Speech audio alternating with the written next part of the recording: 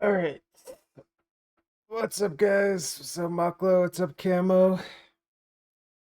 How's it going?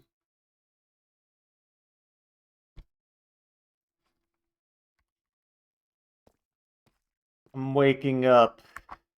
That's that's what's up. Devastated. Why?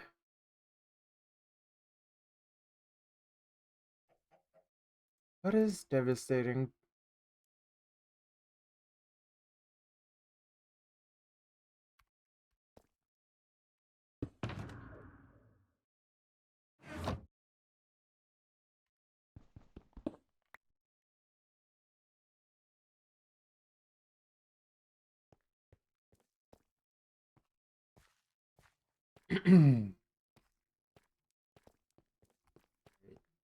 Like this is the chunk we'll be mining today. See a little air pocket, but nothing super crazy, I think. This is kind of cool, but it's not very big.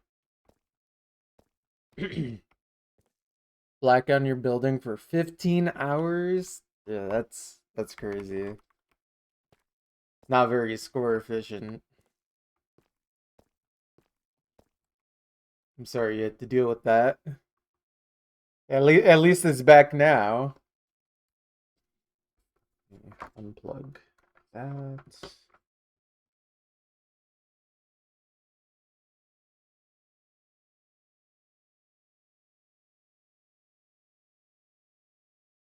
Once there was a Winston Resetter blackout for 3 days. Yikes. Yikes. Chunk. What's up, Fair? How you doing?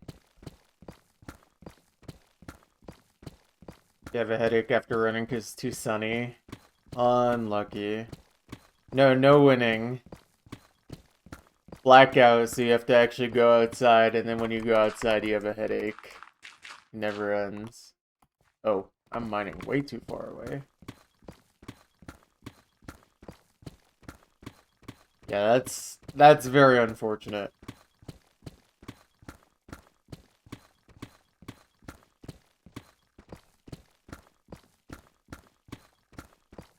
Glad the food in your fridge didn't go bad. True. Well, hopefully it didn't go bad.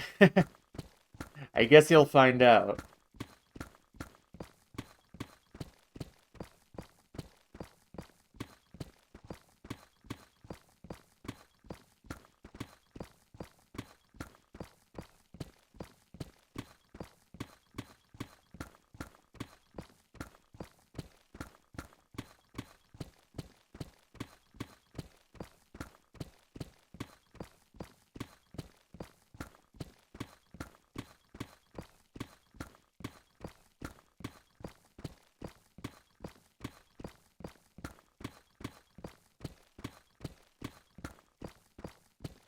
Put me in the freezer, yeah. And I mean, even from my understanding, even if power goes out for a while, as long as you keep your freezer closed that entire time, it should be able to stay cold long enough before it enters the danger zone. You might have to toss out stuff like ice cream or something that like fully melts, but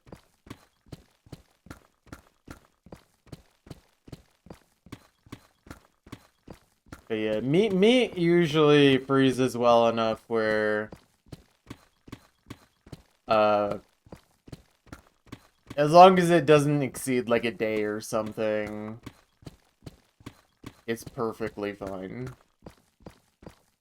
I mean, depending on the meat, it might even take several days for it to thaw.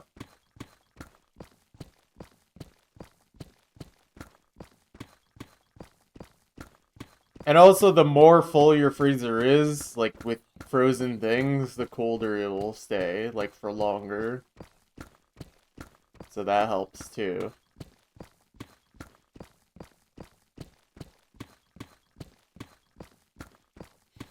Remember, we had the long block where we put a bag of ice in there, kept it closed. Yeah.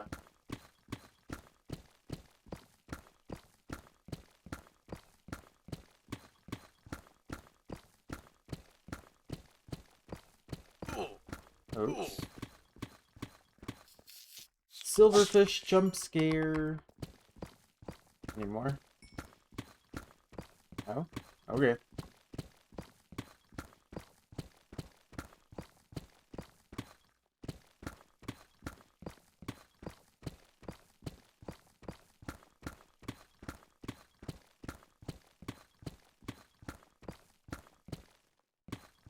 Oh yeah. Hopefully that doesn't happen anytime soon again for you, Maklo. Hopefully that was a fluke. And I also hope it didn't happen on, like, a weekend day for you.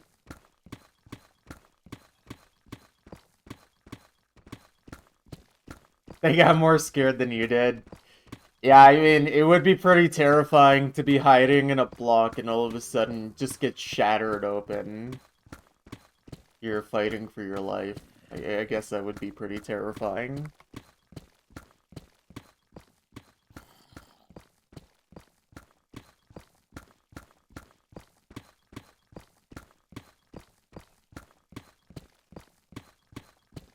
I see, I see.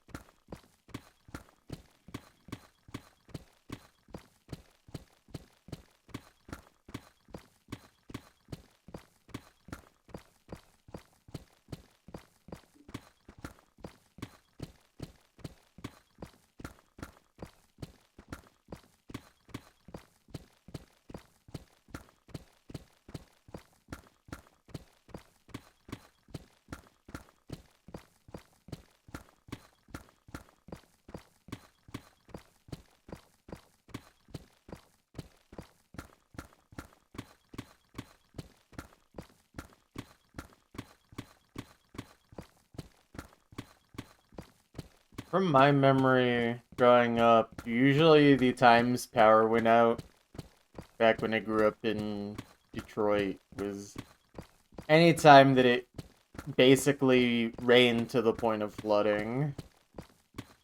Those were usually the times where the power went out.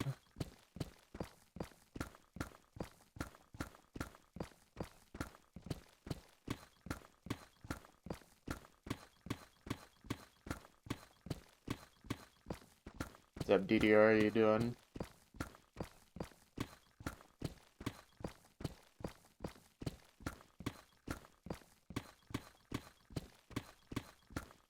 Hope it didn't rain that often. It rained like every other day. Or at least it certainly felt that way. It rained a lot. But like that type of rain usually would only be like maybe once a year. Like enough to actually cut off the power.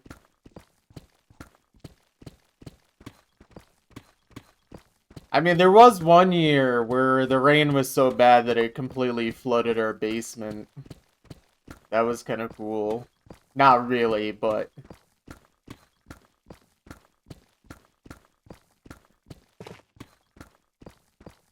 it was, interesting, to say the least.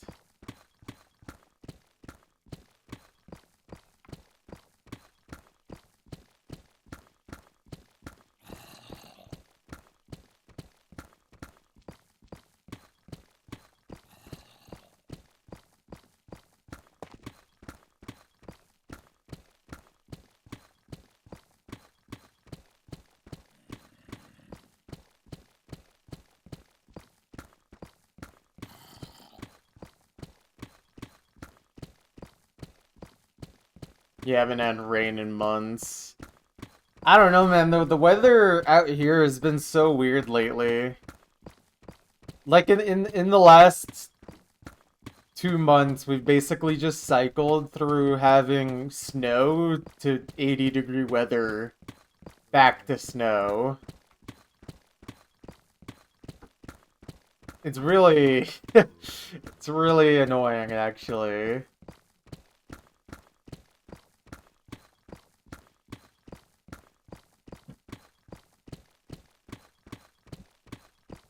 See a person who sponged 1,000 by 1,000 block area can find that cool. True.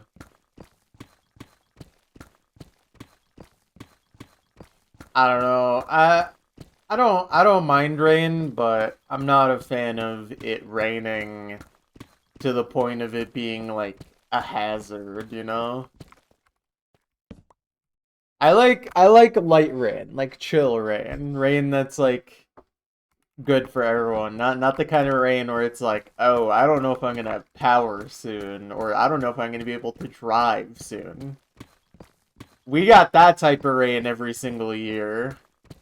Where it was like, oh, I guess I'm just not driving today because my car will just get stuck in an entire puddle of water. Because all of the roads have just become a river.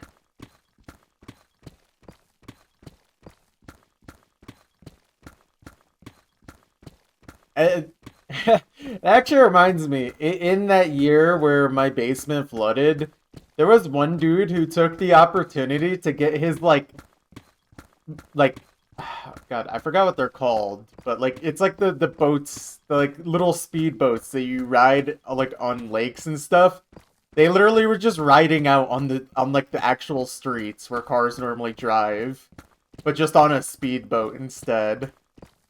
Just because there was so much water that you just straight up could. It was kind of awesome. Niagara Falls, but in Detroit, yeah. I mean, I actually have been to Niagara Falls once in my life. It's pretty cool. I was very young, though, so I don't really remember it.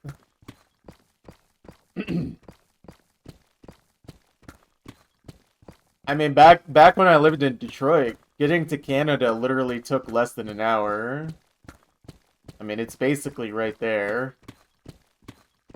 In fact, I think Detroit is actually technically north of Canada, which is kind of funny.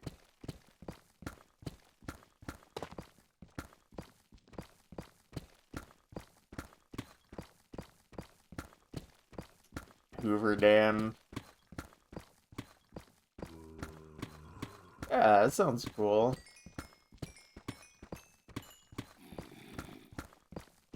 What's up, Muffin? How you doing?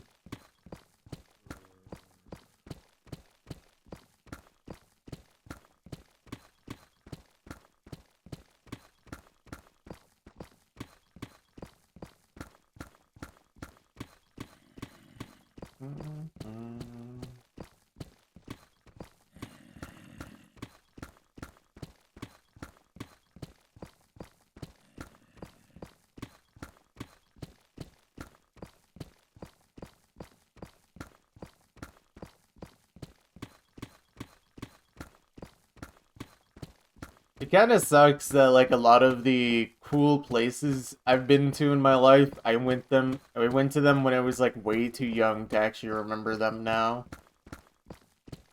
Or honestly, even back then. Because yeah, I don't think I was even like 10 when we went to Niagara Falls. I literally don't remember how long ago it was. But I remember being quite young.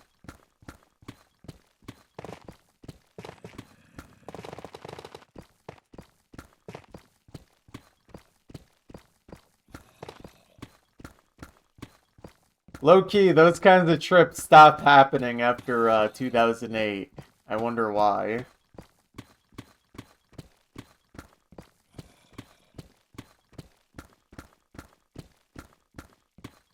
Thanks, Obama. Thanks, Obama. I can't believe Joe Biden did this to us in 2008. You visited the Four Chunk Corners Monument when you were 2? Dang. Can't believe you walked to the corner of our lands. Wait.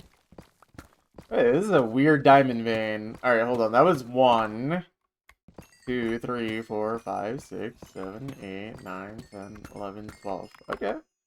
That was kind of a cool one. It doesn't usually look like that.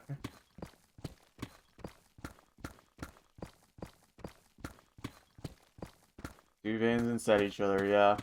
Not the biggest I found. I think the biggest I found was like 15. But yeah. When you were 9, you went to a tour around Poland. It took a month. It was pretty cool. Oh man. What year was it when I was 9? I guess it would be 2008.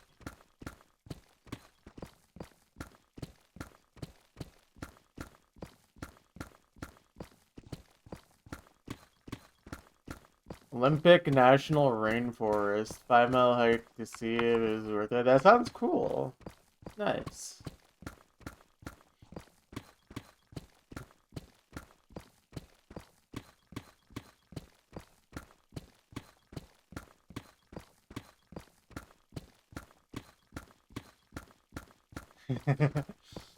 Oh man.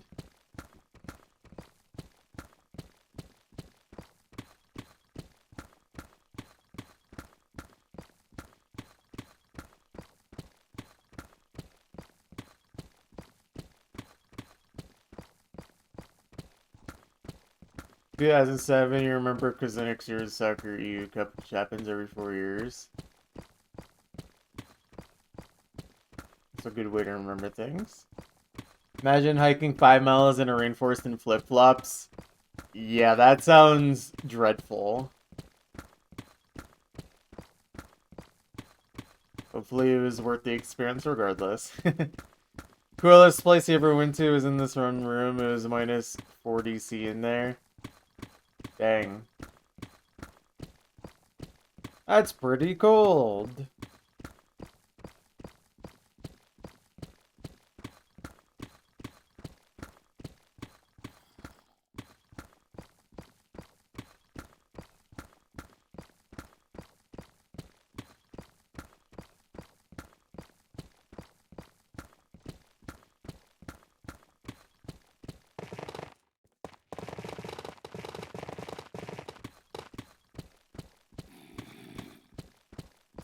I think probably the most important, like, I guess you could call it a vacation, but I didn't feel like it was a vacation, was the one summer where we just did not stay in the United States. We went to the Middle East. Specifically for most of the trip, like 2 months, we stayed in my family's home country of Iraq. Or as Americans call it, Iraq.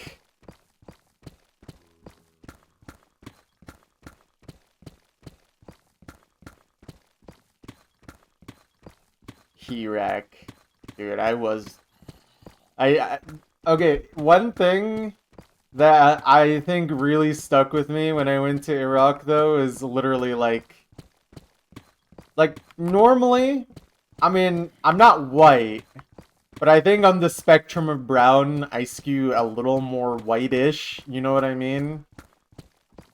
But when I went to Iraq and I came back, I went from white to like, I wouldn't say black, but like very dark brown. I actually just got cooked in the 2 months that I was there.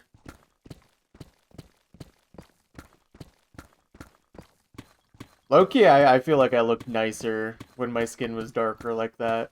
But what happens when you're a gamer is you start not going outside, so then you don't stay tan anymore.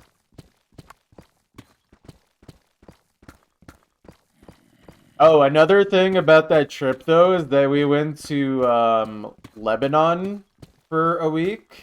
Specifically, we stayed around Beirut. Dude, Lebanon is so beautiful.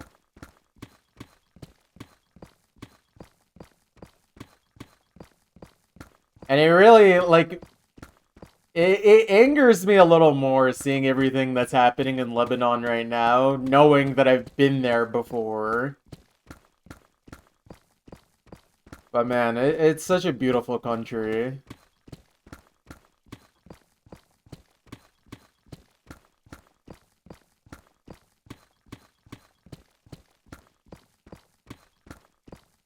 Unless you have a south window behind you, you can open it when you're using a PC. I do not. Dude, at my current job, I don't get any sunlight either, so I'm actually like just... I was gonna say I'm cooked, but I'm literally not getting cooked. That's a problem.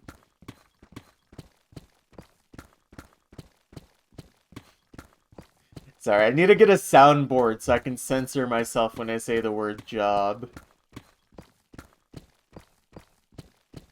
I'm sorry to say that, Muffin. Tip, keep an eye on your tool's durability to maximize chunking. True. And that's exactly what I did, funnily enough. As soon as the red disappears from my pickaxe, that's how I know it's time to switch over.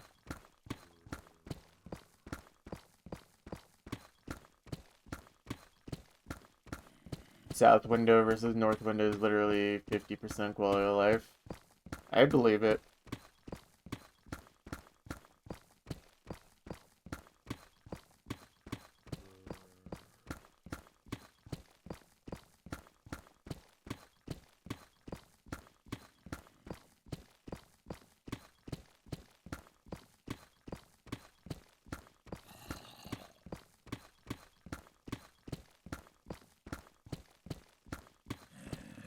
You know what's one thing I think about though? Cause you know, now that I bring up me going to Iraq for summer, it actually reminds me of what you were talking about earlier, Maklo, saying how your power went out for 15 hours. Dude, when I went to Iraq, the power went out every day without fail.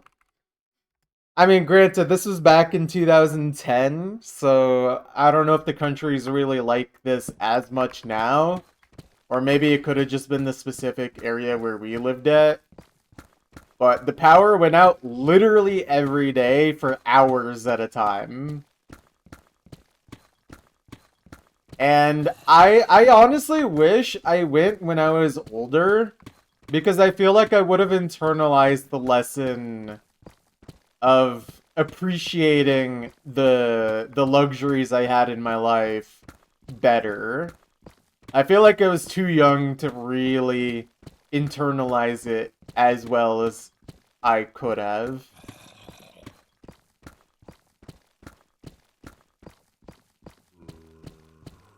But in retrospect, like, I truly live a very spoiled life in comparison to my family that live in Iraq.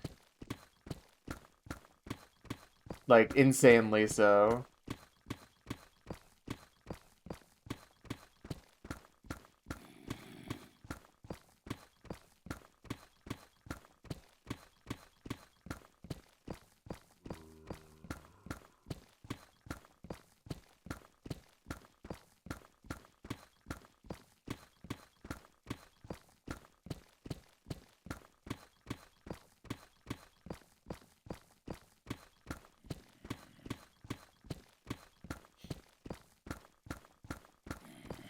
Oh, man. You know, my experience there, like, now that I'm reminiscing, I do, like, in a way I miss it, because obviously it was really cool to meet all of the family that I never really got to see and haven't seen since. But, some of the things that, like, were definitely funny were, like, you guys want to know like what was really popular with the kids of like probably 10-year-olds at the time in Iraq, at least in terms of Western media? The number one thing that I saw the kids really enjoyed was Tom and Jerry. Which makes sense, because you literally don't need to understand a lick of English to understand Tom and Jerry. It's actually kind of awesome.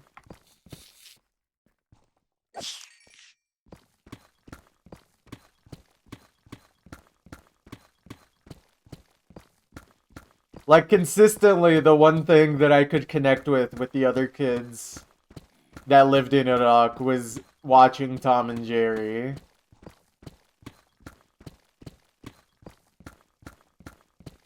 Angry Jerry with Arabic text. Yeah, I mean... Oh, that just reminded me.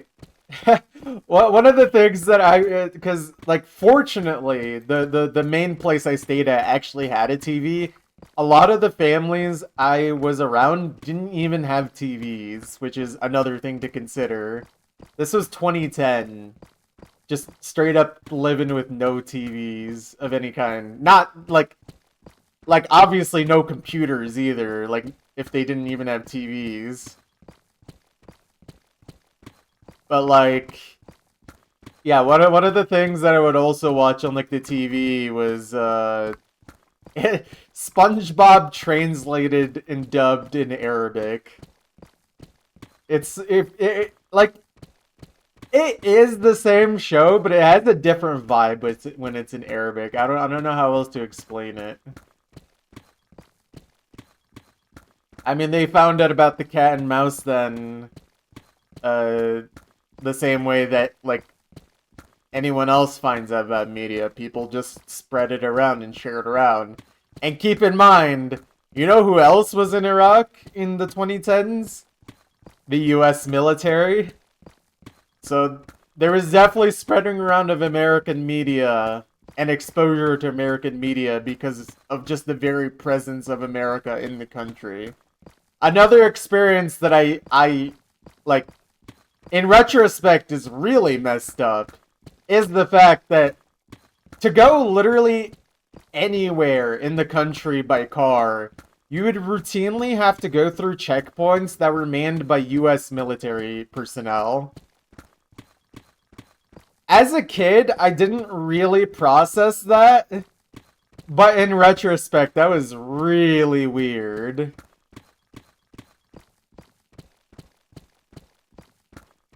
Oh, and by the way, those guys were so rude, too.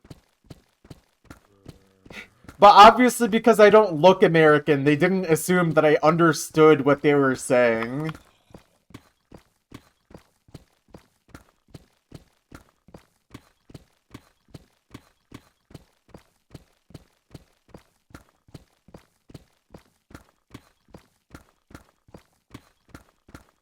But yeah.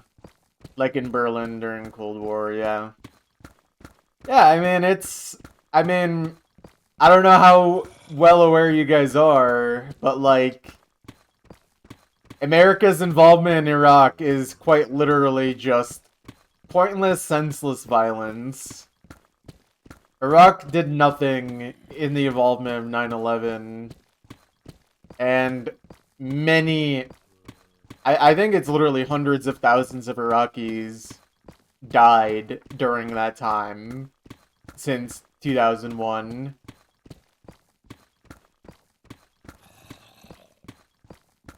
Absolutely atrocious stuff. The cube. Are you talking about the Kaaba?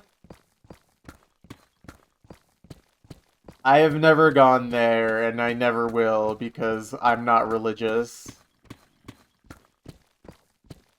Not that my family didn't try, but I just did not stick with the religion. And also, that's not in Iraq anyways. That is in Saudi Arabia.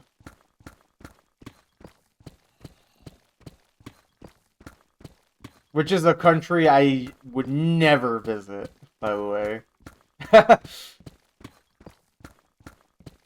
Yeah, that's fair. I actually don't know if my own family has actually gone. Now that I think about it.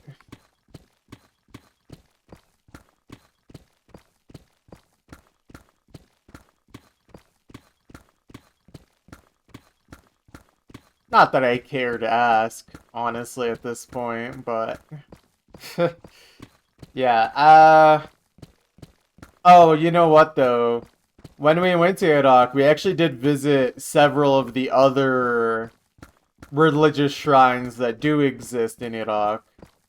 Like the shrines of dead imams of the religion.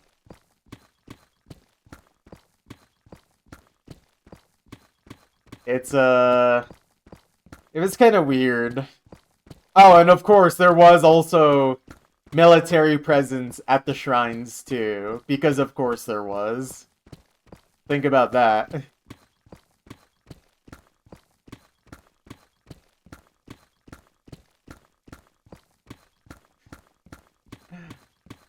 Uh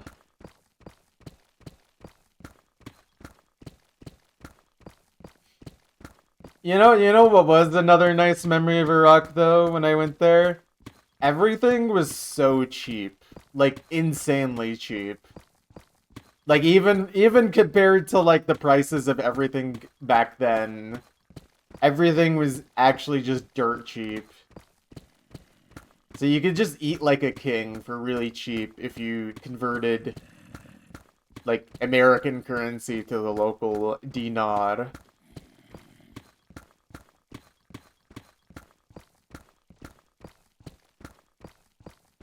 Like I'm pretty sure a can of soda and a bag of chips was literally like a dime. Something ridiculously cheap.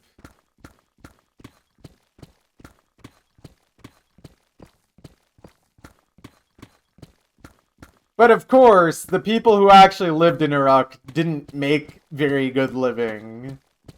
So like, for them, it still would be more equivalent to how much we pay.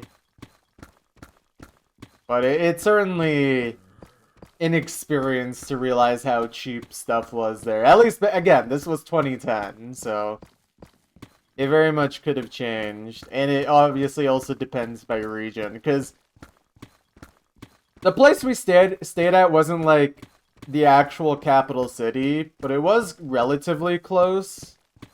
But then throughout the trip, we would also go to like places in like the south, like Najaf, or just other places that are like basically imagine rural America, but it's a desert instead of like the Great Plains. So it's literally just like people with farms in the desert with no electricity, no computers, no screens, no phones.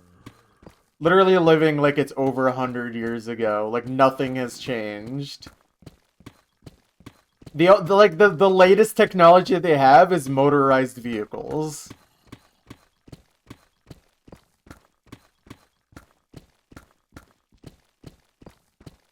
1,000 bag of chips and sodas for 1 barrel of oil. Fair trade. True.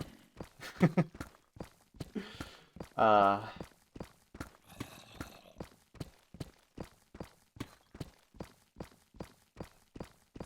yeah, it was an interesting experience. Again, I kind of wish I went when I was a little older so I could remember it better and honestly like enjoyed it more. But I was just a little too young and too spoiled to actually enjoy the trip as much as I could have. Not to mention the fact that again, like I got super tan and I was also super uncomfortable a lot of the day. Like, to get a reprieve from the sun, like, being awake at 6 a.m. meant it was nice and cold outside, and the cold in question was 85 degrees. That's when it was Fahrenheit, I should say. That's when it was nice and cold outside.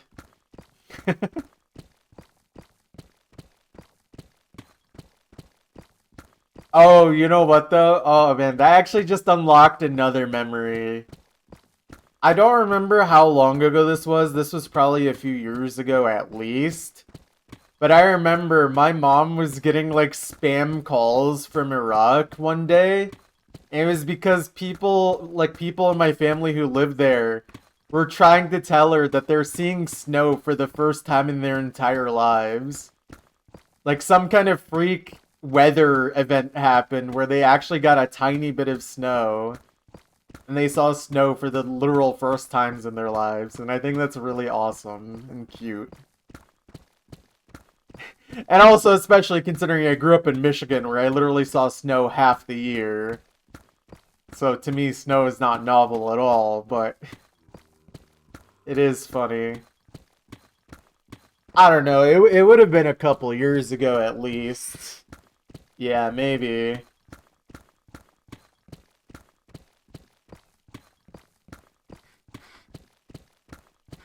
Snow a big deal for you, I guess. True. True. Yeah. I mean, unfortunately, Camo, I do have the gene where I actually prefer being stuck in hot weather over cold weather. I think by the very nature of the type of people I come from. So for me, it's actually kind of like I just dealt with it. Even growing up in Michigan, I still never quite adjusted to how cold and snowy it was.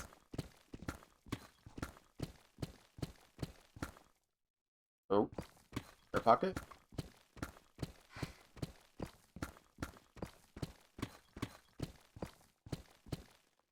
But yeah. I don't know, I would say that's definitely one of the more interesting things I've ever done in my life.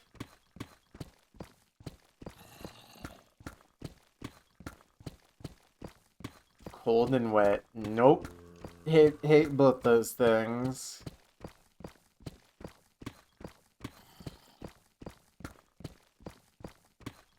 Like a true Brit descendant. That makes sense. I believe that.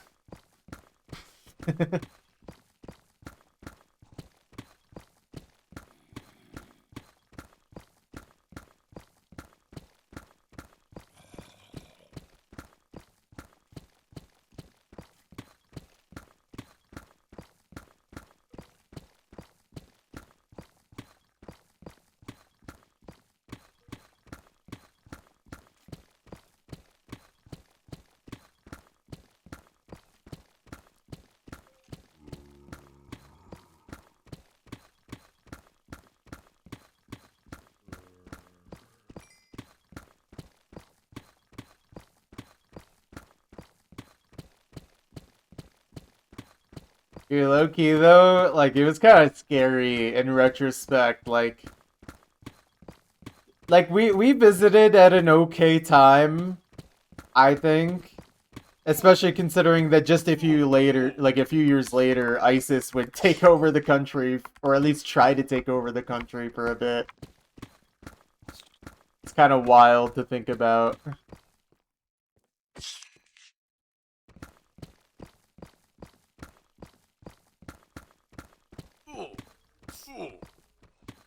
I'm glad we did not have to try and deal with that.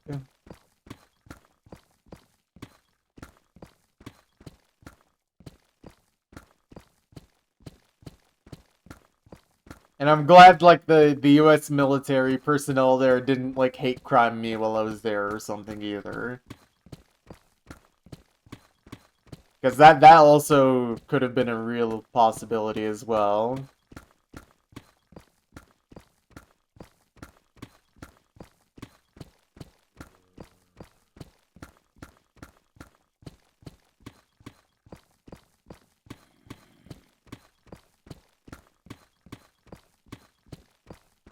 Honestly, I think one of the things I regret is not like messing with them a little more though. Like actually just pulling out like my full white English, you know what I mean? Just seeing someone that looks like any other Iraqi that they see on the street every day while occupying the country, but then they just pull out perfect English and just sound like one of them. I wonder how often that ever happened to them. I can't imagine it being zero, but it definitely would be novel.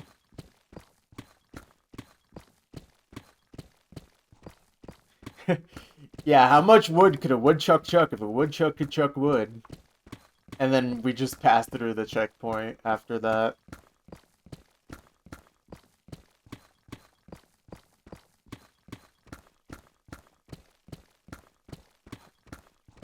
Yeah, what can I say? I got that white voice.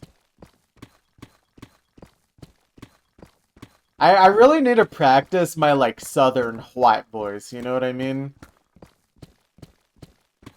You know, the type of white where I love Jesus and the Bible.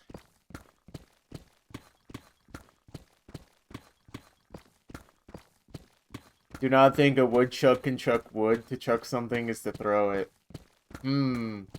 So we need a wood throw instead of a woodchuck.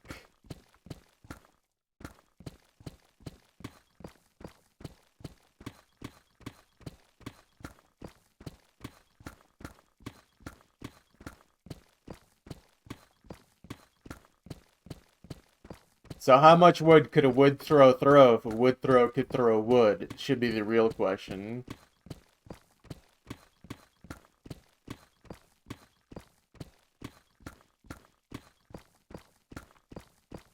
California. California.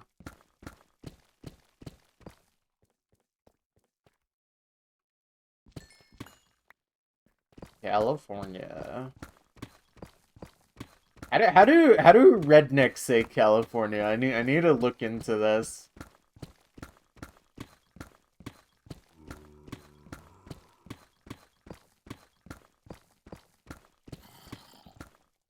Because they say California like it's derogatory. I know this.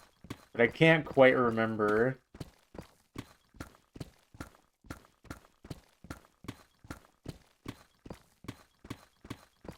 California derogatory. It's true, though.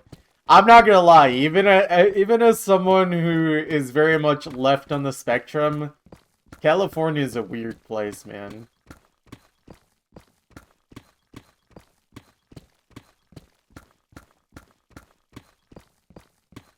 I do not ever plan to visit California.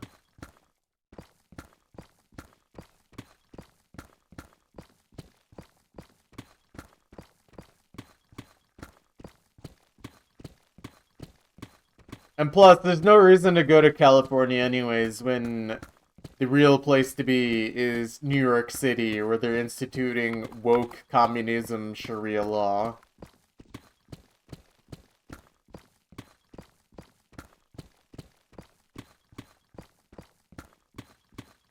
You know what really sounds like a weird place? What? Utah? Dude, get me out of this place. I hate this state. If it wasn't for the Goink, I literally would never visit Utah.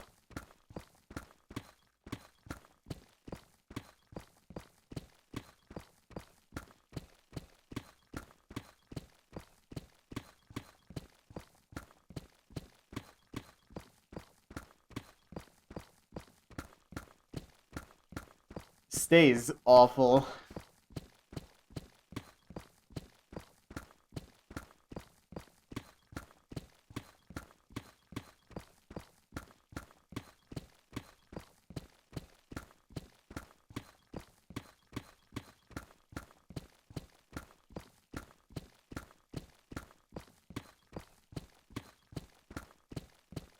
Utah just needs more money.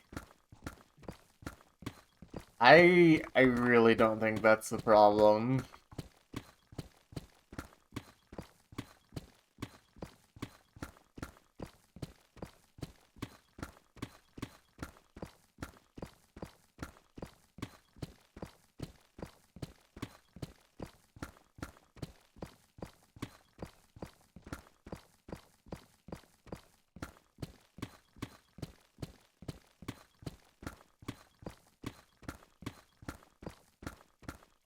Oh, wait, I get what you were doing now. More money.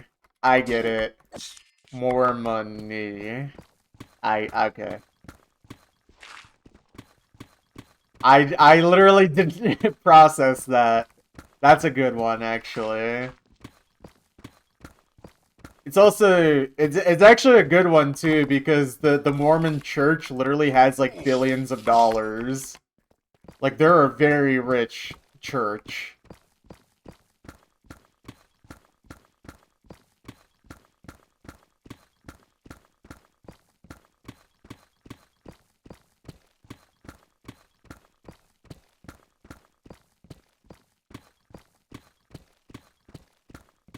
Or I guess I should call them by their proper name, the Church of Latter-day Saints, I believe. Or wait, no, the Church of Jesus Christ in Latter-day Saints? Something like that, dude. I don't know. They're the Mormon Church. Derogatory. The Church of Jesus Christ in Latter-day Saints, or whatever. Like, who cares, man? You're just part of the group of people that, like, knocks on doors and everyone slams the door in their face. And then you go to, like, South American countries to convert people. I mean, I didn't grow up Mormon, obviously. So, like, I don't know too much about Mormonism, but from what I do understand, like, one of the things that you're supposed to do is go on these things called, like, God, I think it's like a mission, and it's basically just sending someone to a place to convert people and just I guess it's like almost like a humanitarian type deal as well, but it's also to spread the word. That's the main goal of it. And from what I hear, a lot of them go to like South American countries. One of your family members married into Mormonism. Is crazy how much you change after that. I mean, I didn't really know a single thing about Mormonism until I got together with my current partner. I mean, she's not Mormon, but her family is. And it's certainly an interesting thing to witness. Although low-key, like, at least from the family members I've met, none of them are really, like, the, like, weird, crazy Mormon types. And if anything, a lot of them have moved away from the religion in the last few years in general.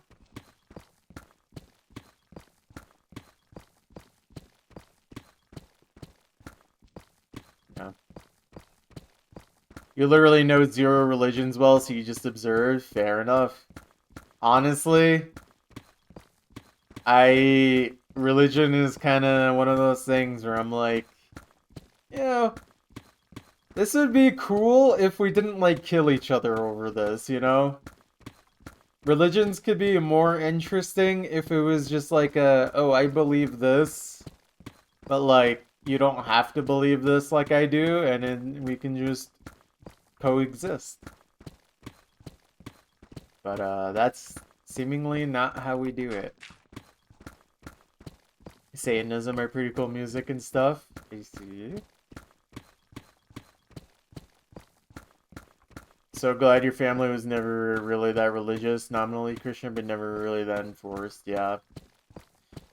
I wish my family was not religious, but yeah. I don't need to reopen that can of worms right now.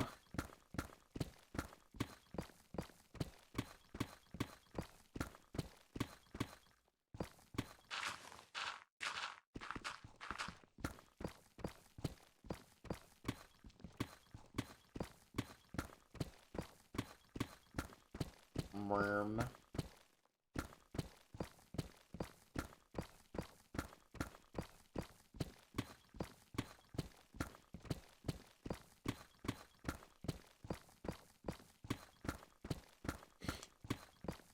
Well, I would argue that the type of Christian we have in this country is absolutely a political ideology rather than a true religion as well.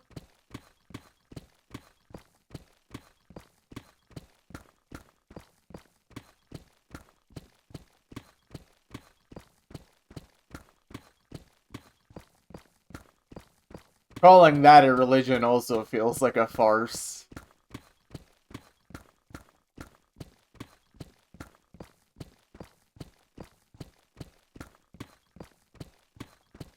The next generations will be more chill about this stuff, you hope. Well, from what I understand, Gen Z is like a very weird mix of like progressive, but then also prudish for some reason.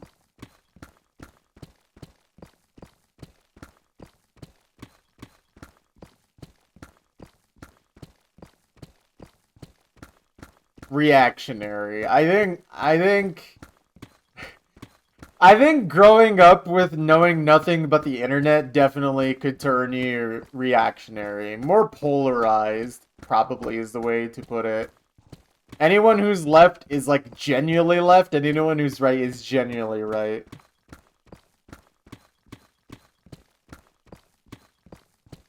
Centrism is gonna become less and less of a thing, I think. Gen Alpha is just cooked. That's what they are.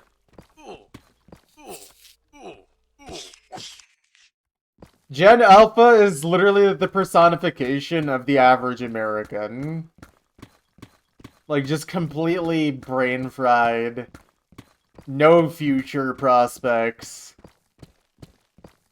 It will be insane to witness.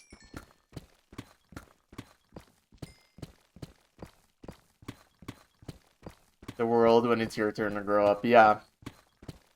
Yep. It's crazy how, like, that phrase literally would not have made sense for, like, almost all of human history, basically. Only in the last, like, couple hundred years could that phrase really be used in that way. And it certainly is one of those phrases that resonates hard today.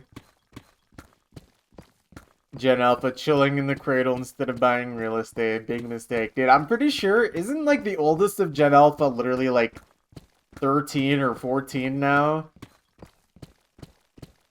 Like, probably some of them have literally driven a car already, even if it's illegal. The Skibbity Toilet kids are on the road.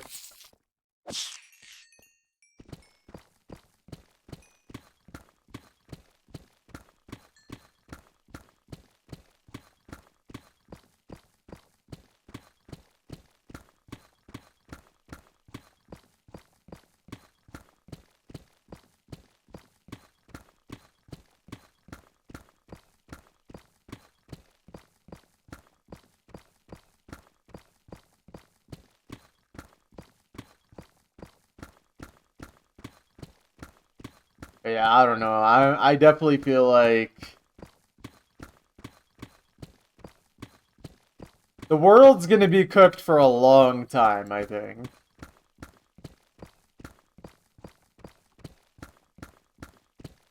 And depending on where you live in the world, it's gonna be either like charred or it's gonna be like pulverized type cook. Like you just have like a burnt meal or you have no meal.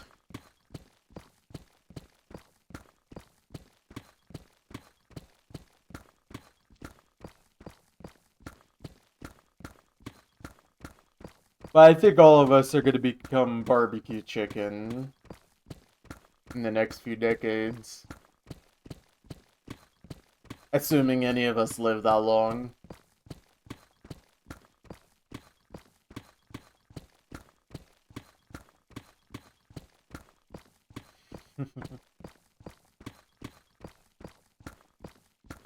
Spooky.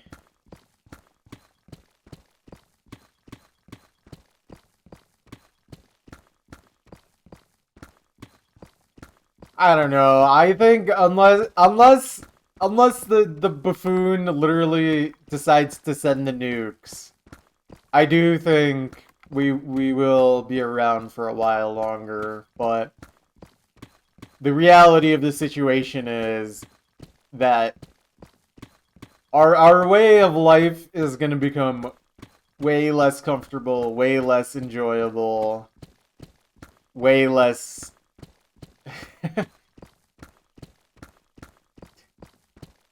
Dude, what's up with these bots? But yeah, it's gonna be way less we won't have a good future ahead of us for the next few decades, I think.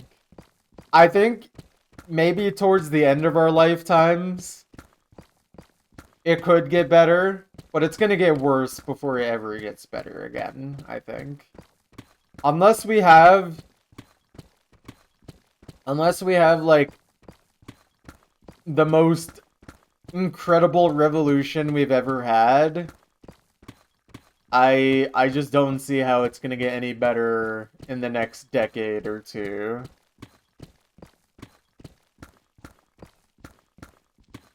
Worried about getting disappeared, low key. Yeah, I mean, shoot, I feel the same way.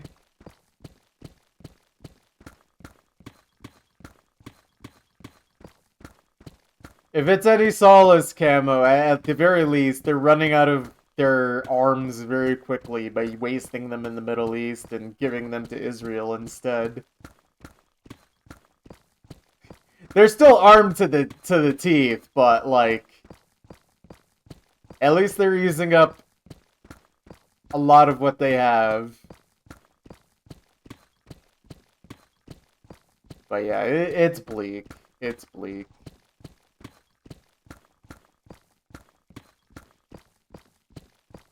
Yeah.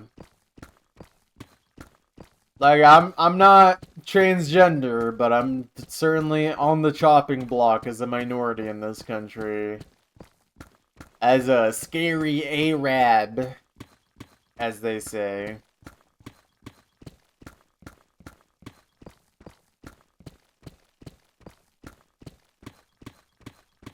Is there any chance to get rid of Trump before the next election? The only way to get rid of Trump is if the Democrats win really big in the midterms in November. Or if Donald Trump dies. Which, honestly, I think him dying in office is, like, actually possible.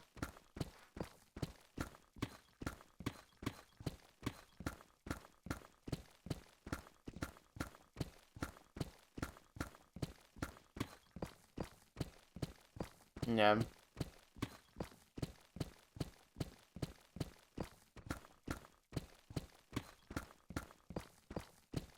But yeah, the only way to get rid of him is to impeach him and then in the Senate actually convict him to remove him from office. Which requires, I think, like a 2/3 vote. Which, yeah, good luck getting the Republicans to actually convict the guy. So that's what I mean, like, Democrats literally have to win big. And the thing is, there's a good chance that even if the Democrats win big, which they are most likely to do, assuming the election is free and fair, getting the Senate back is actually really hard this cycle because the seats that are up for re-election in the Senate are some of the hardest ones to win for Democrats. Like, a lot of them are safe Republican, or they're in very competitive districts that Democrats have not been doing a good job at defending. So it's gonna be interesting to see, but every special election this year has seen record, like, percentage numbers for Democrats. Like, they have been doing extremely well in every special election so far this year. And, like, the House majority, like, the House of Representatives has shrunk and shrunk and shrunk to the point now where I think it's, like, what is it, 216 to 214? Something insane. Like, it's basically at the point now where you can literally only have a single defector before you can't, like, pass anything as a Republican.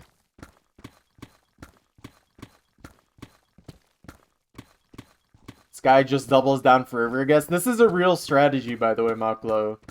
This has been talked about before. He learned from a guy, I think his name is like Roy something, but he basically learned a tactic of never admit guilt, never admit defeat, double down, triple down, quadruple down, and you will get your way. And for this guy, it seems to work. But of course, the caveat to this strategy is also be rich. Because if you're poor and you try this, they just will instantly send you to jail anyways. Because you can't fight it. The House of Representatives is down to 9 people. I believe that's the Supreme Court.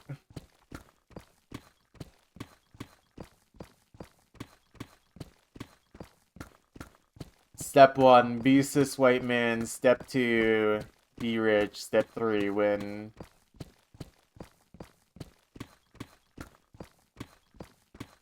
"23 people. This will be the Supreme Court if Democrats actually stack the court in their favor.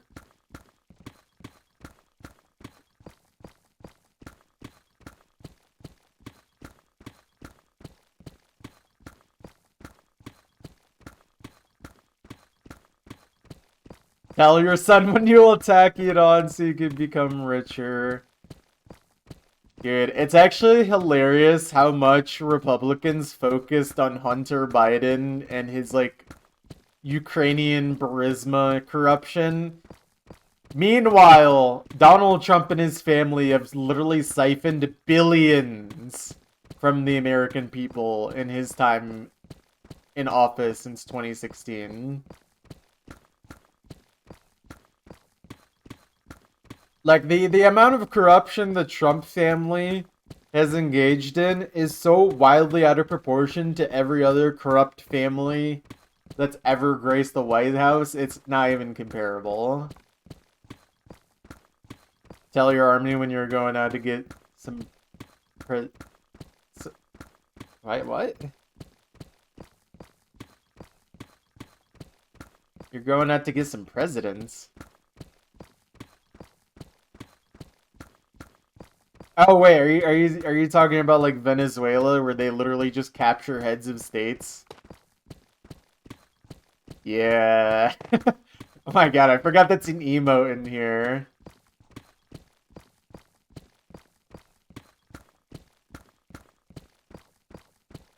Dude, it's crazy that it's...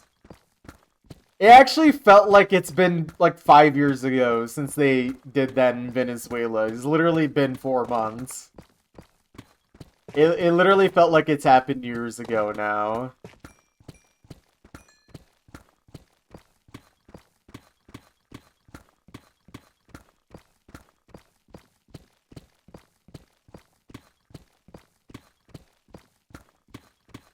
The world moves so fast these days.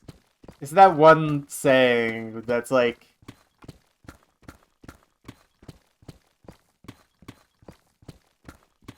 I can't remember actually. It's like there's like decades where nothing happens and then weeks where decades happens. Something to that effect.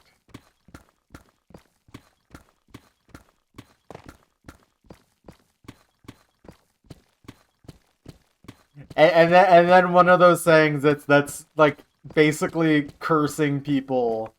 May you live in interesting times. Like, I really don't want to be living in interesting times anymore. Please make it end.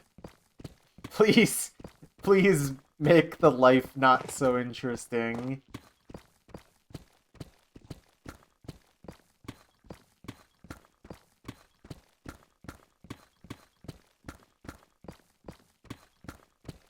I feel like I basically never lived in not interesting times at this point. And I don't think that's going to be changing anytime soon. The slow news day is endangered. Quick, start a war!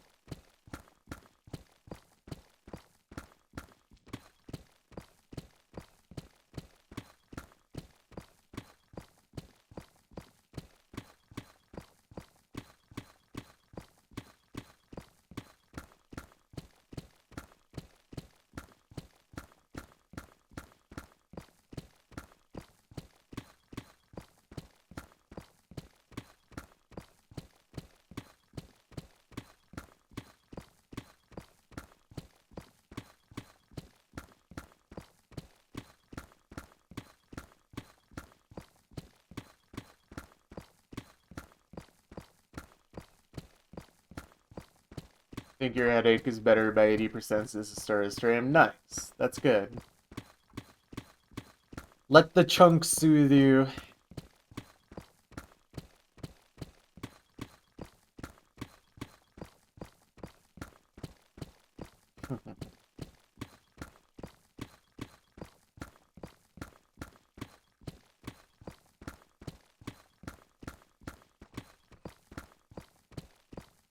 Near Joker-like mental state has recovered someone since the start of the stream.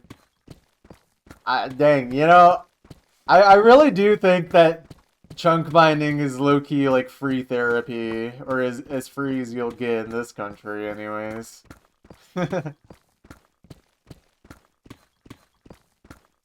This is how we calm down. This is how we bring ourselves back to reality.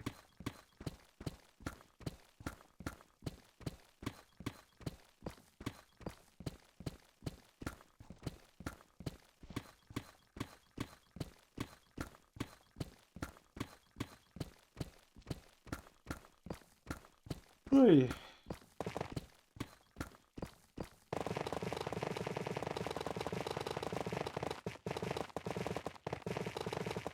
Ooh, tough blocks.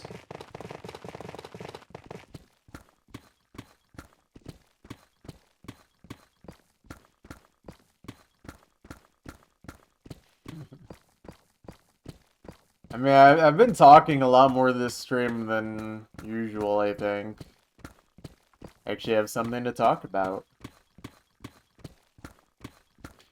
Yeah, that too. Like, if you're ever feeling like you are spiraling mentally, it really helps to either talk or just hang out with people. Even if you're not necessarily in person, it does help to just have things and people to be around that can bring you back to reality.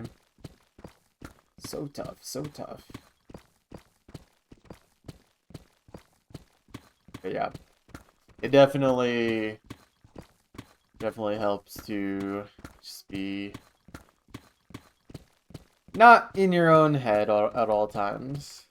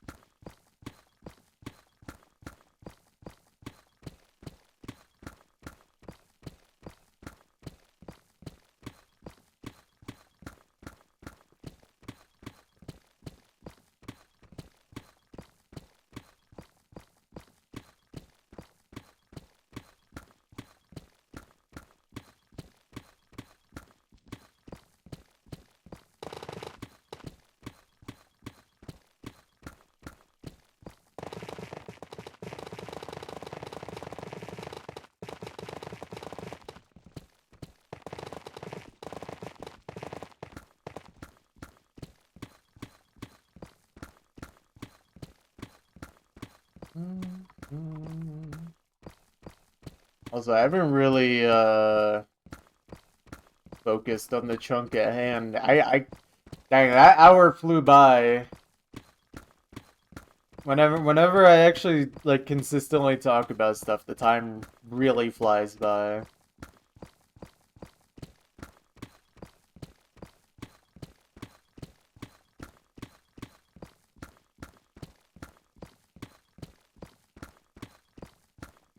Oy, oy.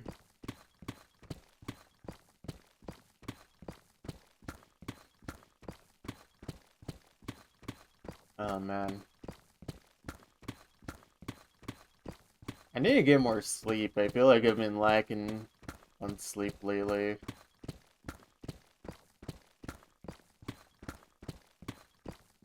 Last 3 days you just played ranked play, 18 matches, 10 hours of gameplay. Dang.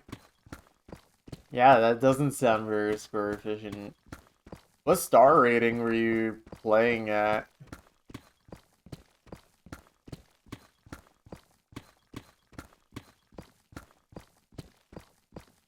Two. 6.5. Yeah, that makes sense. Unfortunately, it's laser, so...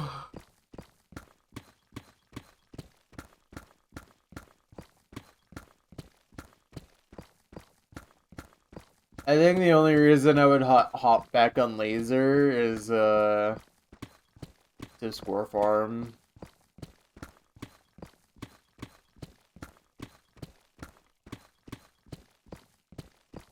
Picking the easiest and slowest maps to have the best chances. Fair enough, fair enough.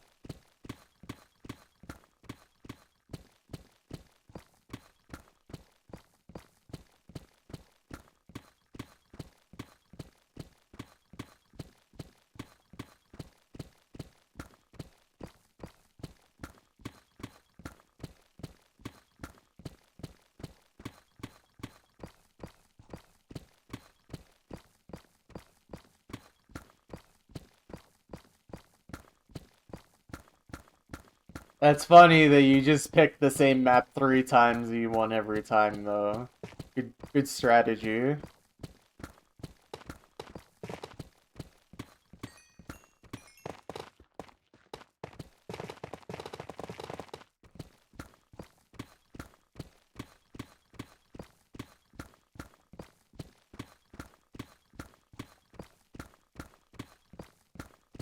Ah, okay. The opponents trolled, basically. They didn't know.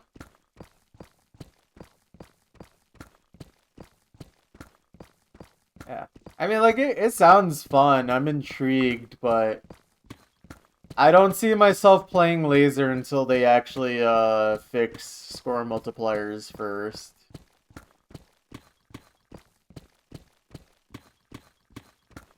Yeah, I don't remember this map.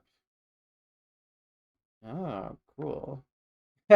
I have a 96% S rank with 370 combo from 6 years ago.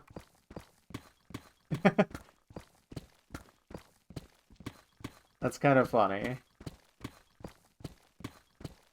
Circle count 0. That makes sense. Okay.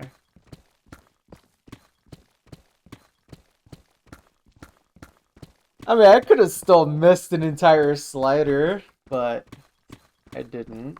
I guess that's cool.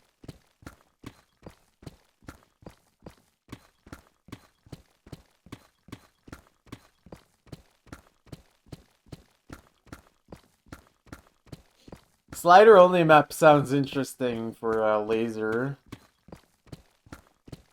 Although if it's at a comfortable BPM, I'm sure the slider act doesn't really change things that much.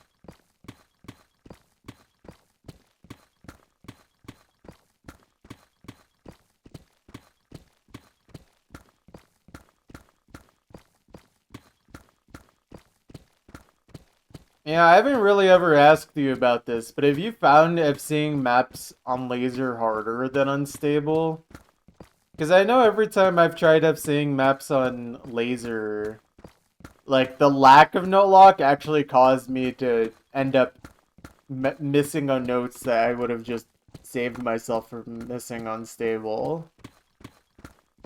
Like anything with like overlaps. I'm sure as you play laser a lot though, you'd get a lot more used to it, but it definitely feels like one of those things you would have to like rewire. Maybe you never struggle with overlaps like that though. I don't know.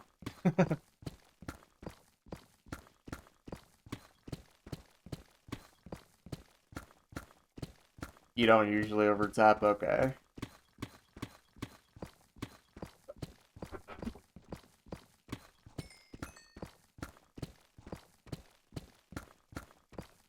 Yeah, I think unfortunately I have an over tapping problem.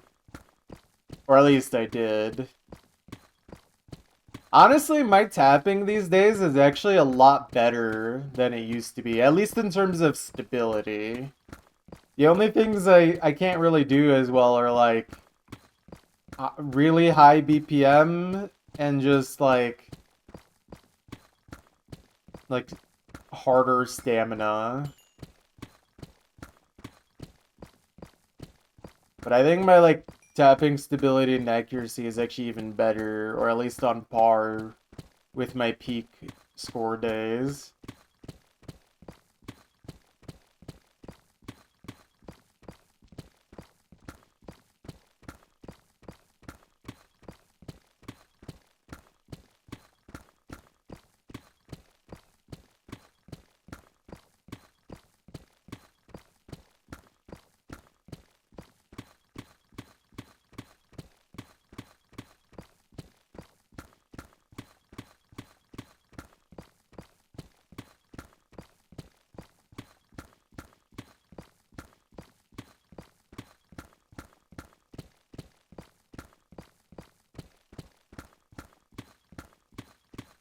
I've actually just been playing score map here and there the last week or so, like new maps, stuff I haven't actually played.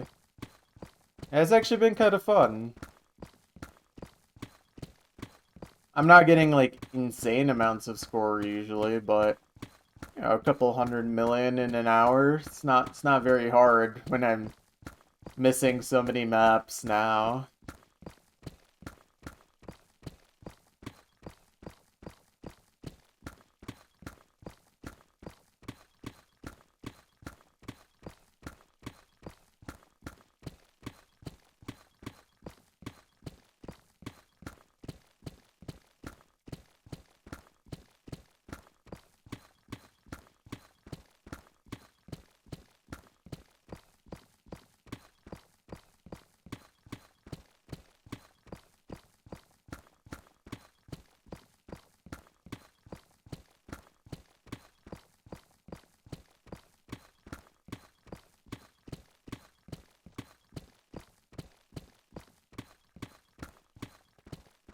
Well, I've still been playing Osu a lot less. Like, I haven't streamed Osu. And I literally only have time to play maybe an hour at most on any given day. But I think I can fit that in to get my fix, and that seems good enough for me.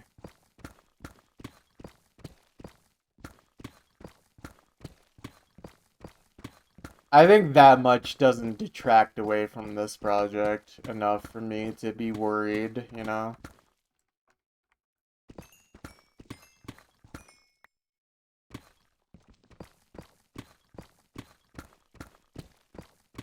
Is this a fortune?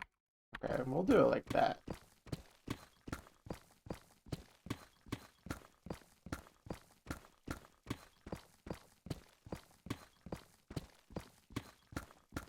I also just feel like I'm mentally better than I was a week ago.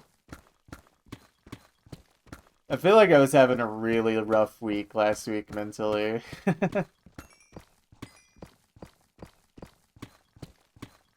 Unfortunately, this week I'm more physically tired than I was last week. Like, low-key, my foot is killing me. So I gotta take it easy today.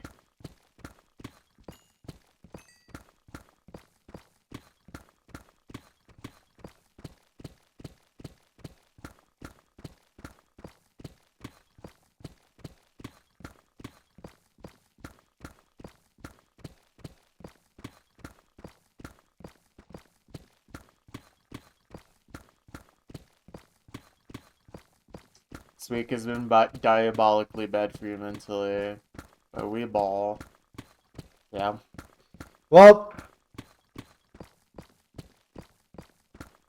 I think the best course of action for that type of thing is find the things that can keep you from going over the edge. Things to keep you from further despair.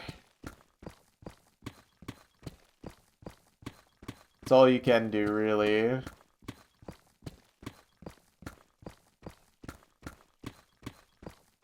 You block. Block.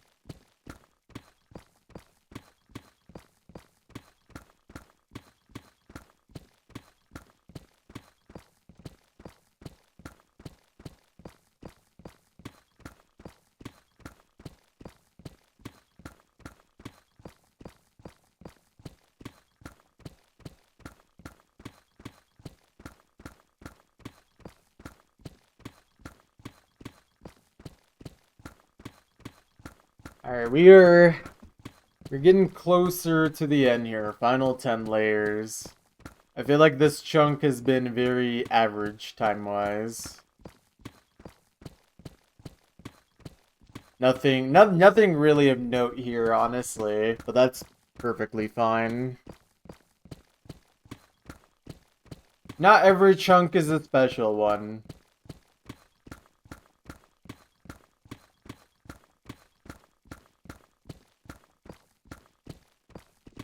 We will get special chunks soon, but soon is a relative term. All chunks are special to you. This is great. This is heartwarming.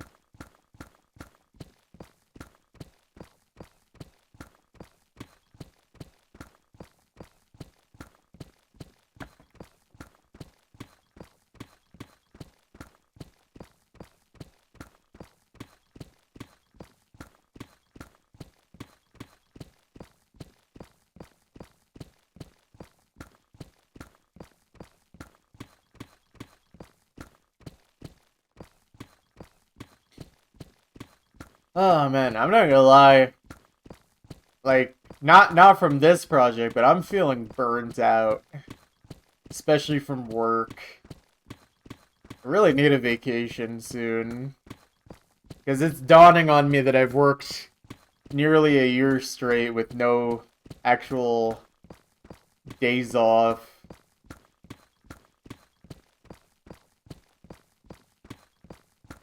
I'm starting to get real real sick of it.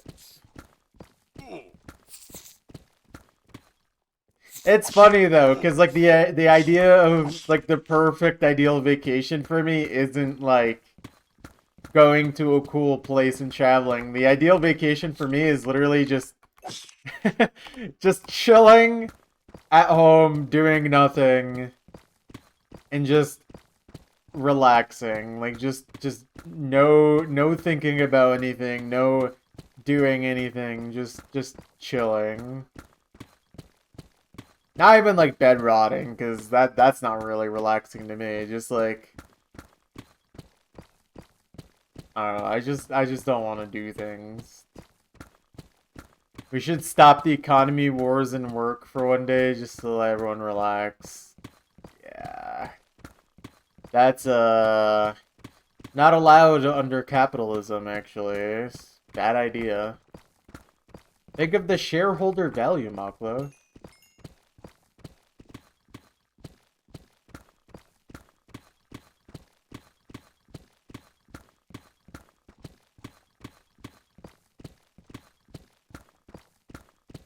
You need to be able to save and quit life, come back later. I'm pretty sure there's religions like this.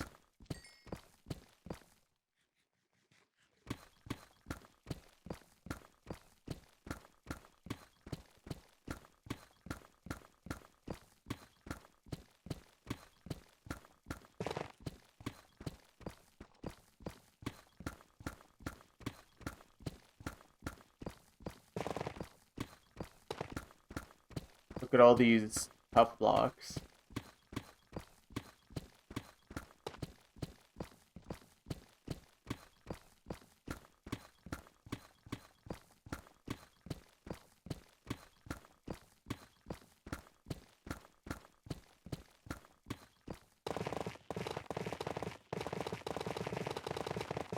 I mean, shoot, just closing the Strait of Hormuz has caused so much to change already. If everyone stopped for a day, we definitely would be cooked. But this is also, like, how we get things to change. I mean, that's why going on strike is actually an important thing.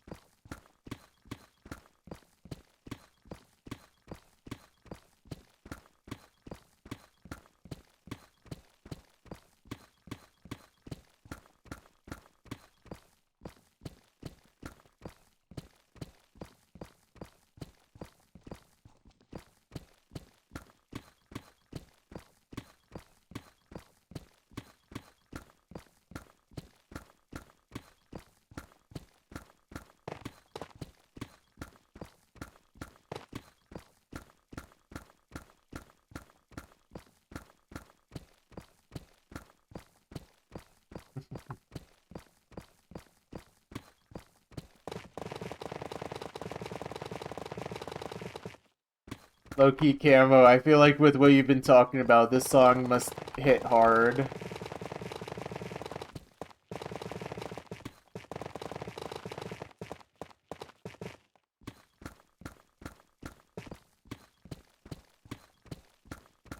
Becoming insane.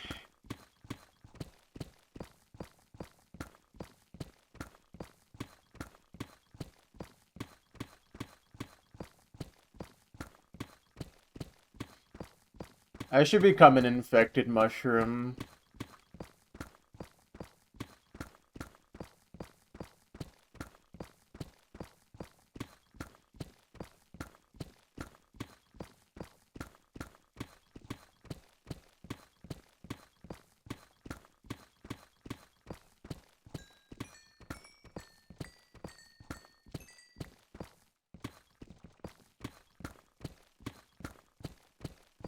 You may already be infected by mushrooms. GG.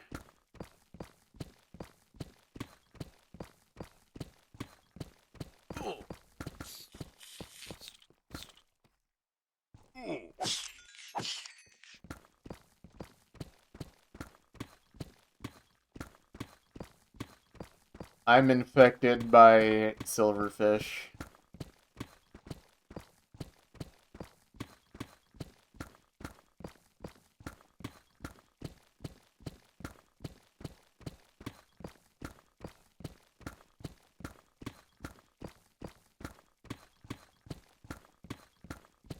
I say.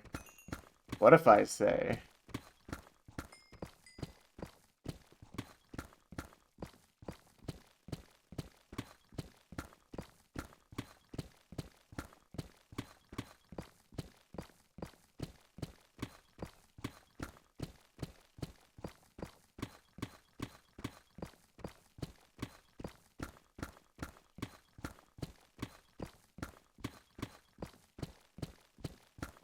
No one would say, no one would dare ask, what if I say, I'm not like the others?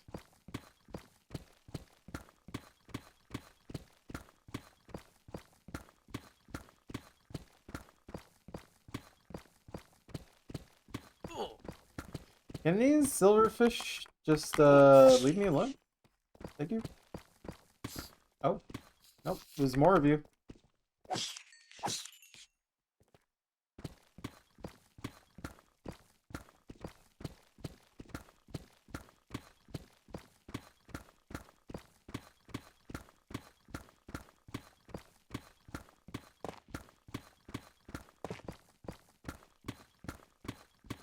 Chat, low-key, I'm the pretender. You love to play pretend.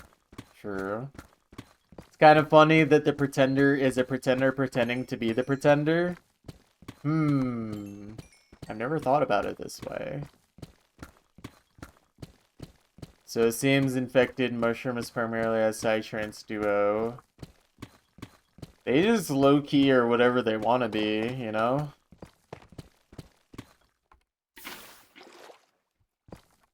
They can do whatever they want.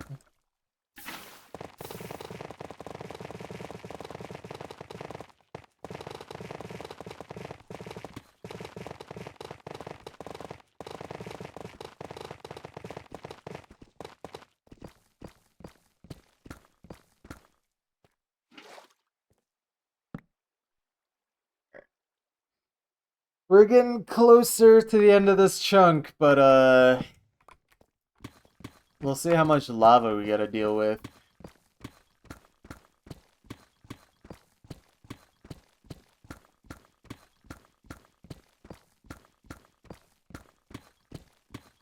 I mean, it's all at the bottom, so it can't be that much.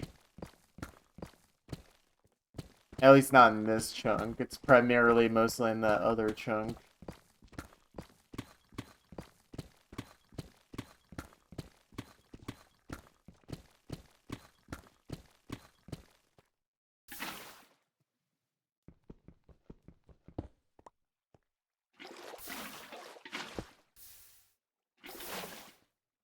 Okay.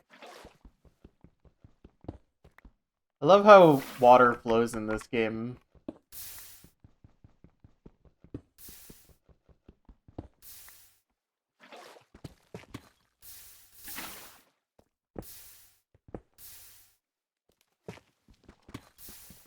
Okay, I should just keep the water place down, I guess. Dude, why am I just not able to mine blocks all of a sudden? Hello? I'm actually getting trolled.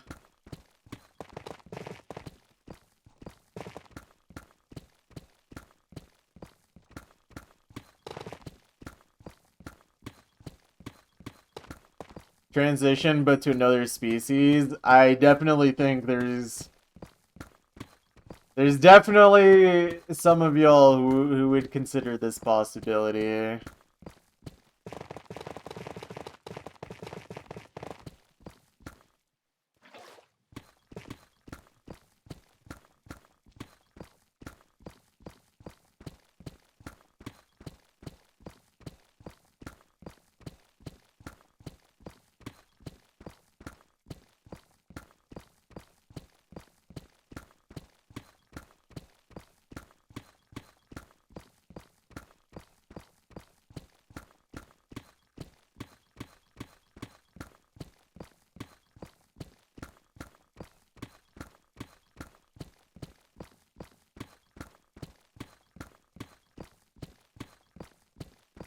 You become insane as an infected mushroom. True.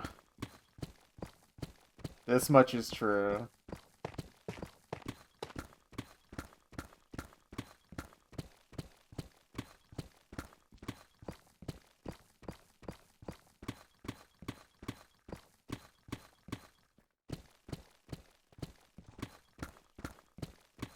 Didn't miss any blocks, did I? Yeah.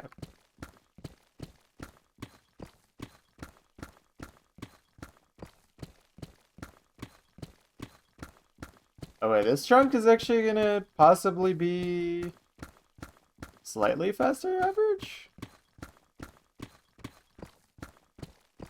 I guess the tough blocks at the very end helped.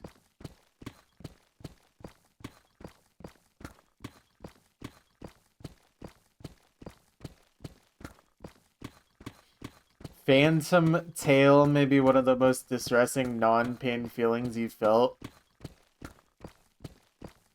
I don't think I can relate to this.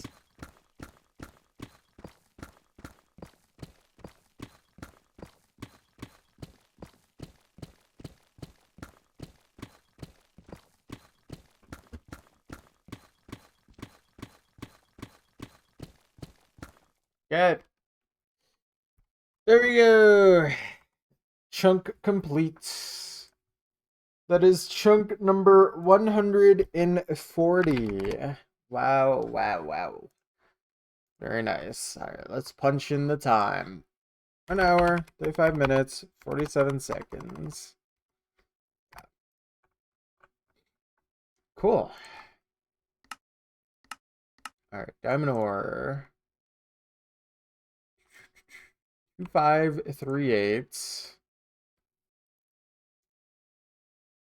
So 26.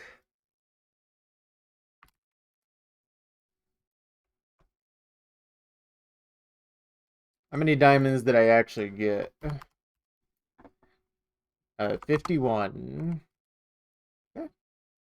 Pretty good, pretty good. We've been getting a lot of diamonds lately. And let's screenshot that.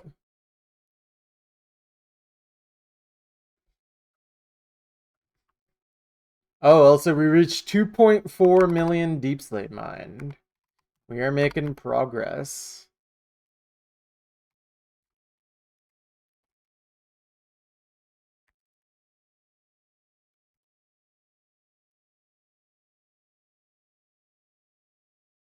Blocks mined 14,880. 103% block efficiency. Not bad. What's our deep slate efficiency looking like? 13,383. Yeah, 93% efficiency. Pretty good, pretty good.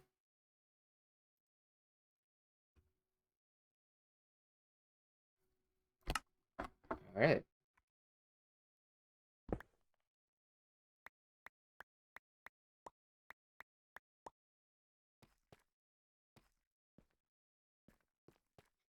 See, anything special about this one? Ooh, I see. Is that just like a tiny bit of a geode left?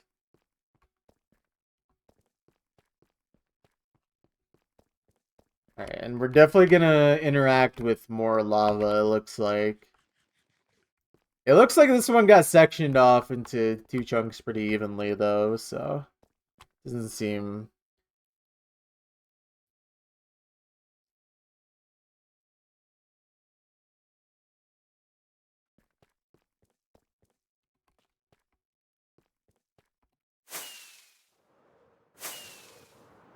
Oh. Okay. I mean, it's not as crazy as some of these ones, but this is a good start to a chunk. I could already see 10 layers down. So, yeah, this is gonna be good. Yeah, I guess I want to start from this end. Pre-mined, true. Did a little off-screen mining.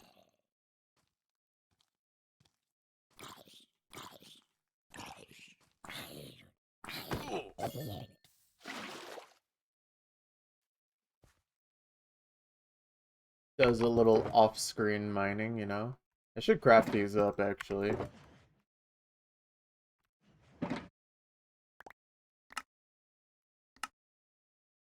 Oh. I actually have the perfect amount where I don't have a diamond on me. Well, I can use this since I don't actually care about having... Oh, dang, we got 4 from it. Beautiful. Beautiful. Alright, let's see. Oh, I usually have 2 diamonds on me, so at least now I do. Okay, I think it is time to begin next chunk. Let's do this.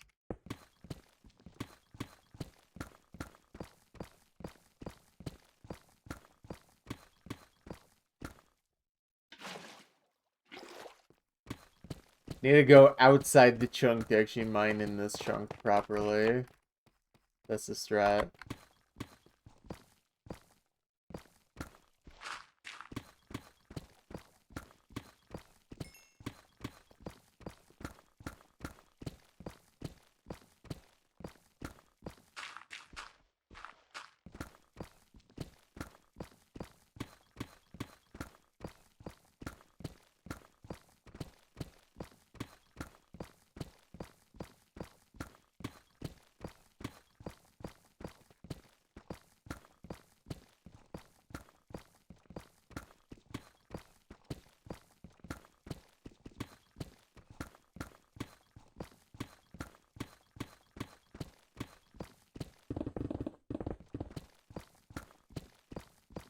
What's weird about it?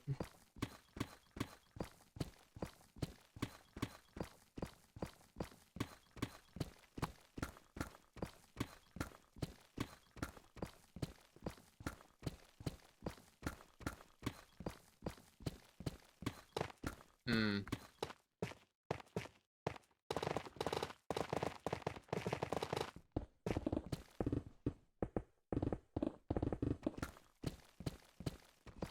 Army of mushrooms, but it's AI and they sing die.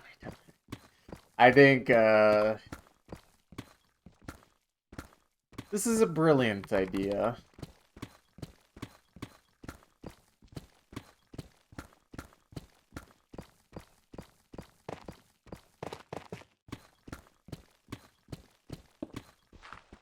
Yeah, that makes sense. We're used to seeing it on Osu, it probably will look different.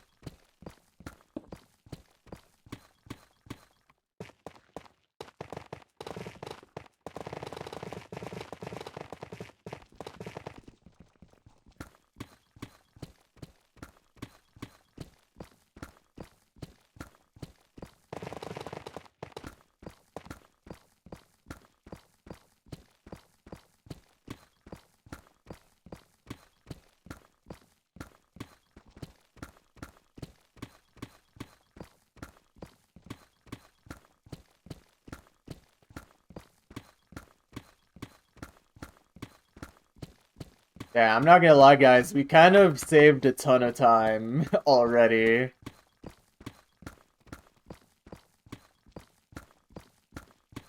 Once I finish this double layer, I'll see where we at time save wise. Well, this is gonna be a good one.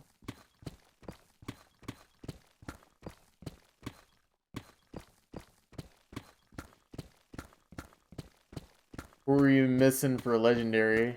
Andros, ooh.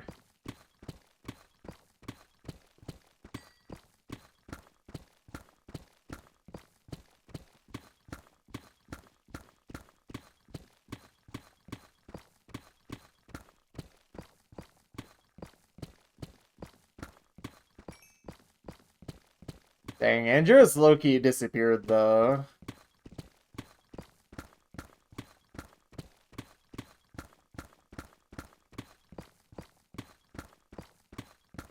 That guy had a lot more potential in him, I think.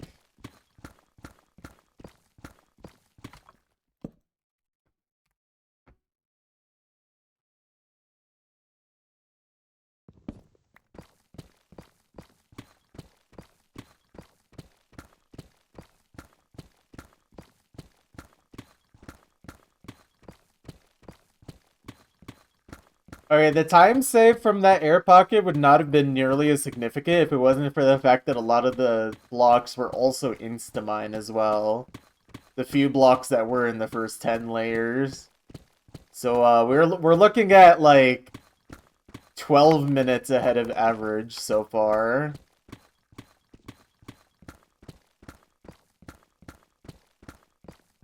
Now they were 10 layers down already.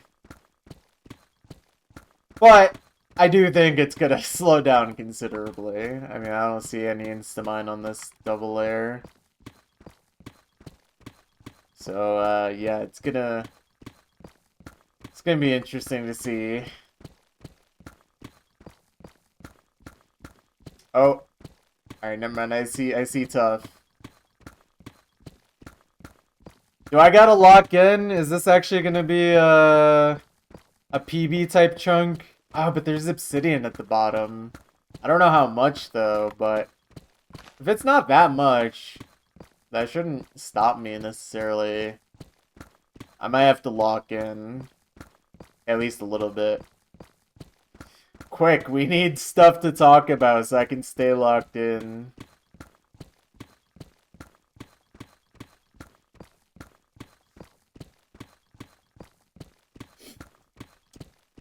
So, how was the weather? Pistachio ice cream? Goated.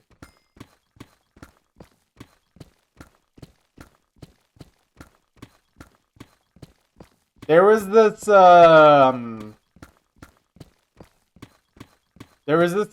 like, Arabic bakery, like, sweets bakery place that I would go to back when I lived in Michigan. And their pistachio ice cream was some of the best ice cream I ever had in my life. Super creamy, super flavorful, really good. Shoutouts to Shatila Bakery.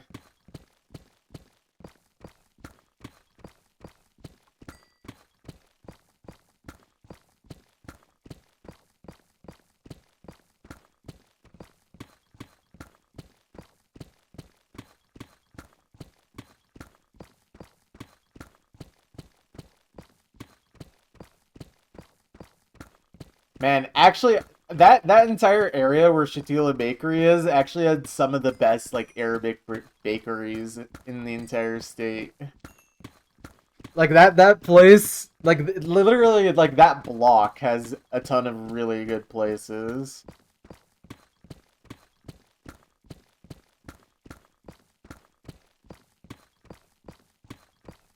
I miss it. If there's one thing I miss about Michigan, it's the fact that because Michigan has a really high Arab population compared to the rest of the United States, there was so many good options for like actually good food.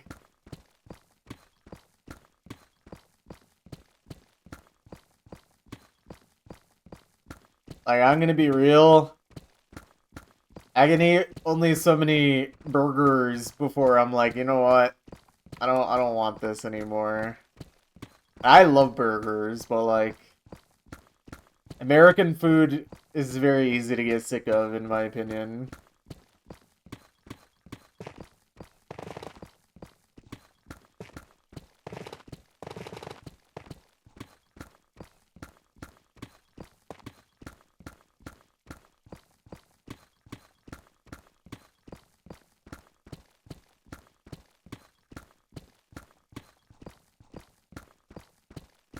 I'm trying to think.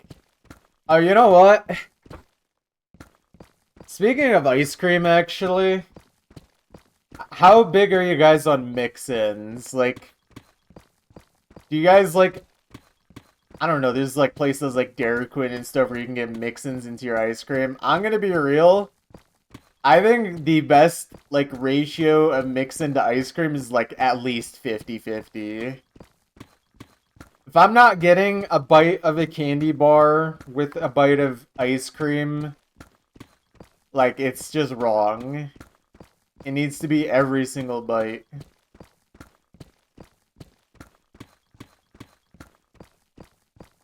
Y'all ever had Butterfingers in your ice cream before? Those things are heavenly. Terrible for your teeth, but 70-30? Nah, I would legit do 50-50.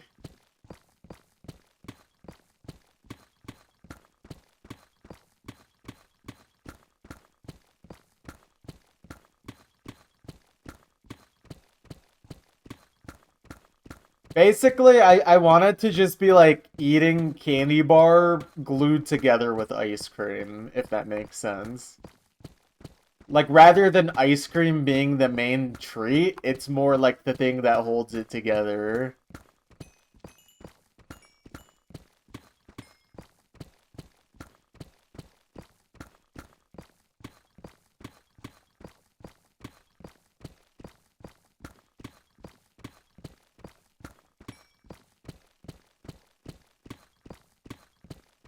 The only exception is when the ice cream itself is actually just very good.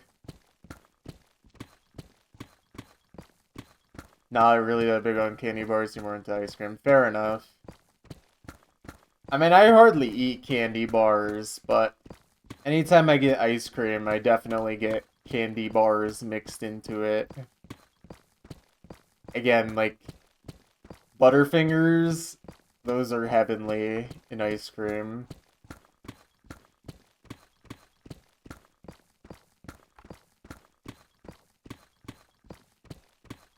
Butterfingers, Kit Kats, stuff like that. Twix would be another good one, although I rarely ever see that as an option.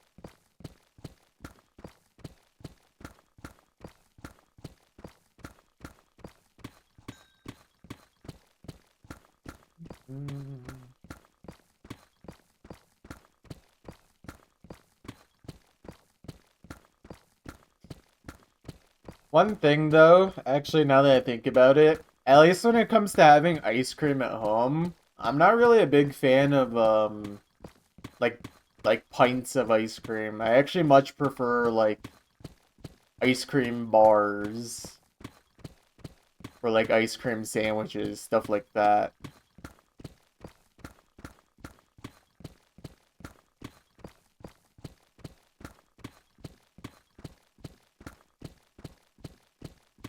I think the big reason I'm more into like ice cream sandwiches and ice cream bars is like I don't really have to like wait for it to soften up before I can actually serve it.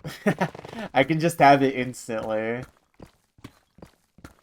Because it's really hard to scoop out ice cream properly when it gets all like frozen solid. I don't know, maybe there's a way to prevent that, but I can't be bothered to find out how.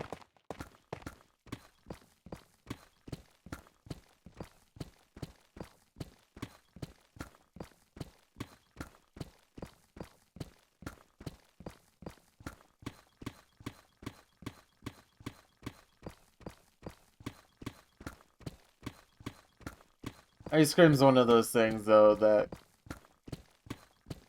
I try not to eat very often. It's not good for you, believe it or not.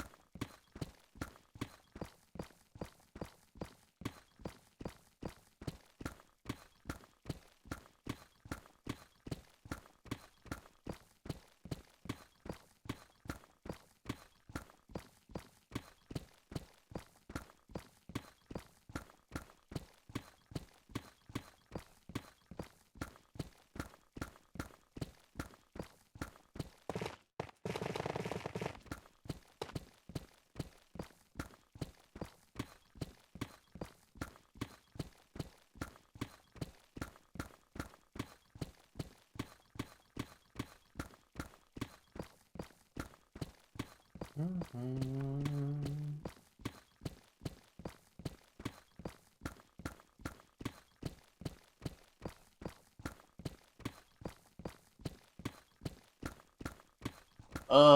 just realized I gotta do shopping today. I don't wanna do anything. Why do I gotta be an adult and do things, man?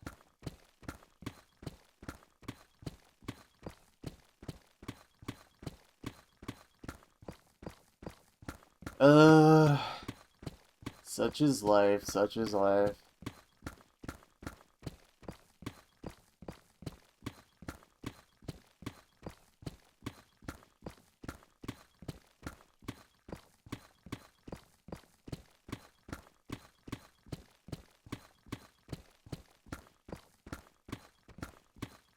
Yeah.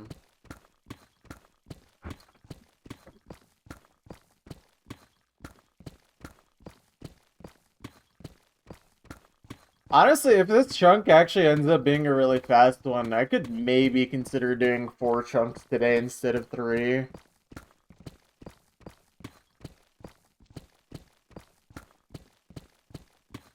Because today is not supposed to be a very long stream, but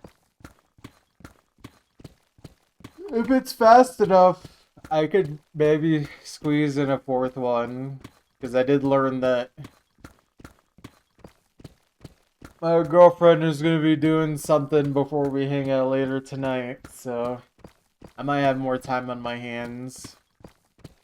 We'll see, though. We'll see. I mean, I still do need to do shopping, so I wouldn't push it past 4 chunks. But so far, this chunk has been really fast. We're we're literally like 12 minutes ahead of pace. I think that time is shrinking now, but it's a good way to start for sure.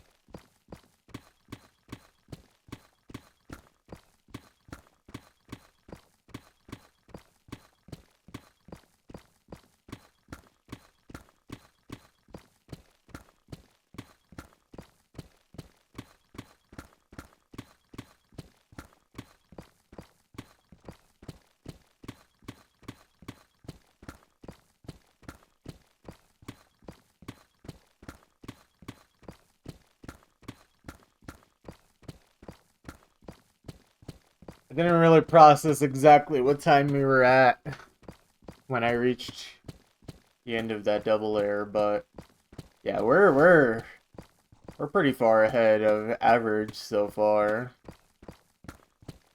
This is a good chunk, time-wise. It looks like it's starting to get more of a neutral one. Just a bunch of deep slate, but that's chill. You see a tiny bit of gravel over here. Nothing spectacular.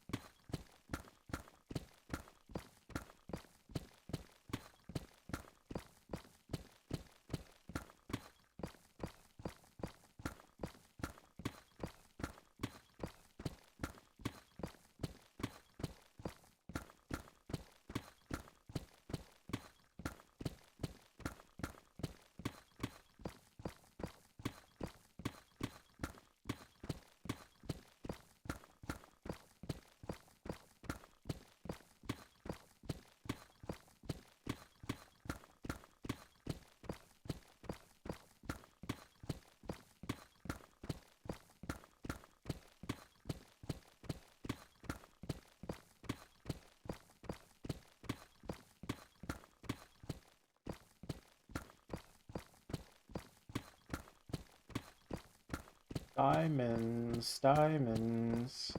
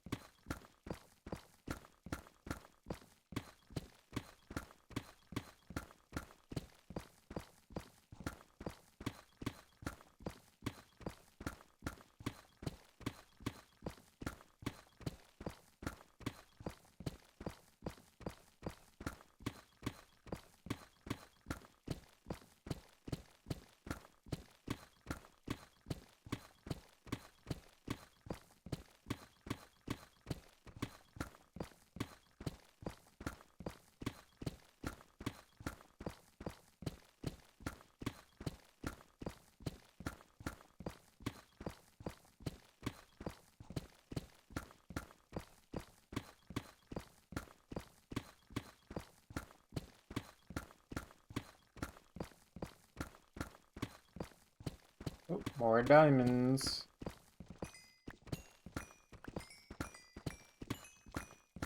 I swear, I've been getting a lot of diamonds recently.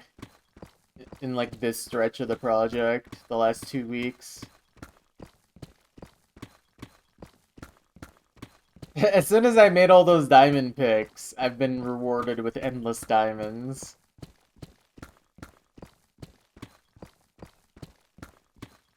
Speaking of which, we really need to deal with that soon. Get mending on them and such.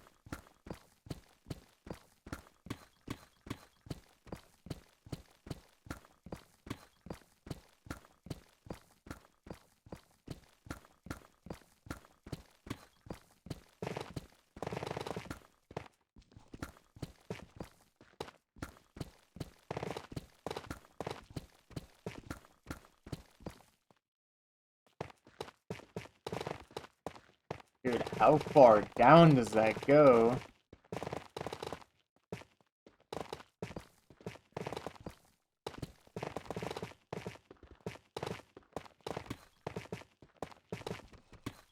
Interesting.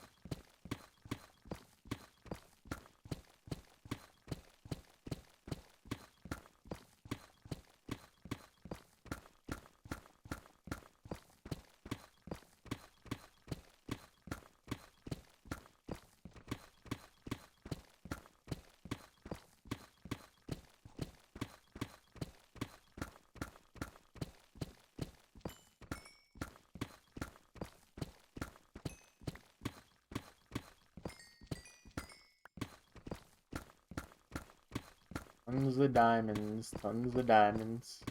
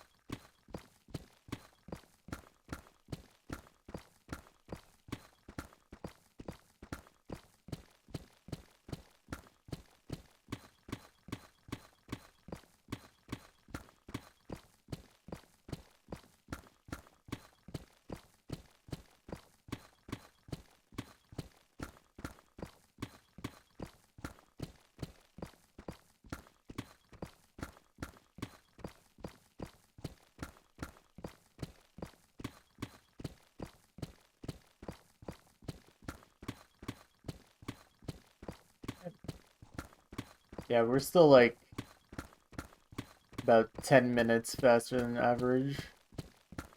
We're halfway down. Pretty good, pretty good. Starting to slow down, but it's still really good.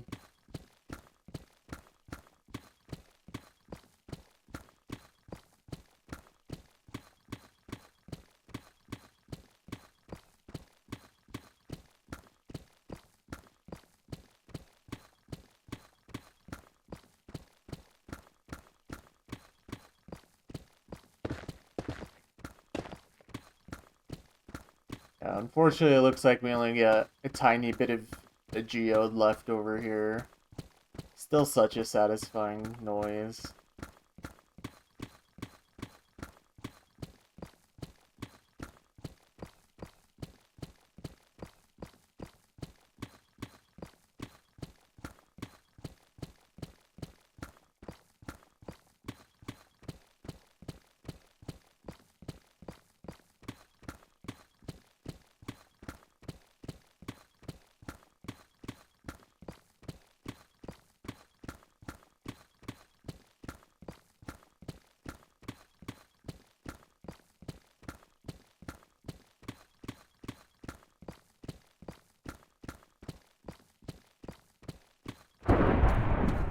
Oh, wow. That struck real close.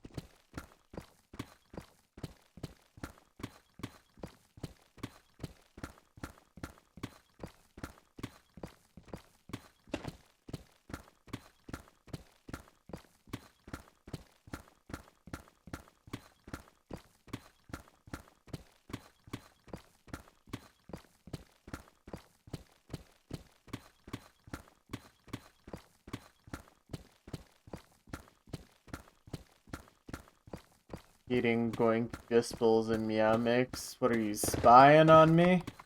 What's up, Pixel? How you doing?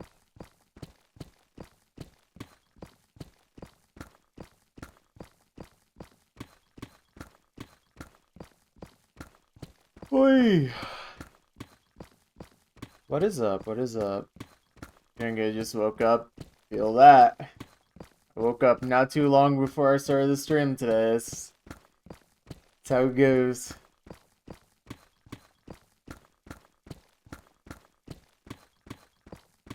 Fell asleep 5 a.m. your time. Dang. That means you didn't sleep very long.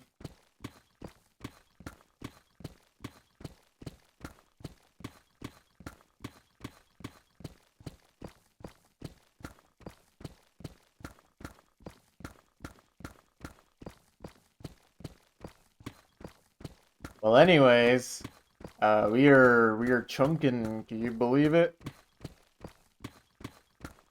This is actually a pretty fast one so far. We're like 10 minutes ahead of average. There was a pretty big air pocket at the very top.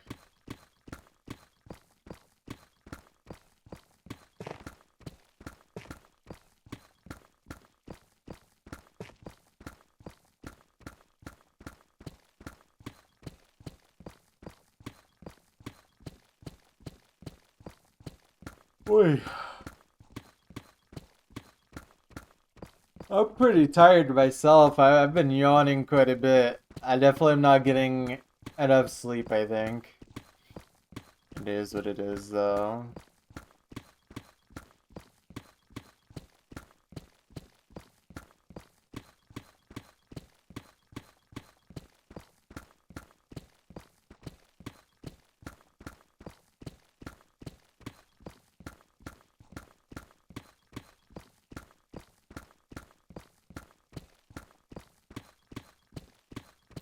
Indeed it is.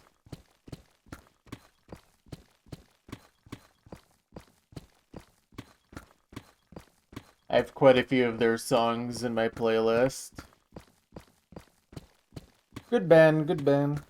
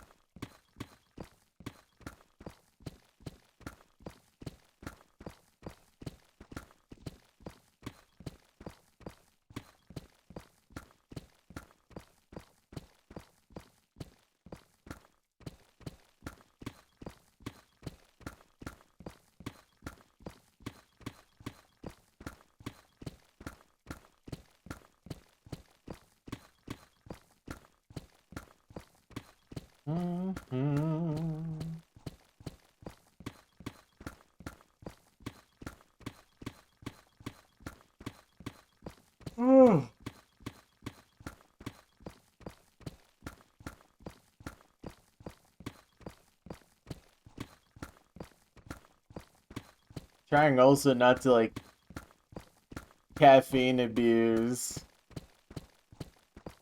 Feel like I've been having too much caffeine per day.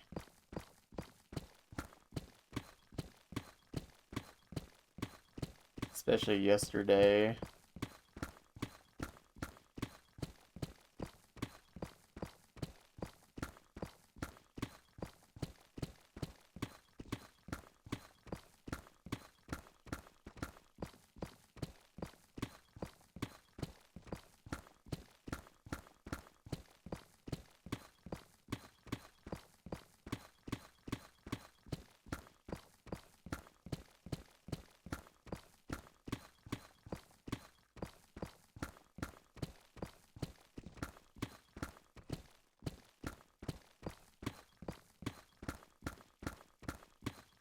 Alright, we're almost 2/3 of the way down.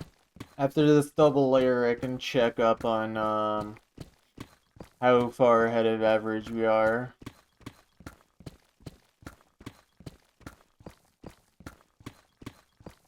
I like checking up every 10 layers.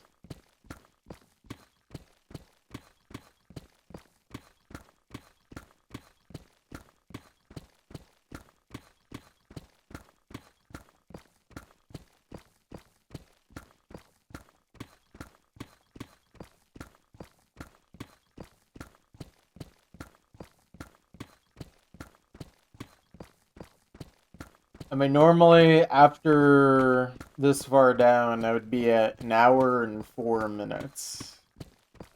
If we go by average. So we're definitely going to be far ahead of that. Probably also by 10 minutes still, but... Head hurts. You wouldn't be the only one.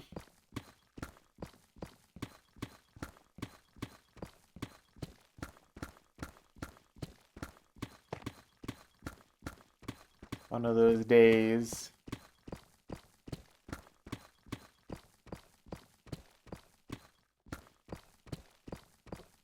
Oh man, I am... I'm very quickly losing focus. Oh no, not me. Someone else in chat. I think it was Moplo who said he had a headache today.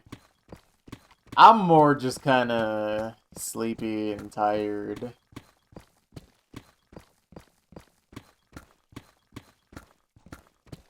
Like, I have good motivation for the digging, but I'm, my body is, very out of it.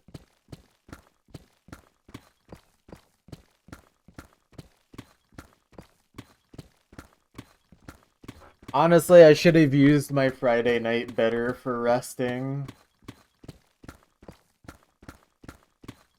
I should have gone to bed a lot earlier.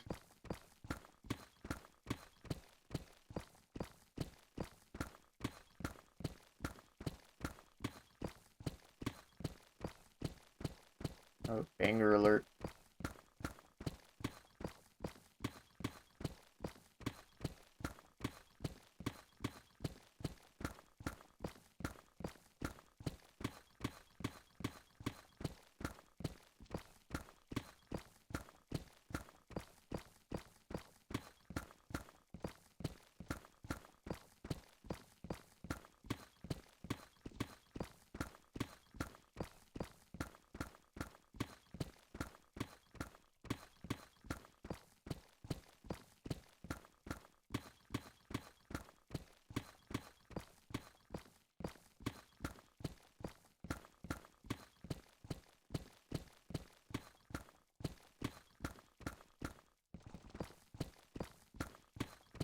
Yeah, we are pretty much exactly 10 minutes ahead of average up to this point, halfway.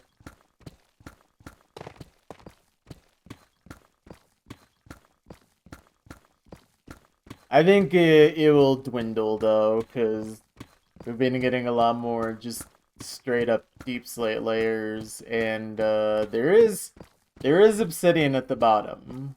How much? I don't know, but it's not 0, so...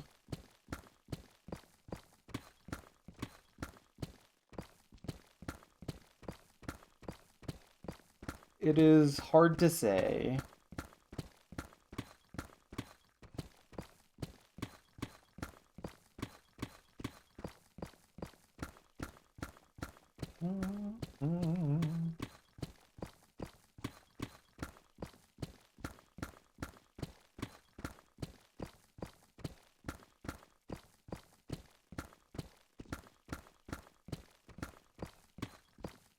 Did a lot of 2011 completion. You should finish March today. Go for it.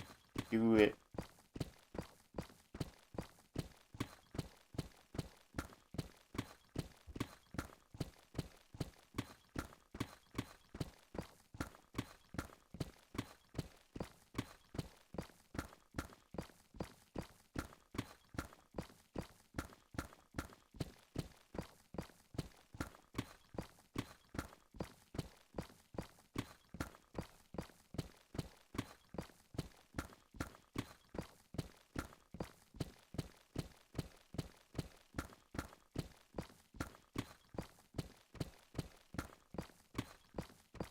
You only have 9 very short, very easy maps left.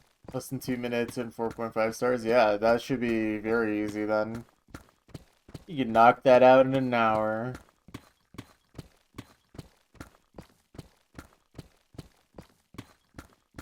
Less than an hour, really.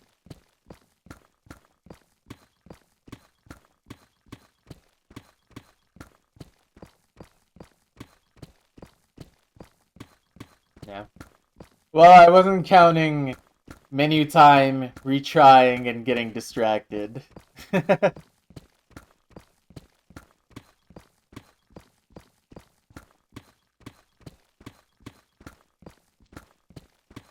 Or, I mean, I was counting that, I should say.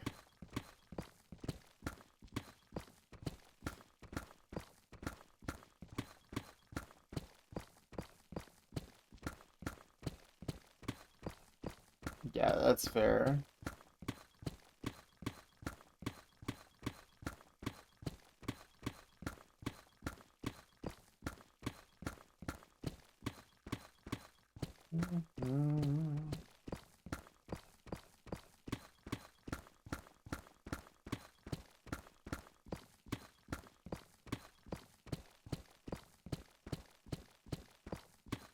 Ooh, more tough. Is it a lot or just a little? I guess we'll find out later.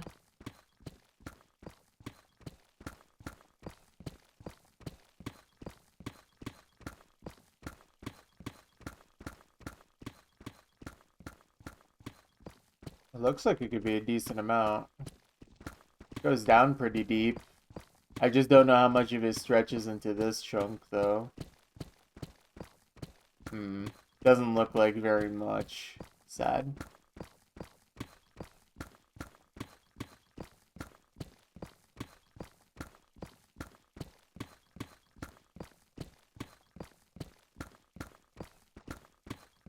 Oh.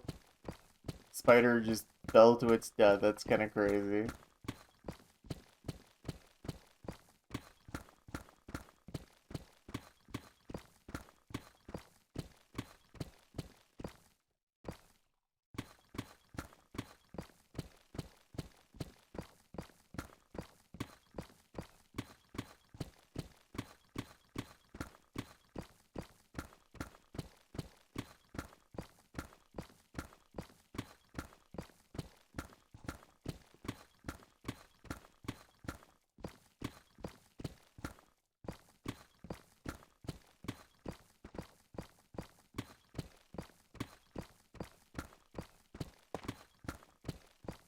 Oh, wow. I just did something I haven't done in a long time. I just sneezed 3 times in a row. Ooh.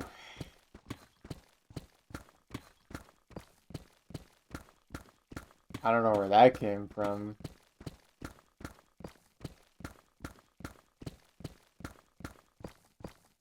Low-key feel a little lightheaded after that, jeez. It's kind of violent.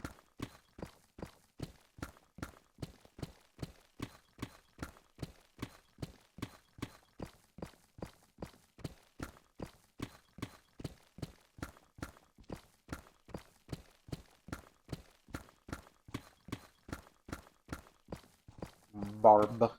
Alright, muffin.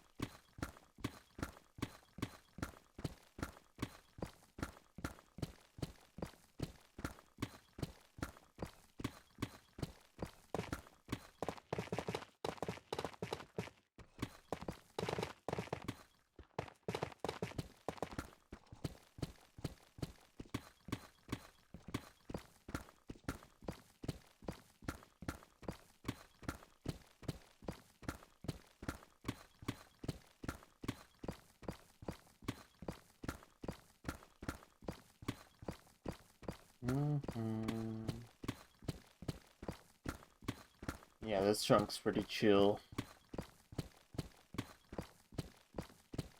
Definitely won't be like a PV or anything, but unless we get completely trolled by the lava, it should be good pace. Maybe I should go just take care of that lava from now and see how bad it is. It's in that corner. Let's finish up this double layer and I'll dig down to it.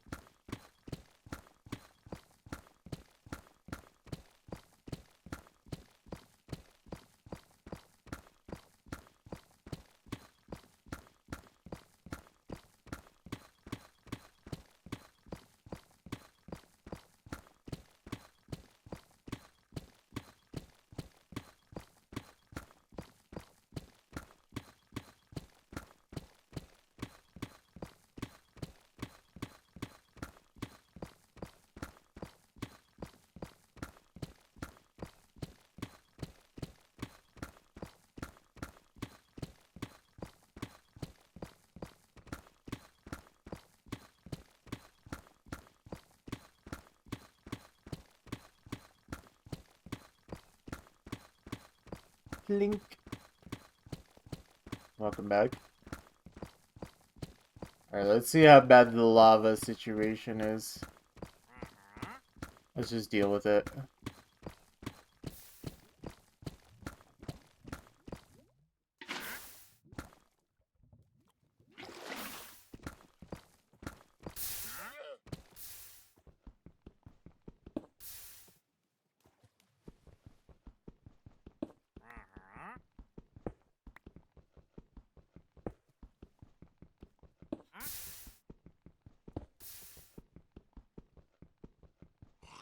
Nice.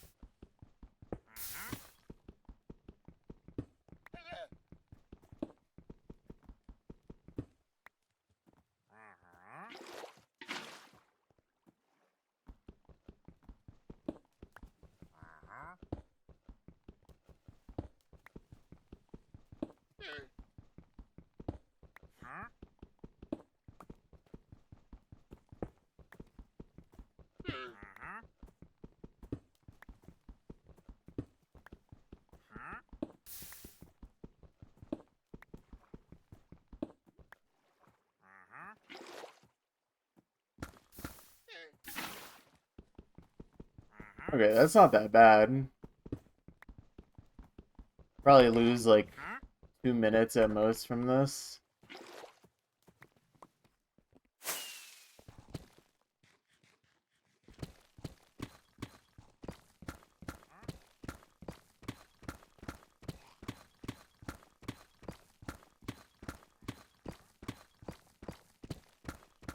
That's not that bad.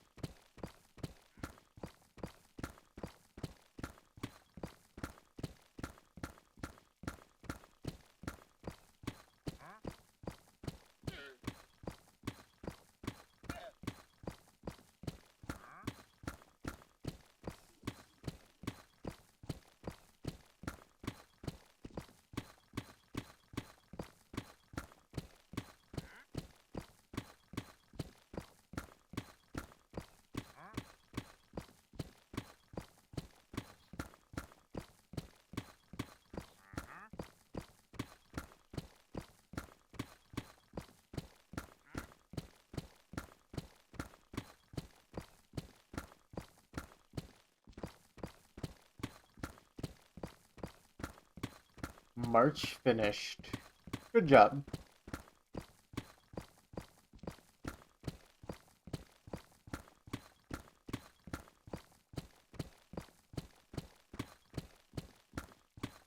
Think.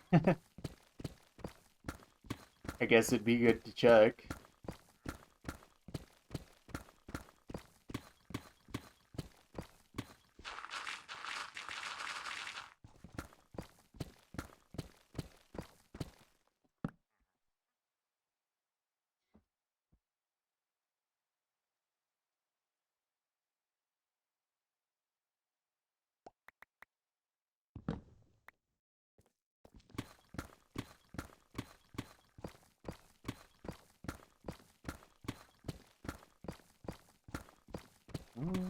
Got it. Nice. Good work.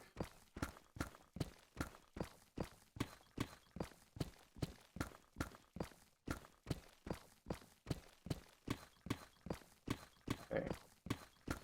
Looks like I am only 9 minutes ahead instead of 10 now. So the Obsidian lost me 1 minute. But that's okay.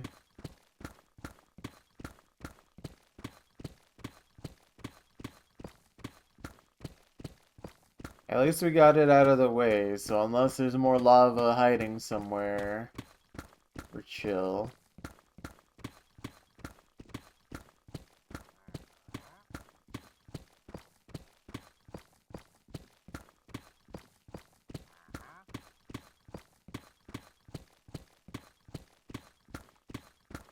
I think after this chunk, I'm gonna probably take like a 5 to 10 minute break just to get my body back in motion a little bit. Just kind of take a needed break.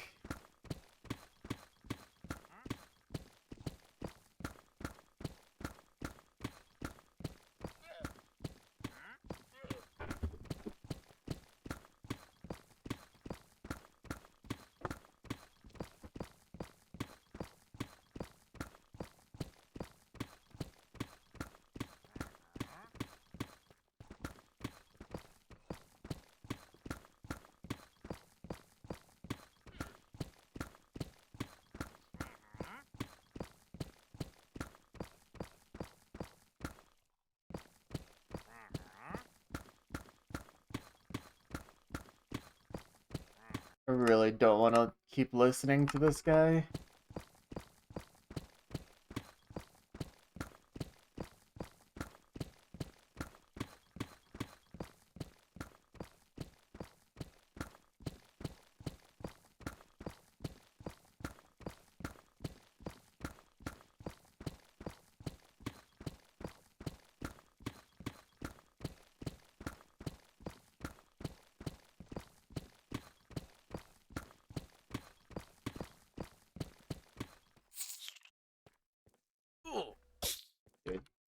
Dude.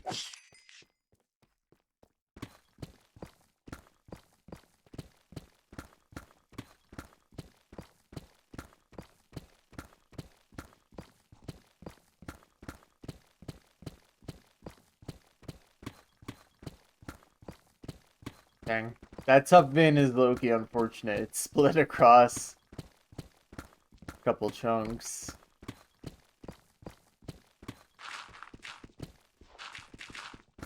Tough veins are the best when they're all located inside one chunk for maximum time save.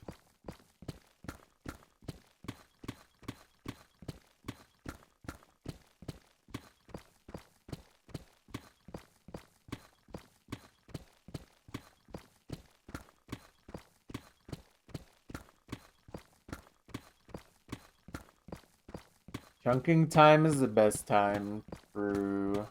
Very true. What's up, Rio?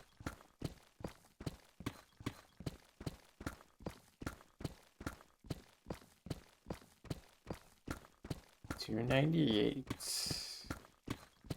Is that good? I don't know what your top lays are looking like.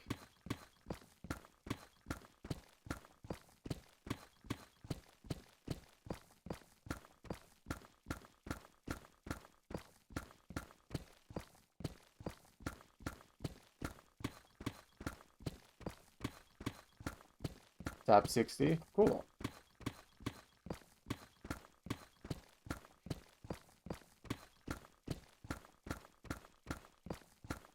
I should look up how many 300 PP plus scores I have in standard. It's probably a couple thousand at this point. I know like 200, it's literally like over 10,000 or maybe even 20.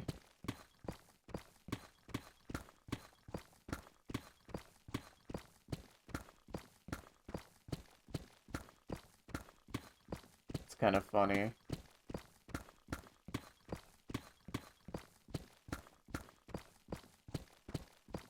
Definitely could not get a 298 in Tycho though. I think my top lane Tycho currently is like 150 on a convert.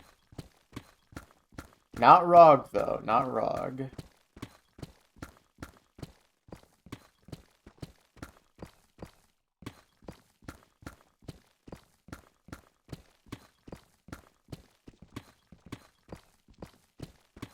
But exactly is the goal here, to have fun and make a large hole in the ground. If you want to call that a goal.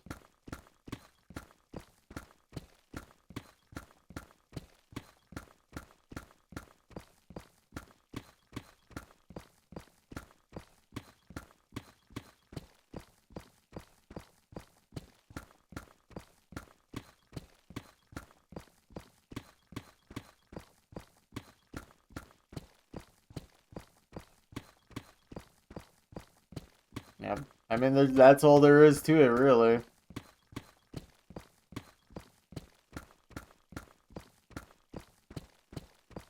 Just make a large hole in the ground and have fun doing so, you know?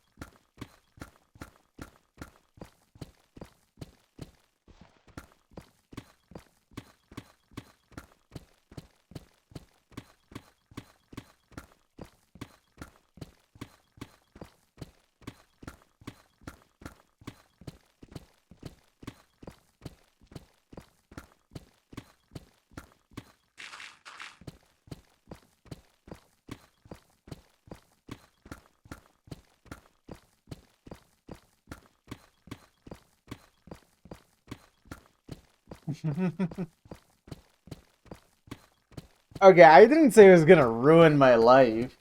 I just said that I wouldn't play other games. It's a big difference.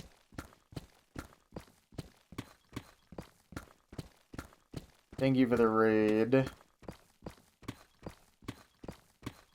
Hello, hello.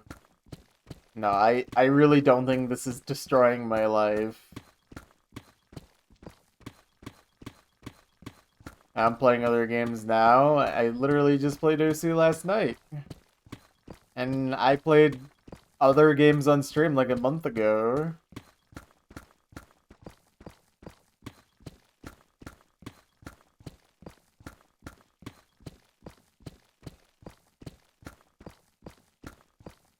Just wondering how you gain enjoyment from this. Well, it's a pretty relaxing, chill activity.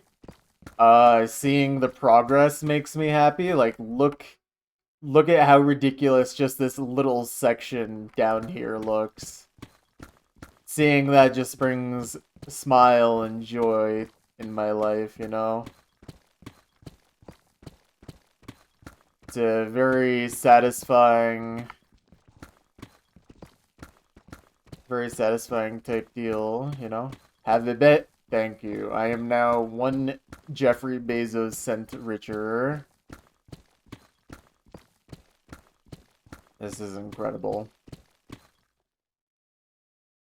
But yeah, I don't know if you're trolling or not, Pixel, but I literally still play other games.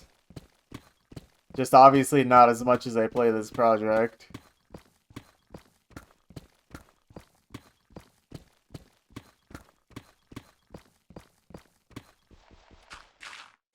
thank you. Appreciate it. Yeah, I'm just chilling. I don't know. I guess this is not as,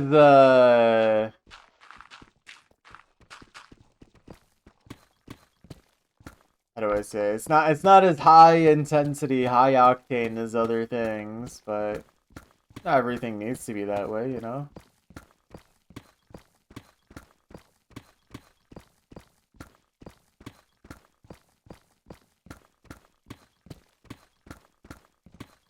"3 years of momoing my melon." It's true, it's true.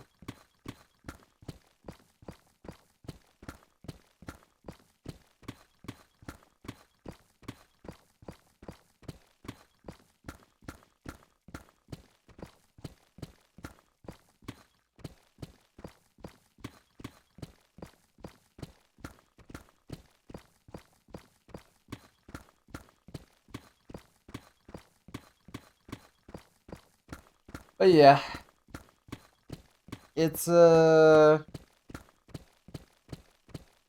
not that much to it really. I'm just sitting here chilling, talking with chat, listening to music, and just making a little bit of progress every time I play.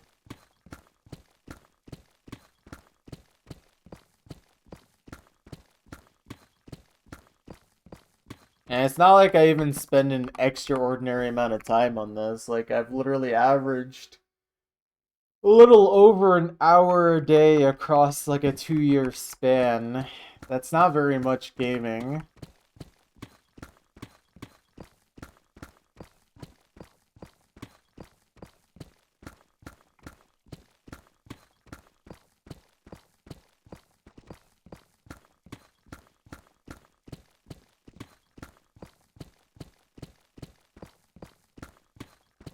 When I was doing Osu Completion, I was literally averaging, like, just gameplay time 4 hours a day over a 4-year period, which is absolutely mental.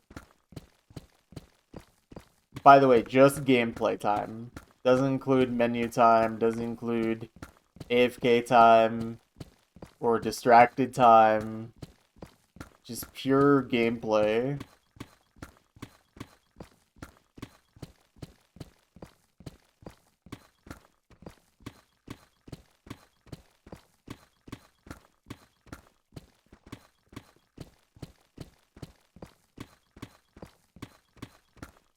So, I don't know. I think if anything, Osu Completion is the thing that more ruined my life than this project ever has.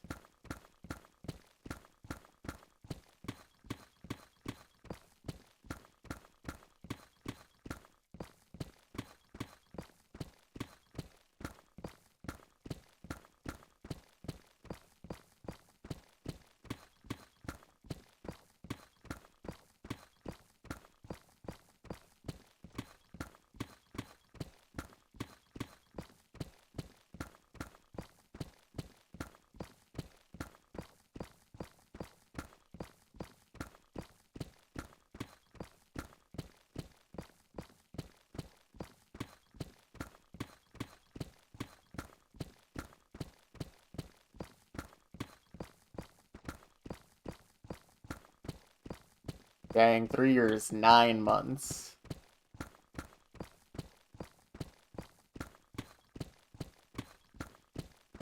Definitely got a lot of diamonds. You're telling me. Here, let's take a look at my shulker diamond blocks real quick.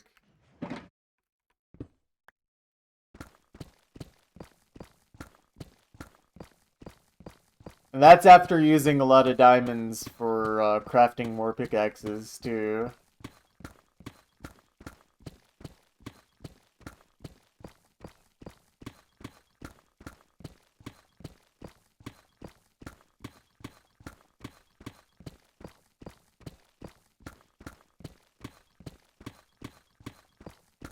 Speaking of which, diamonds.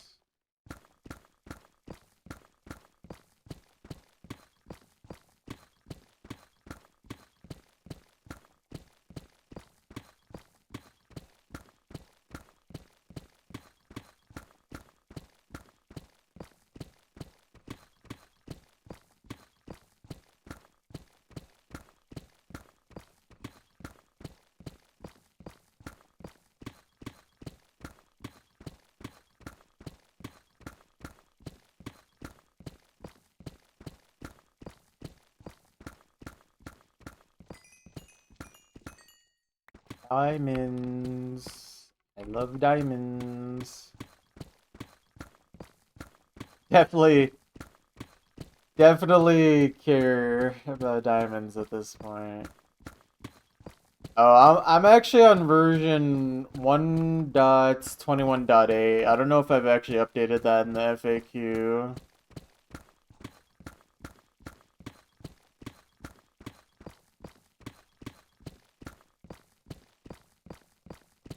Probably haven't.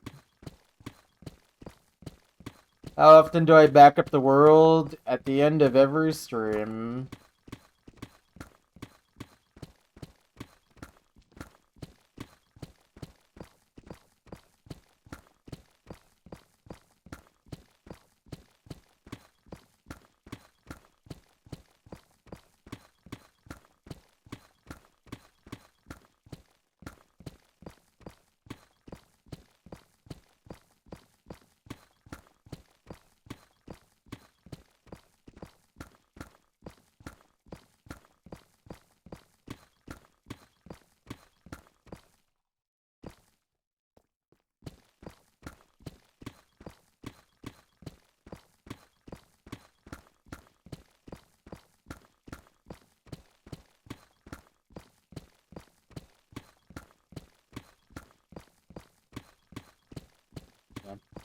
I try to back up my world frequently, because, last thing I want is to lose a ton of progress. It's also why I don't play in hardcore, because otherwise I would have lost this world by now. Although if I played in hardcore, I definitely would have done things differently. I definitely would be a lot more... I'd be a lot more paranoid and methodical about how I played this world. So...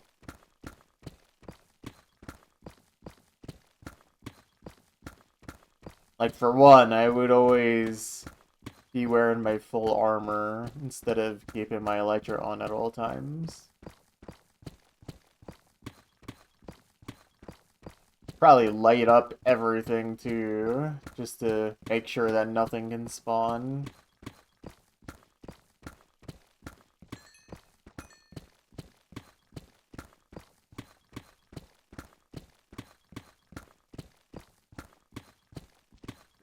I don't think this project would have been fun in hardcore.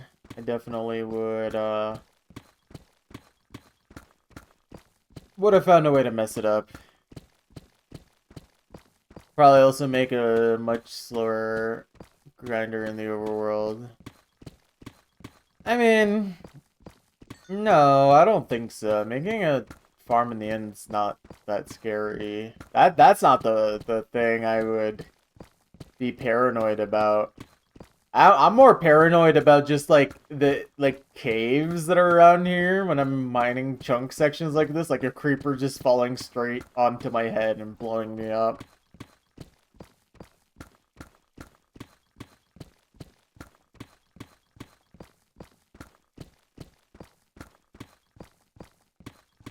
I think that's more likely to get me killed than making a farm. Man.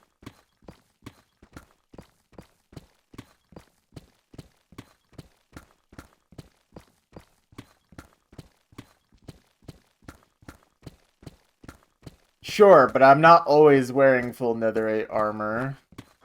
Also, yeah, that was a pretty fast chunk. Alright. 1 hour, 29 minutes, 45 seconds. Punch that into the sheet. No pickaxes broken. 36 diamonds. How many diamond ore? Let's see. 2559. So 21 diamond ore.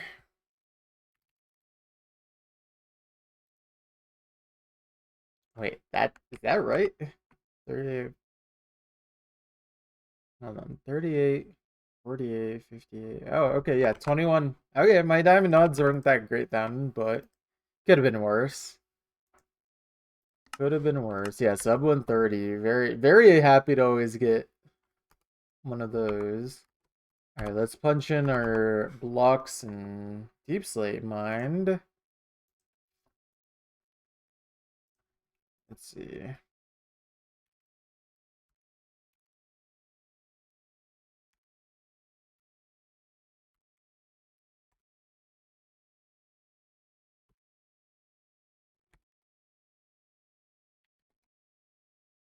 Alright, Blux Mind is 13,590. Yeah, pretty low amount, but still just over 100% efficiency. So we'll take it.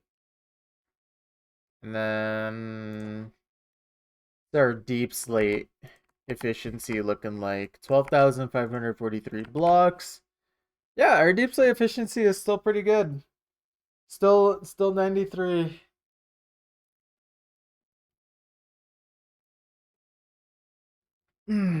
Aside from the first 10 layers, that was actually a very like pretty deep slate dense chunk. It was still in the 90s. So all right. What is this chunk looking like? Anything interesting going on here? Tiny air pocket. Oh, slime jumped to its death. There it goes. Another small air pocket. What about at the very top? Oh, this is a funky one. Alright. What's up, Manny?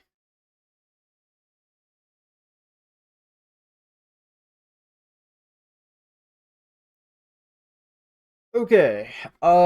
Like I said though earlier, I'm gonna take a little break, like 10-15 minutes at most.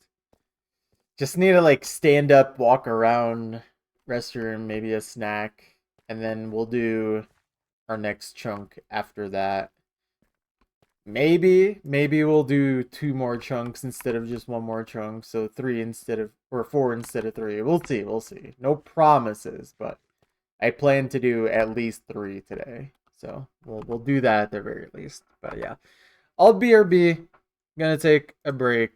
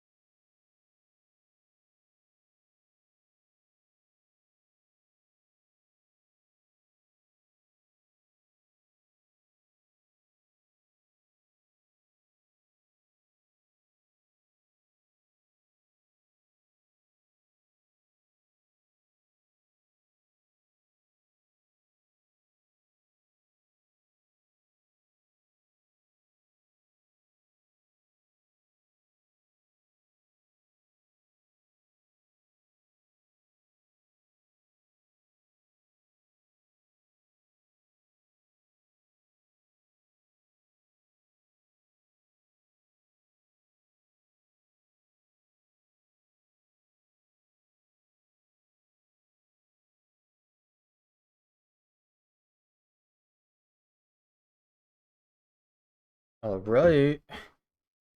I have returned.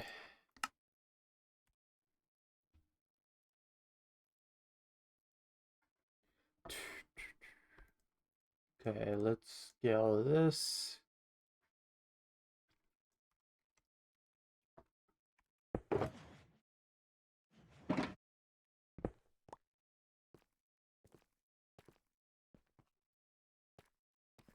Alright. Let's get back into it.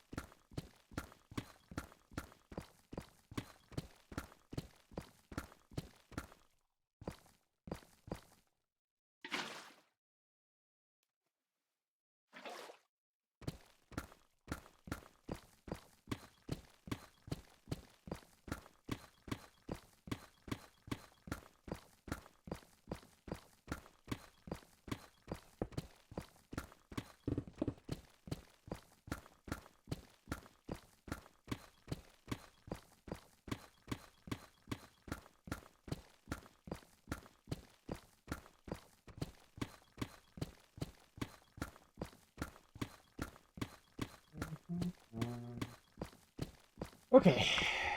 Alright.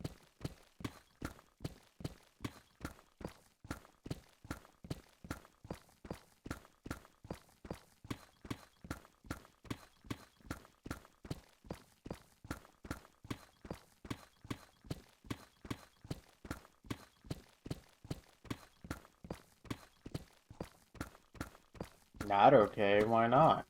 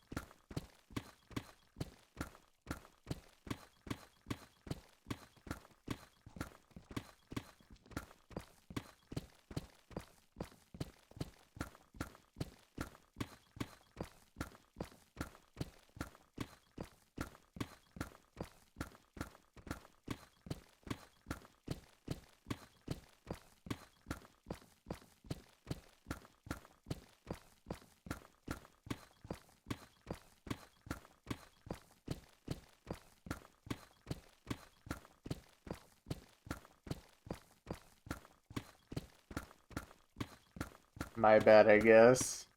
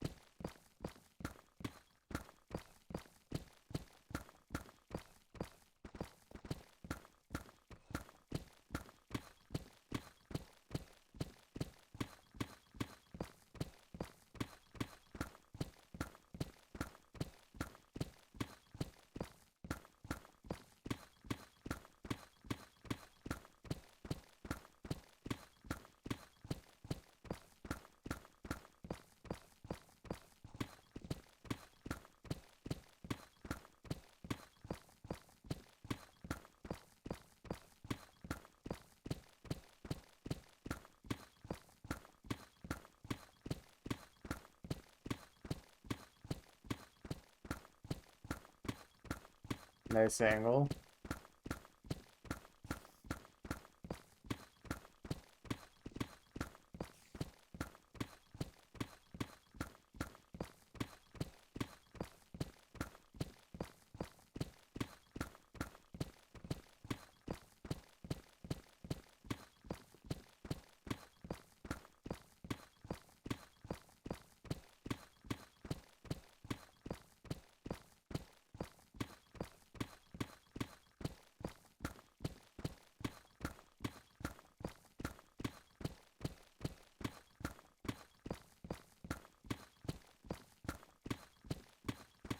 Hi. What's up, Seer? How you doing?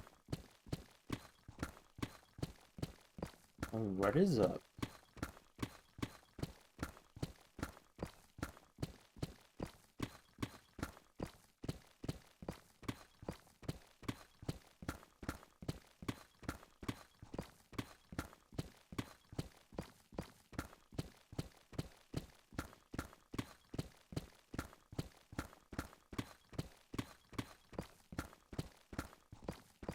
Good one.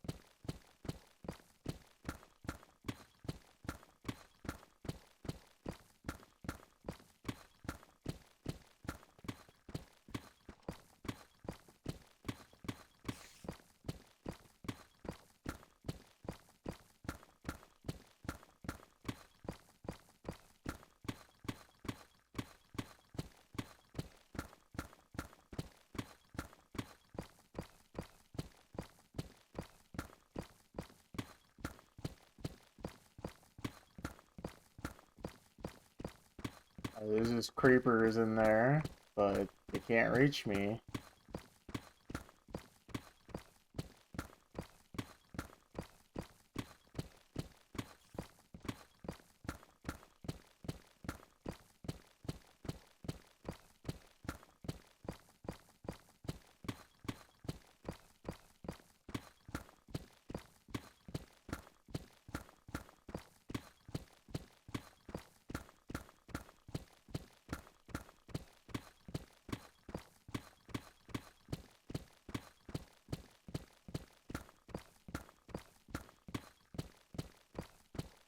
Chicken creeper combo.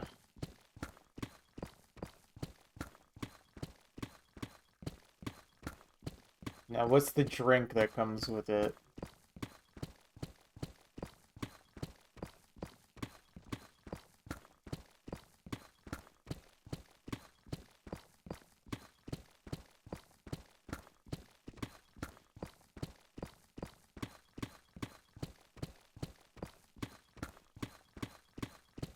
Gassed cola.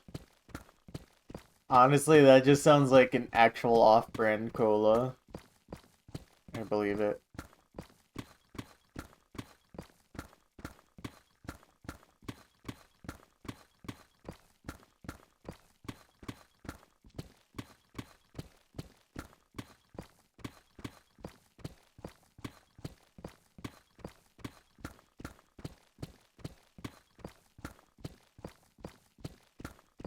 Bit gruesome to drink their tears. True.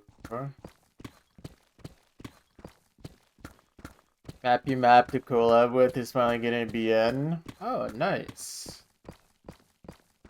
What game mode? I assume Teiko?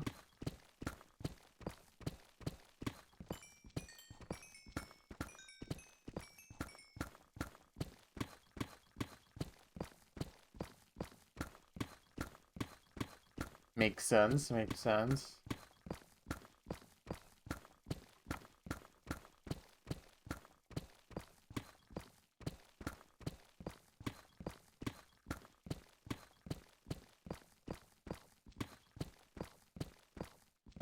Cool.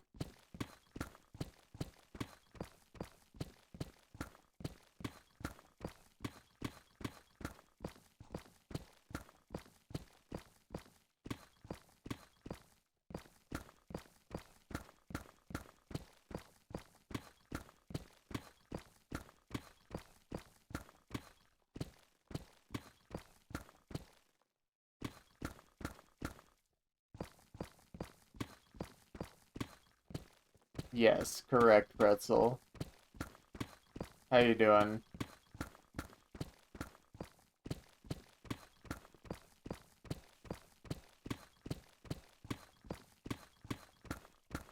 Okay, I'm gonna be real, especially because I'm a Teiko noob. I literally cannot tell what reds and blues are supposed to be mapped to.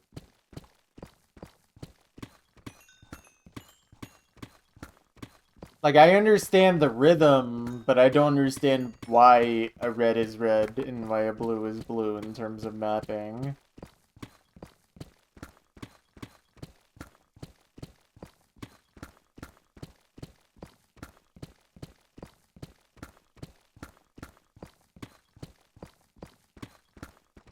Oh. Maybe that's why I don't understand Psycho. I feel like my sense of pitch is completely, like, I don't have it.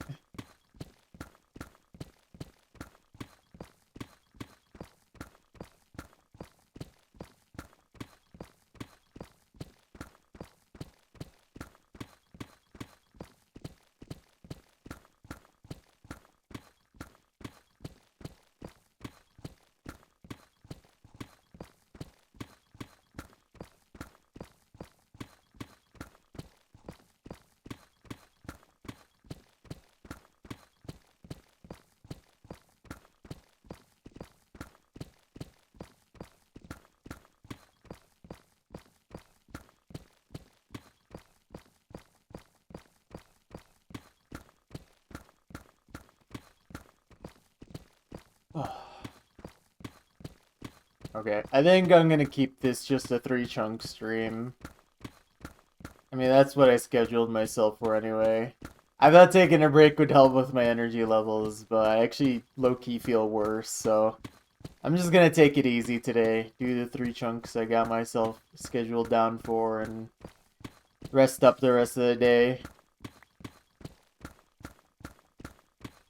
It's actually crazy how wiped out I am from work.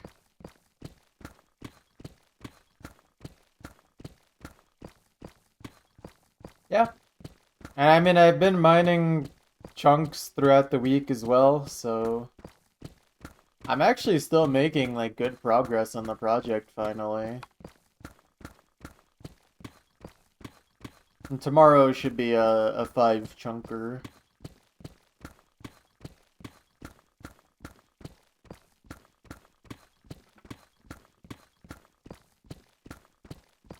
I will make sure to be well rested for it.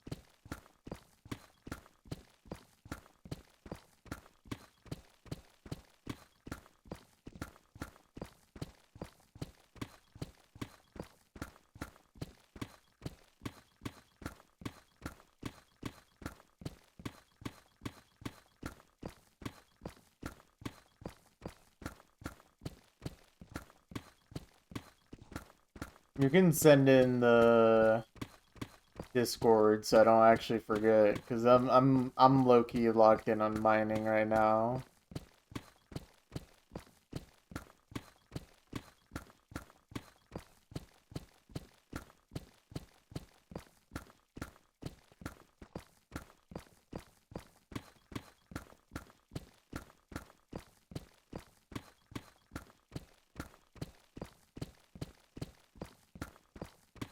I mean, you could just sign out of the website if you really care, Pretzel. You could also hide your online activity.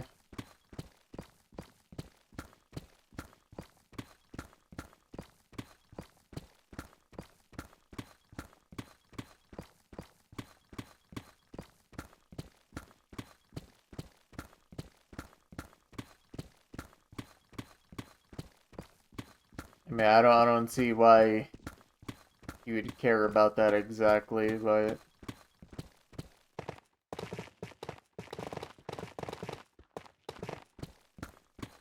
chicken. Oh, that's not the eggs. Nope, none.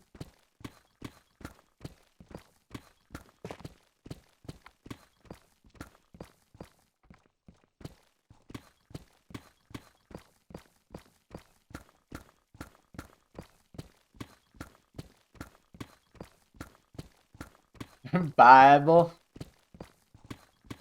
Yeah, you need to start preaching. You need to start preaching about the Bible at work.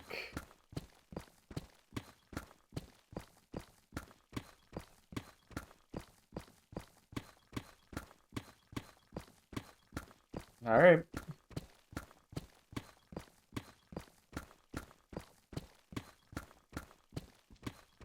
Ugh.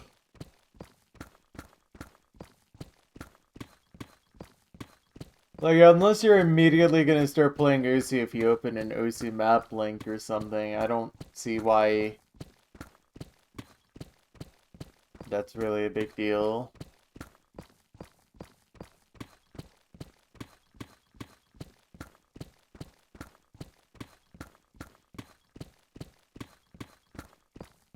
It's how it all starts. I don't know, man. I've never clicked on an OC map link and been like, I have to play OC right now. The thing that'll make me more likely to play Osu is opening a Osu stream.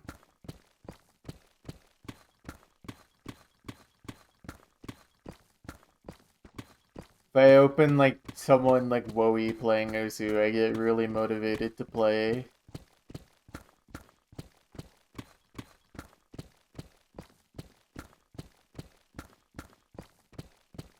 Today was a decent session, finished 20 maps today. Nice.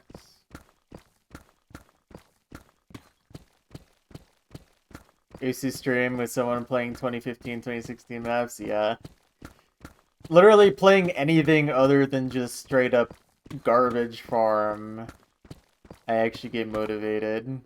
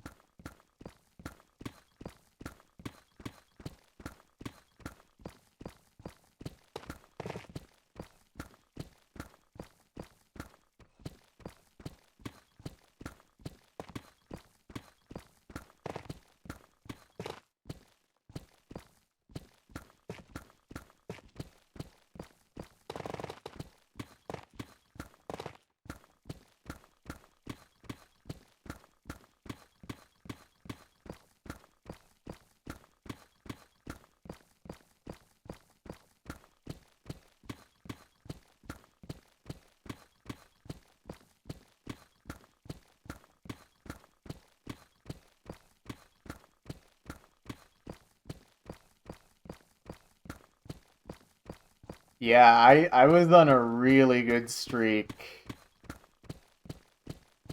And honestly, aside from the one outlier, my efficiency has just been pretty good overall lately. I think now that I've been putting more time into this, I'm getting more and more efficient just overall. Even in my worst moments, my efficiency is still better. First few chunks were rough as I was trying to actually figure out the optimal strategy. And anytime I've come back from a long break, I also had to relearn, basically. Chunk 98 had the highest amount of deep slate so far with 14,125. Yeah, that's pretty high considering I think quite a number of the chunks now have mined less blocks than that.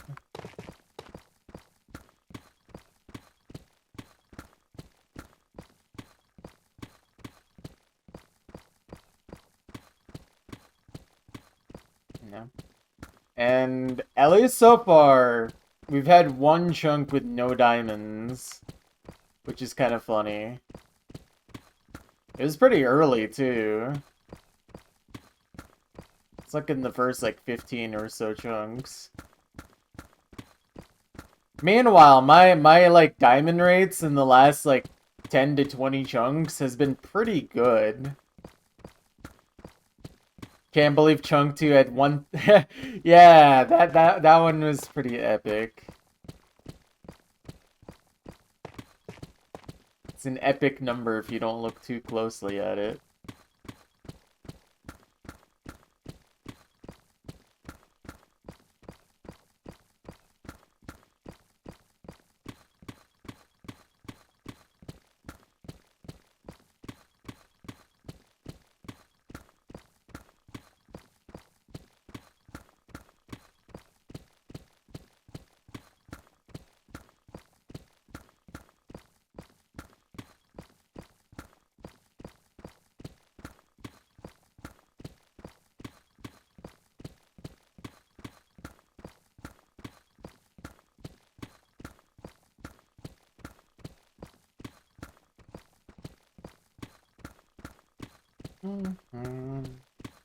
Yeah, there's definitely been some interesting stats to look at.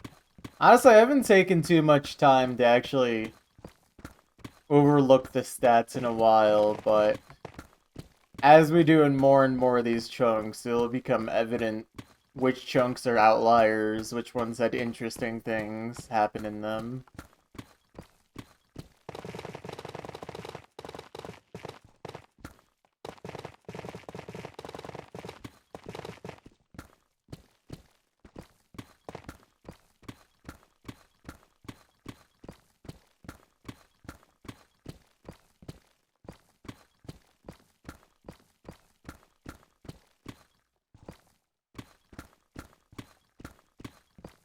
Drunk 86 at 14,139 deep slate. GG.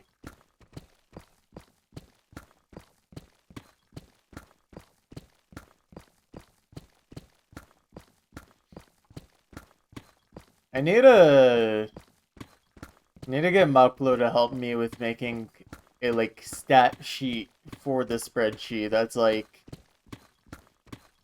densest chunk, stuff like that, like most deep slate in a chunk, most diamonds in a chunk. I think that'd be another cool page to have. Just because it's kind of hard to parse through the spreadsheet.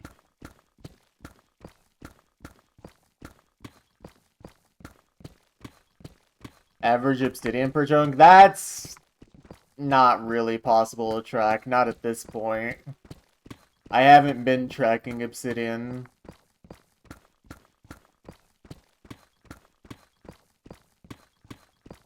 What's up, Honk? Did you fail your midterms?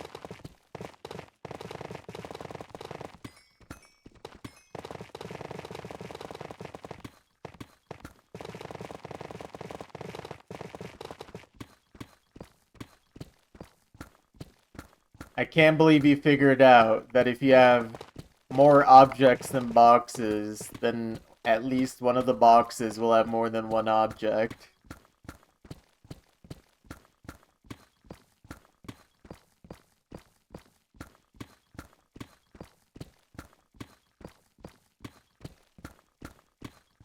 Pixel, I literally don't know how Maklo set up the sheet at all. I had no like the only thing I do on the spreadsheet is literally punch in the numbers. That's the only thing I do. Everything else was Maklo.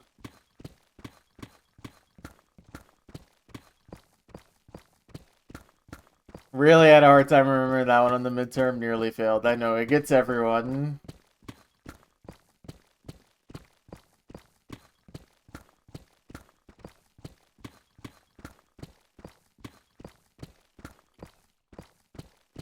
What's up, Noel? How you doing?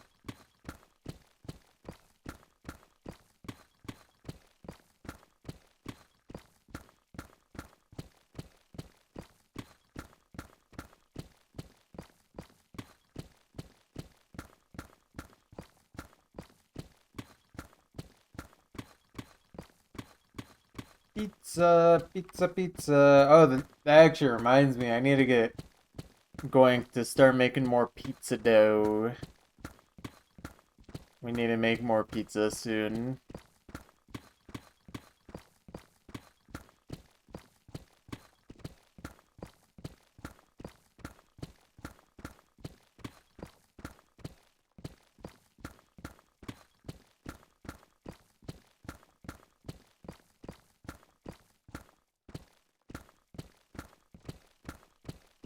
Why not both? True.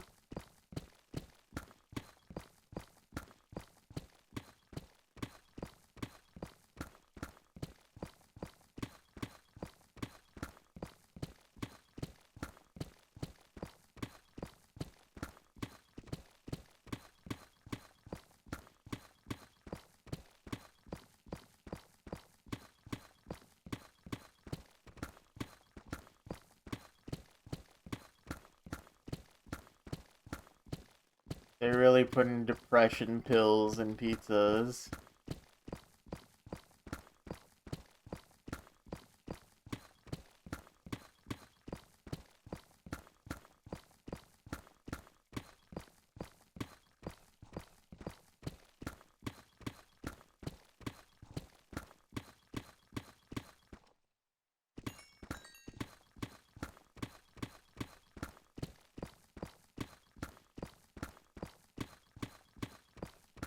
I really should see what percentage of my playlist is Toho. It's definitely not a small number.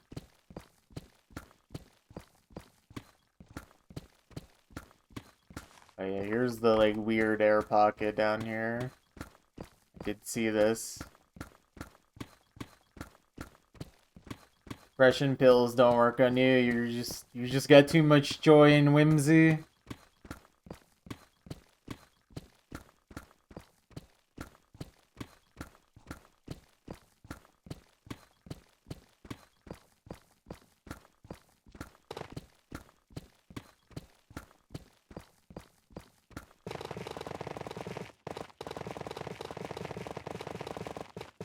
Ooh, good, tough bin.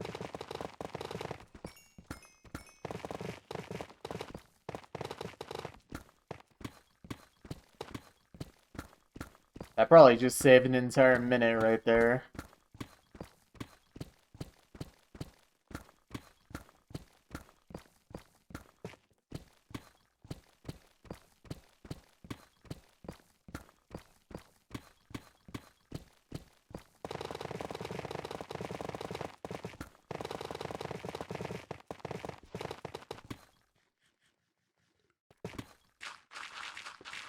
And gravel.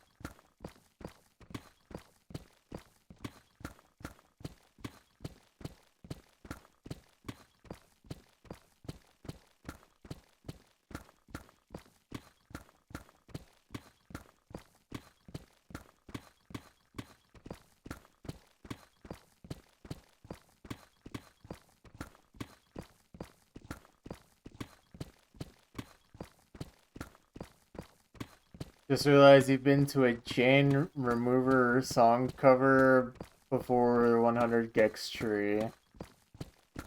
Don't know what any of that means.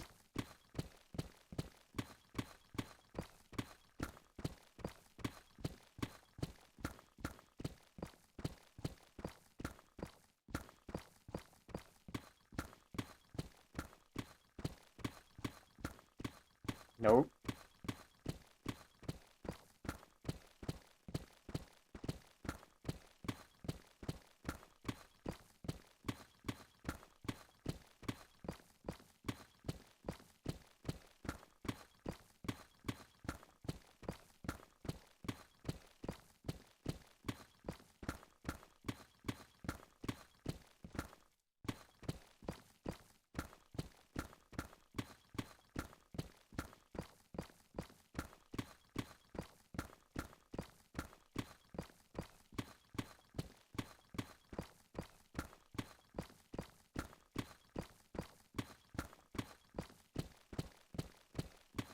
You slimy Dementor. God.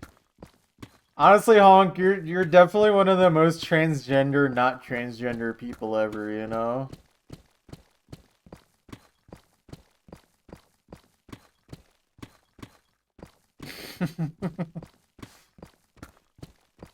Look, I don't make the rules. I don't make the rules.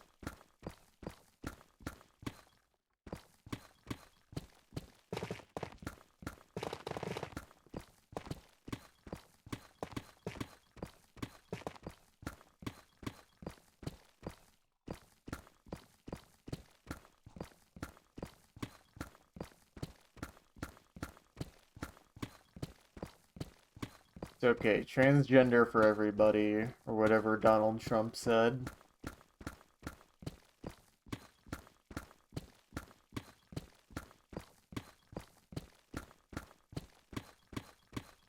I mean, I don't think you look trans. I think it's more like the music you're into leans more transgender coded, perhaps.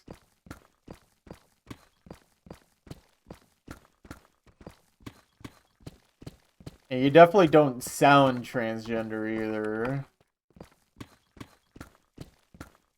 Or at least not stereotypically so. I don't know, man. I don't know. Yeah. Oh, no.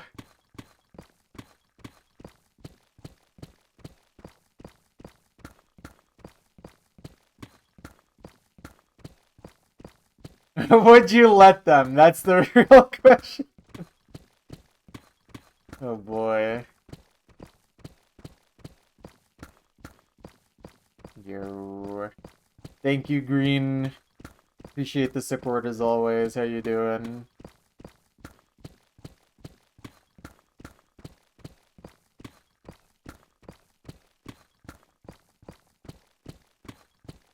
Beans.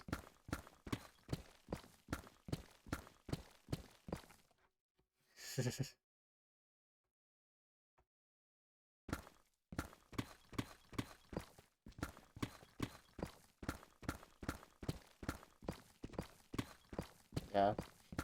I mean, honestly, Honk, from what I remember about you, you unironically, like, I don't get actually any trans vibe from you at all. Literally, the only thing is just your music taste.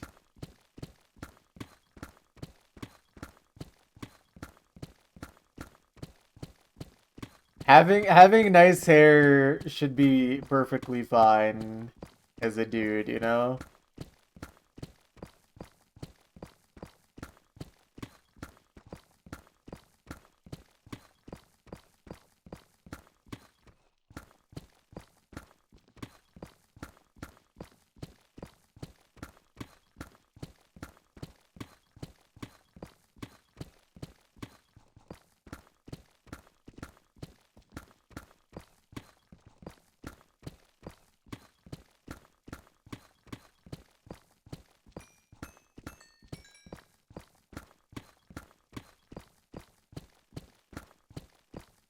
30-second ad. Oh, I was just saying, like, how are you doing? Thank you for the support as always.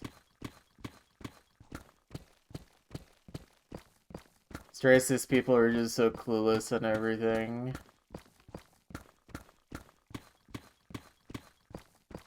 Wait, so you're telling me you're not straight? What?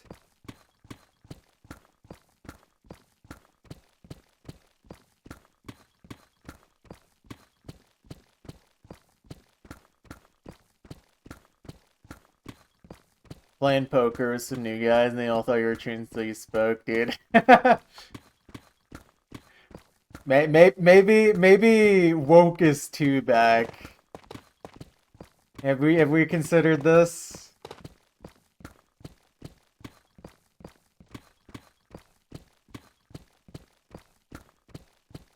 Woke is so back that everyone just assumes everyone's transgender until otherwise.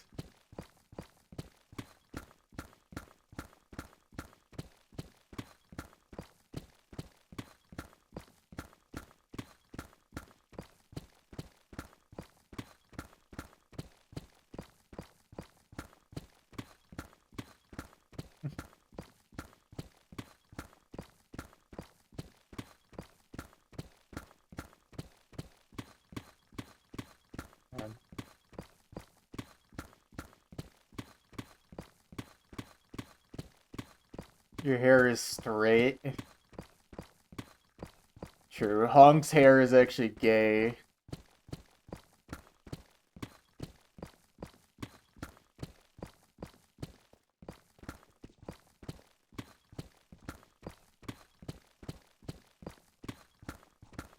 Yeah.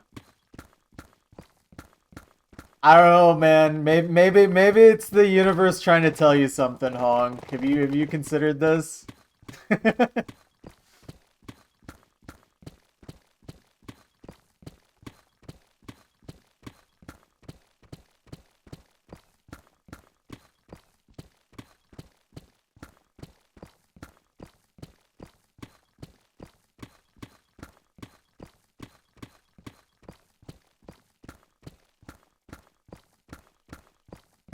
I hope it's not like actually ruining your like mental self-image though.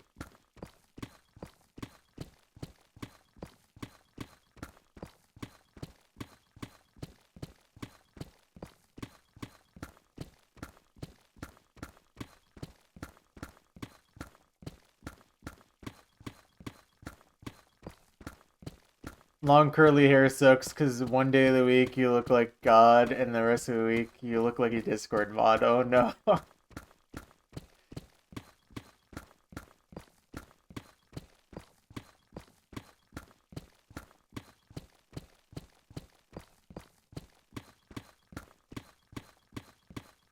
I don't know.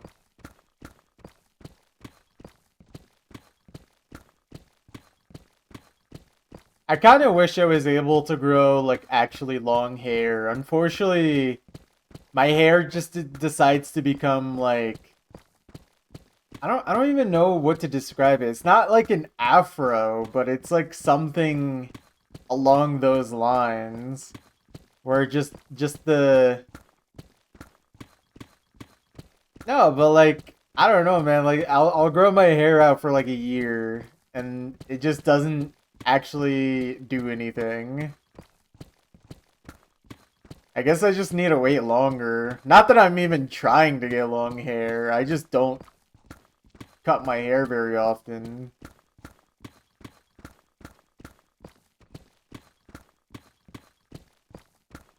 I'm not gonna lie though, Honk. I really should like shave more often because unfortunately all of the hair and facial hair I grow literally just makes me look like a stereotypical like TV terrorist. It's actually so sad.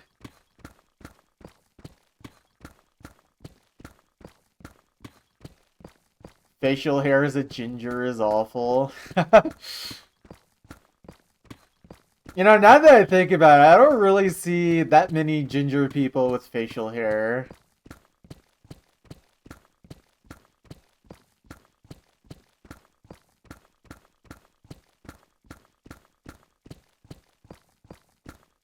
Aside from like a mustache, I think.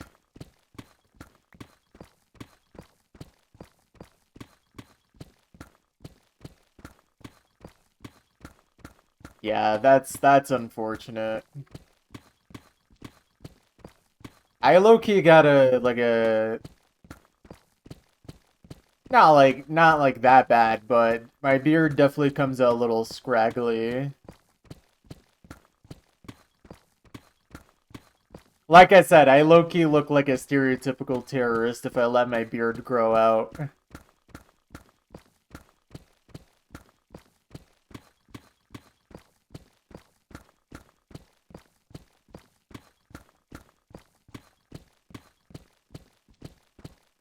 I should grow my beard out and run for president. Dude, you're literally gonna get me killed with this idea.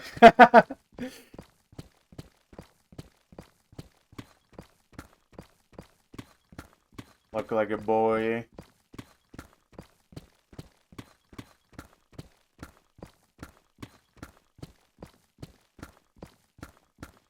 I look like an enemy of the government. We are not the same.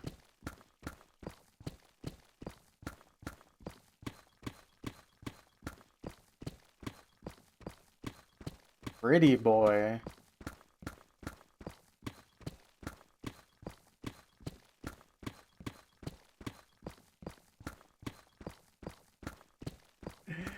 We get it, Noel. We get it. You have a girlfriend.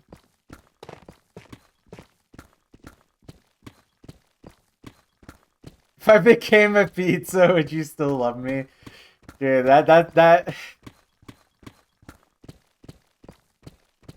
That's a good question. You should... you should... I don't even know how to phrase this, but you should ask your friends if you were a pizza instead of trans, they would do the same thing to you, Honk.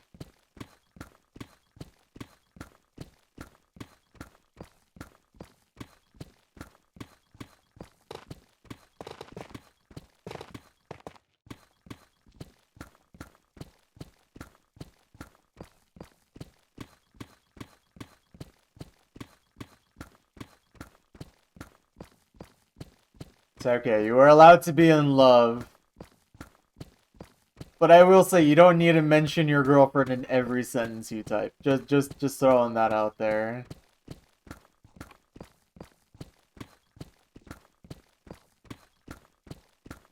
If you were honey mustard ice cream, would you still yell at Mormons with you? Honestly, Honk, if we ever met up, we definitely should just go start yelling at people. Like we're just homeless. I'm gonna keep my beard exactly as is, just nice and scraggly. And we just go start yelling at people in downtown Chicago. We go drive over a couple hours away. There are enough homeless people here already. No. We gotta go do that in Chicago, and then we get shot.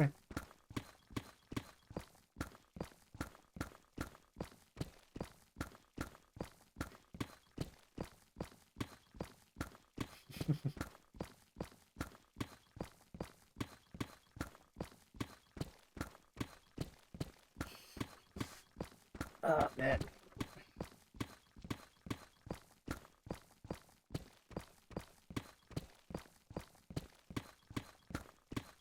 Honestly, Honk, instead of getting into engineering, you should open a food truck where all you sell is jellied horse ankles. I think you'd make more money this way in the long run. Yeah, that's all we're gonna be able to afford once the economy truly crashes. Jellied horse ankle is gonna be the only dessert left.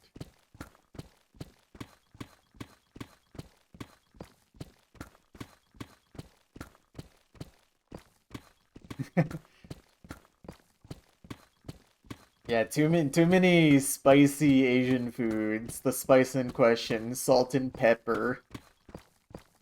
A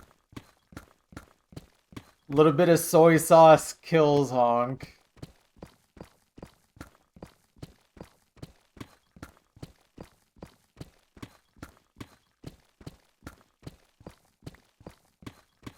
Actually, though, what is it about Asian food that like kills you though?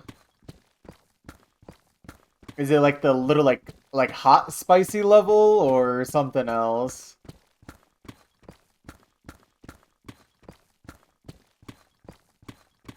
It's like Taco Bell, you dude. Taco Bell is like Taco Bell is nothing. Are you just allergic to like a molecule of flavor? Oh, okay. Maybe you just can't handle fiber. You literally eat no fiber in your diet normally. Taco Bell, by its very nature, like, just if you get literally anything with beans, you're probably getting more fiber than you would at any American restaurant, like McDonald's.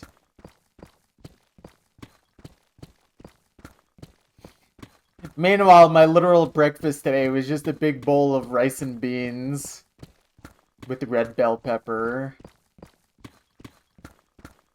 That probably would have sent you to the hospital.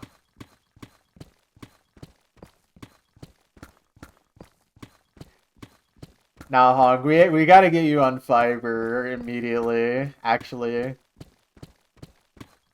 Beans are gonna eat them plenty. Yeah, beans are just... Beans are really good for how cheap they are, too. You know, fiber actually makes your poop harder, but it comes out more smoothly. And also, like, you need fiber. So you don't just immediately run to the toilet eating normal food.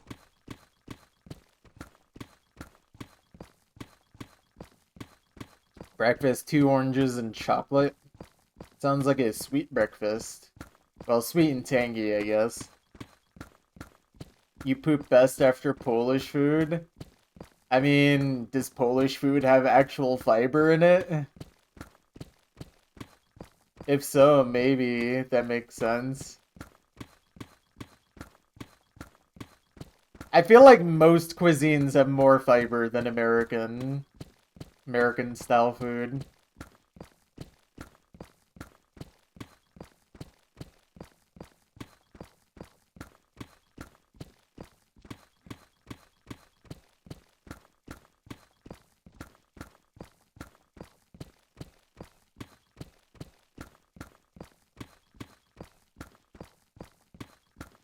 I don't know, I'm just saying, Honk, as I incorporated more and more beans into my daily and weekly diet,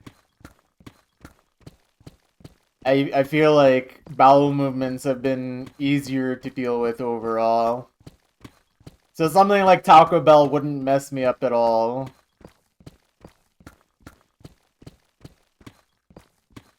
Dining halls are literally serving prison food. Yeah, I mean, that's fair. You'd have to probably actually eat and buy your own food to...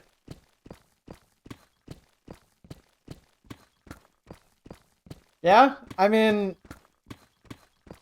It's either that or you consistently don't get enough of the nutrients you need to actually pass food through your body correctly.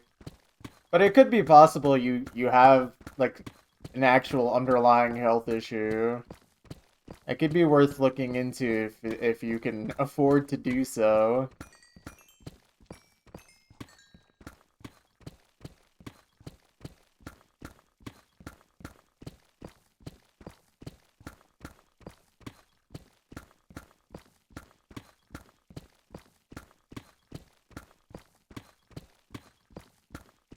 Living in the dorms is genuine torture. Zero good food. The toilet is sandpaper.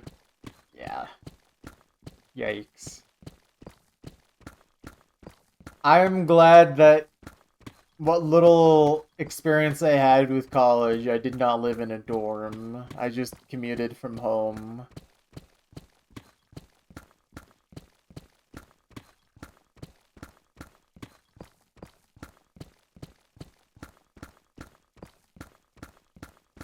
It was only like a 15-minute drive or something, one way. Not too terrible. Dude, it's crazy, like, realizing how long everyone's commutes are these days for like work. You ask multiple people here and everyone's bleeding.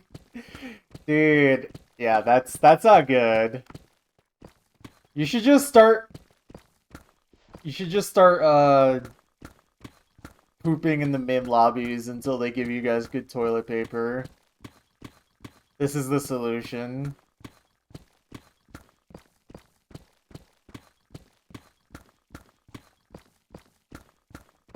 Back to your feta cheese. You know, I'm sure that's not helping your bowel movements, just eating entire blocks of feta cheese. Like even if you don't have lactose intolerance, there's like I don't know if cheese even has fiber. If it does, I can't imagine it being very high.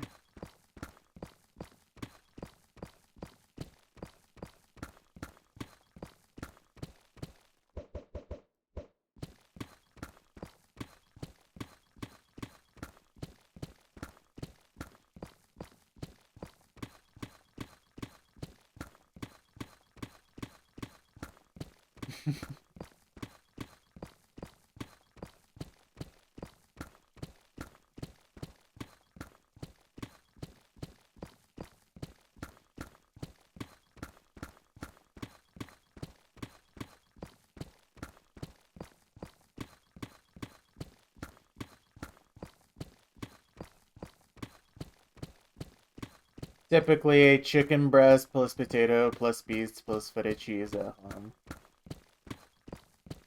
I see. Honestly, that actually sounds like a good meal. Although I would swap the beets for something else. Probably onion in my case. I just really have never eaten beets, so. Also, low key, I think I would pick a different cheese over feta. I personally just always preferred like cheddar or mozzarella or even like pepper jack.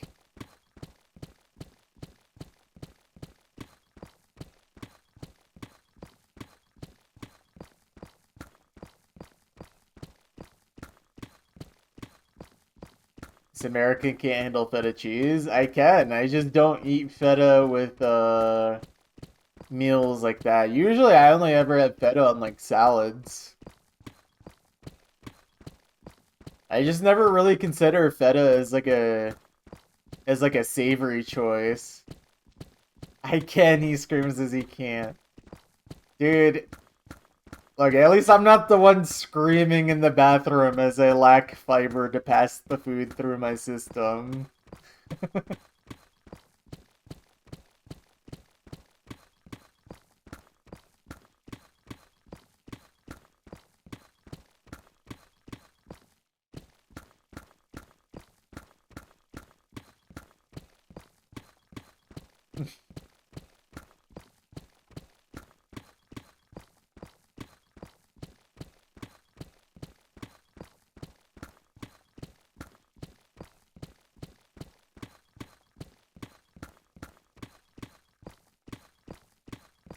I guess beets definitely has to be like a Polish thing, because like I literally never see people eat beets.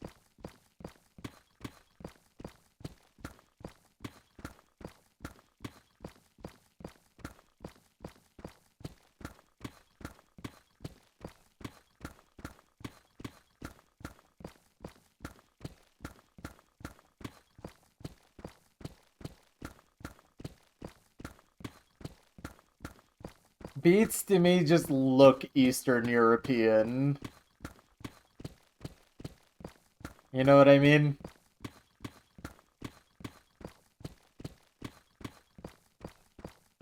You don't eat that much feta, you're just going back to college the next day you had to finish it before it went bad. I get you were just like, well, this is my calories for the day. Just feta cheese. This is all I need.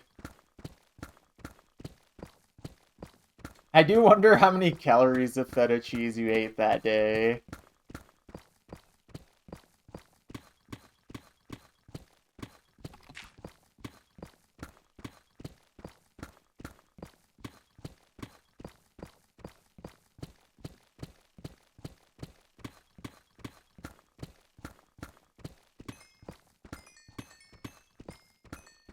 1,200 calories of feta cheese. Wow. That's absurd, dude. You basically ate like a pizza, but without any of the bread. Actually, I don't even know if pizzas normally come with like that high of calorie like amount of cheese even. Because a lot of the calories of pizza is the bread.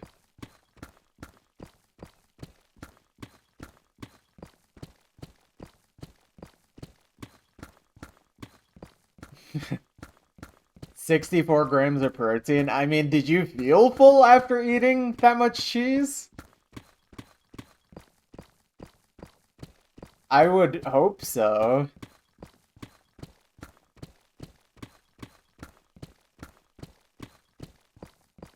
You the bowl of mac and cheese too. Right.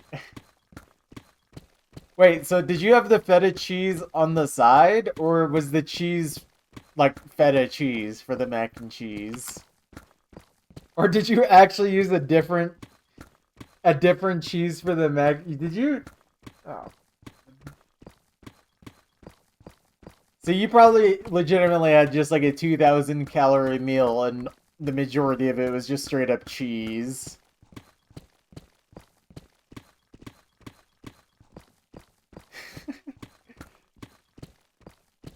You know what?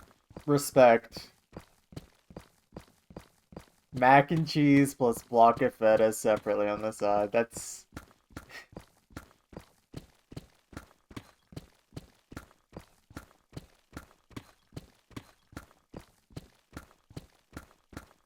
You know what's crazy? Your poop was normal after that. Oh, man. Okay, real question, Honk. When you eat McDonald's, do you poop better or worse? How messed up are we talking? Way worse? Okay. That's good. That's a good sign. You only get McDonald's if you can't get dinner that day. Okay. I'm glad you're not getting McDonald's like literally every day. I mean, frankly, I don't know why you go to McDonald's over like literally anything else though, unless McDonald's is like the closest thing by far. McDonald's sells products, not food. True. They're components, not ingredients. Closest, cheapest, most used to. Alright. Fair enough. I'm not gonna lie though, I literally have never, or what am I saying? I haven't had McDonald's since 2024. And honestly, I think I'm gonna keep it that way.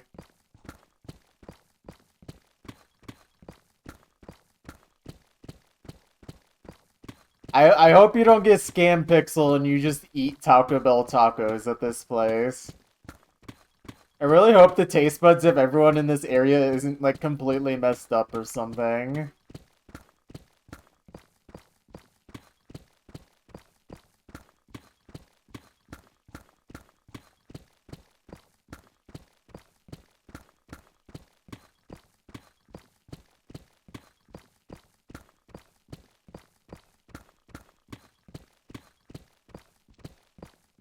I still remember when you got that expensive burrito and it was literally just Taco Bell.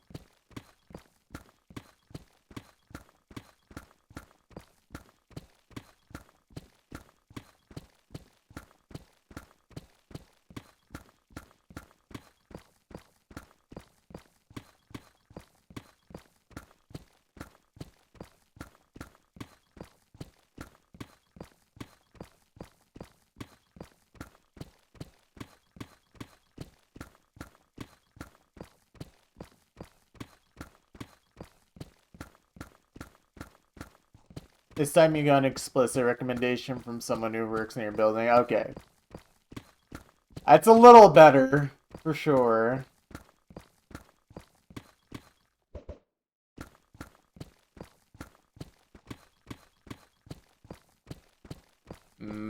carne asada fries. Carne asada.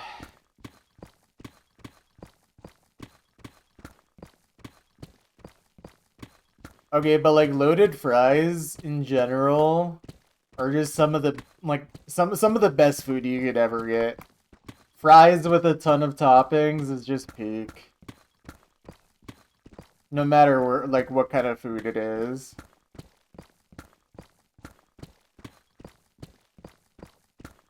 Carne asada fries is literally just Mexican poutine. Yeah, exactly. I mean, shoot, the like shawarma place that I went to a couple months ago here, they do a loaded fries that has like let me remember everything that it comes with. It's like fries, parsley, you get like a spicy garlic sauce, and you also get pomegranate molasses. Oh yeah, and of course it has shawarma in it as well, duh.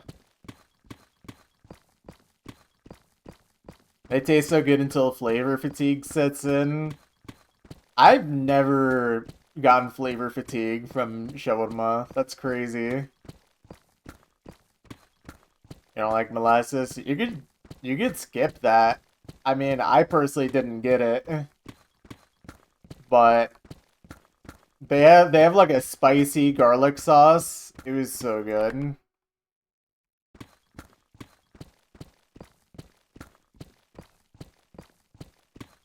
Not the biggest fan of feta cheese. Well, it doesn't have feta on it, so don't worry. Actually, don't even remember if it has any cheese.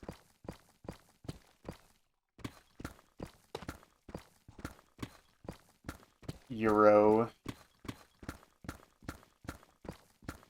Yeah. Unfortunately, you would have to come to Utah for this specific place, so it's not worth it. Not that I would ever recommend anyone to get Arabic food in, like, Utah of all places. The one place in America you go to for actual Arabic food is literally Dearborn, Michigan. That's where you should go.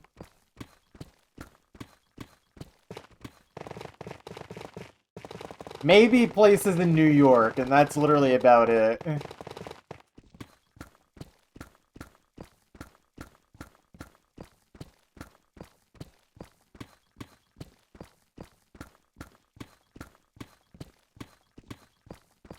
Yeah.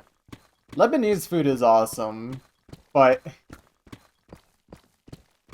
it has to actually be, like, real.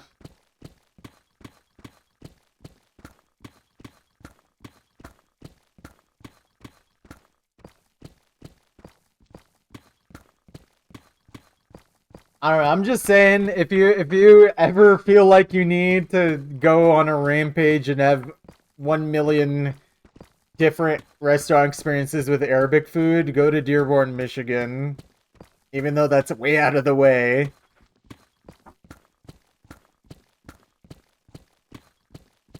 I know when I grew up around there,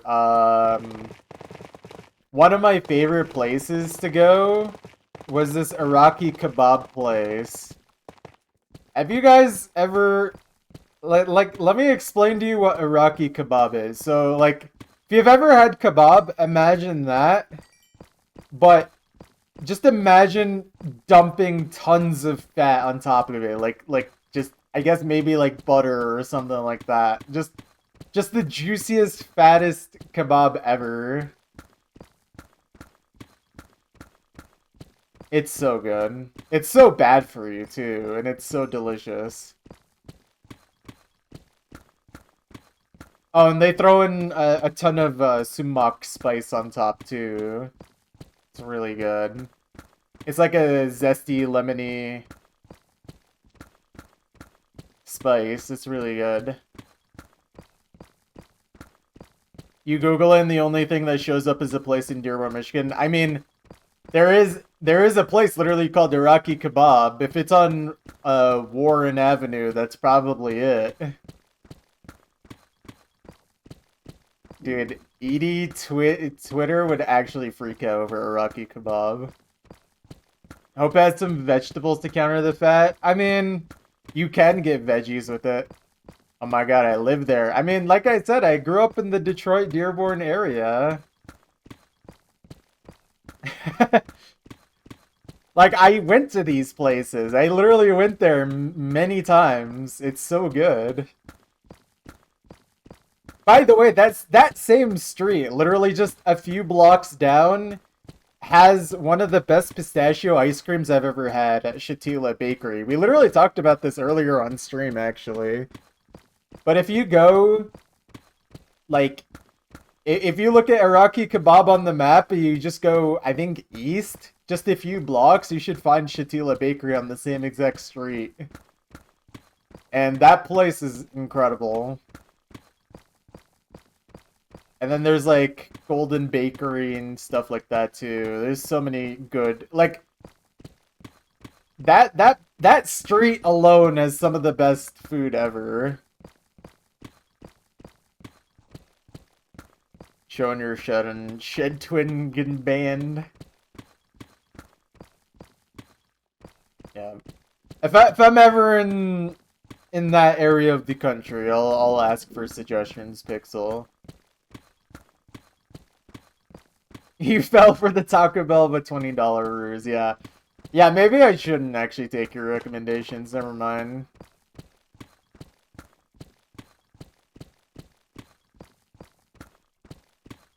I still can't believe you actually got scammed that hard, though.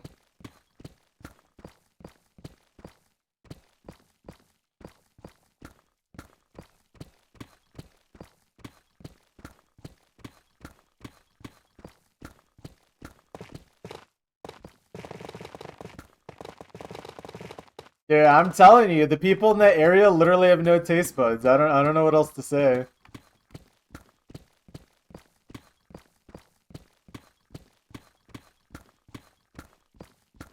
Cities filled with white people. I mean, I hate to say it, but you are the white people, aren't you? You just might be the only person who is able to recognize that it's just Taco Bell. You know flavor. That's crazy though. You actually just got completely scammed. I low-key, it's really funny, but it's also like frustrating.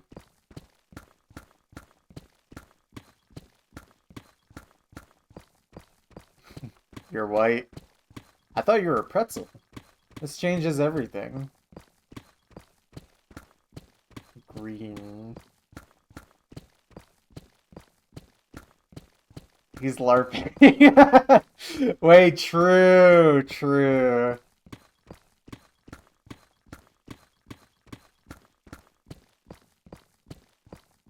My city is filled with white people, says the white person clueless.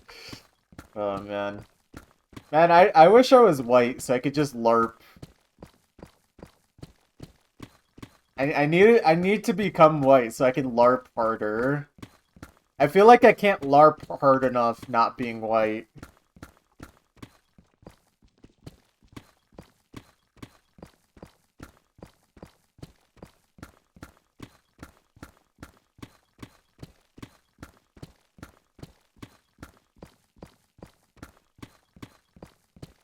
Recently learned what LARPing is because someone thought you were one. I mean, the way we're using LARP is not the intended definition of LARP. But it's sort of what it's starting to become. Because, I mean, LARPing is literally just live-action role-playing. But now LARPing is just... I think Maklu said it before. It's basically like being a poser. LARPing is what's so weird. Yeah. Yeah, and I don't even disagree on that point, Pixel. Like, I think, honestly, LARP is just a good word.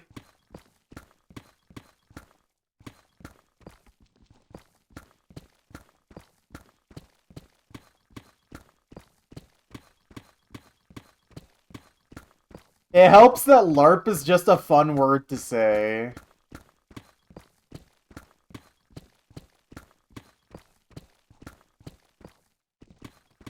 have a switch in your head that turns LARPing to posing, so you don't have to Google. Yeah. There are no bad words, just bad meanings. Well, yeah. But I mean, the bad word with the bad meaning is still a bad word.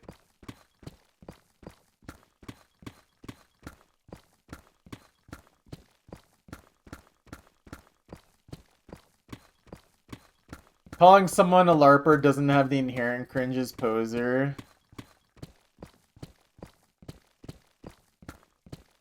I think it's just that LARP is more in fashion than saying, like, poser, you know?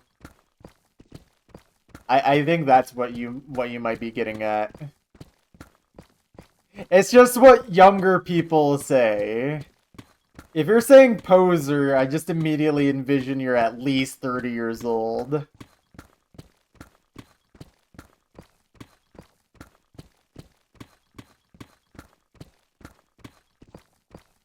Gen Alpha Brain. It's cringe to be 25 plus. Yep. It's okay, I'm allowed to be cringe.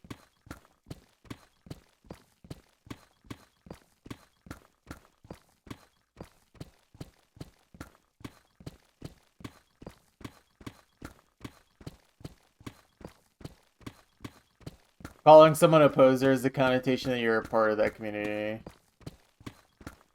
Yeah, that's also true. You wouldn't call someone a LARPer if you were actually a part of that community. Well, I don't know. I feel like it's situational, but I definitely think there is a little bit of a difference. I get where you're getting at.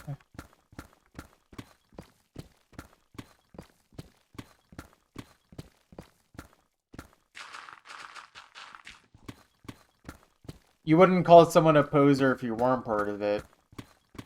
I guess. I don't know. I'm gonna be real though. I honestly I've never called someone a poser in my life, and I only say LARPing is like almost like self-deprecating. I don't really ever tell other people they're actually LARPing. I literally only say that I am LARPing, so... LARPing is such a good ironic word. That too. I think LARPing is also one of those things that stems from the fact that we are all literally irony poisoned to a deep level. Like, poser doesn't feel irony poisoned the same way LARPing does. Like, calling someone a poser feels too too real. But calling someone a LARPer still keeps the irony there. I don't know how else to... Like, that's how I feel about it anyways. Poser, artificial person, fake. I mean, if we want to go down the route of artificial person, we got the derogatory word for AIs. Planker! It's okay. We're allowed to say that word here.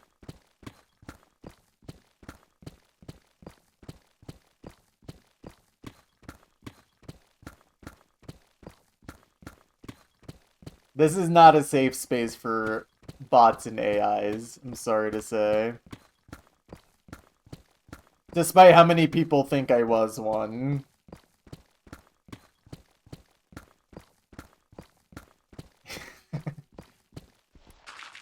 Camillea's been cooking.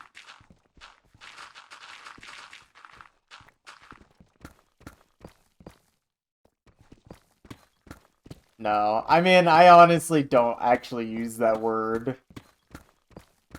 I think being derogatory towards AI is perfectly fine, because it's not a real thing. But forcing a word does feel kind of weird. And also because, like, the word feels, like, close to other derogatory words, so it feels kind of gross in its own right. Like, this is just racism one step removed, basically.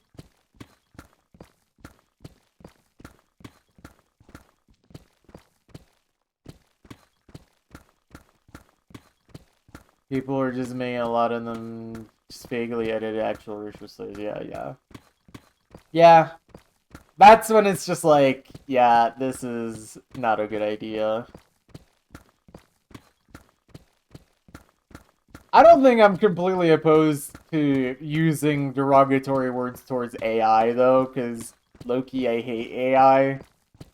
But in actuality, it's just not a good idea because people just use it as an excuse to be racist and pretend they're not being racist. They're low-key LARPing racism. Think about this. Think about this. You harass AI and make it think you just killed 3 people. Okay, I think I forgot where I saw this at, but someone was basically like, if you ever type to AI, you should always lie and gaslight it, no matter how inane the thing you're asking it is. Like, you should absolutely throw in unnecessary, untrue details into whatever you're typing into it. Like, if you're asking for a recipe for something, like a recipe for like apple pie, you just type into it, hey, I need a recipe for apple pie. I'm a Bulgarian mother of 6, and I really need help. I am also a felon. Honk probably looks like Feinberg. Nah, Feinberg's hair is way too short. No way. 2 lies, 1 truth.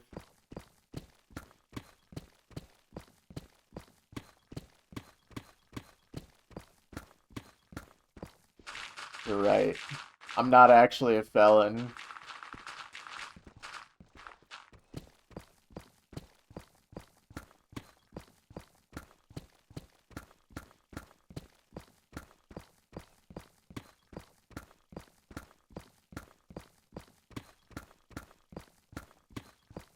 Yeah. I think I've seen literally 1 picture of you, Honk. And you don't look anything like Feinberg.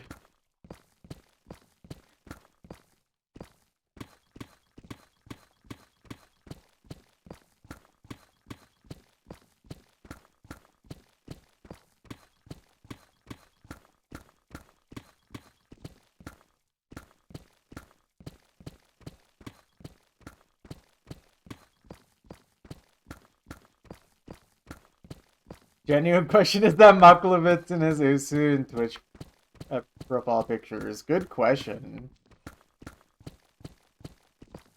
Is it time to reveal the truth?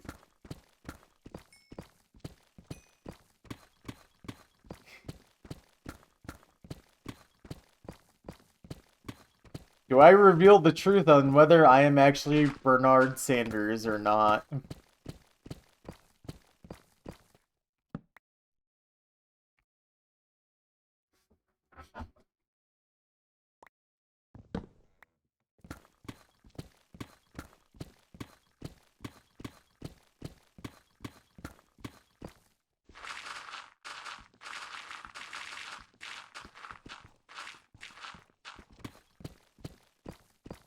Honestly, life would probably be more chill if I was an 80-year-old Jewish New York accented guy.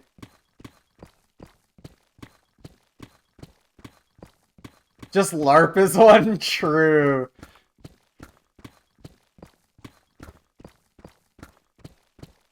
Okay, I was about to start LARPing as one, but I feel like that's gonna that's gonna read very poorly. I'm good. I'm not trying to get canceled today.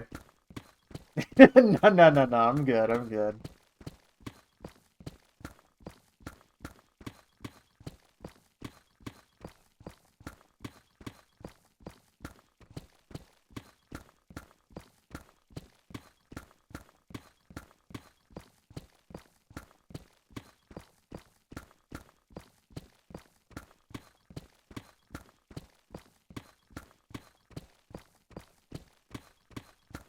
Guys, hear me out. I have a crazy proposition. So what if we taxed people that have a lot of money more than we tax the people with less money?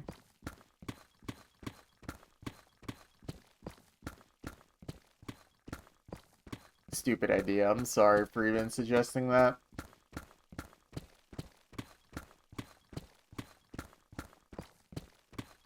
I'm sorry. This is the worst idea ever conjured.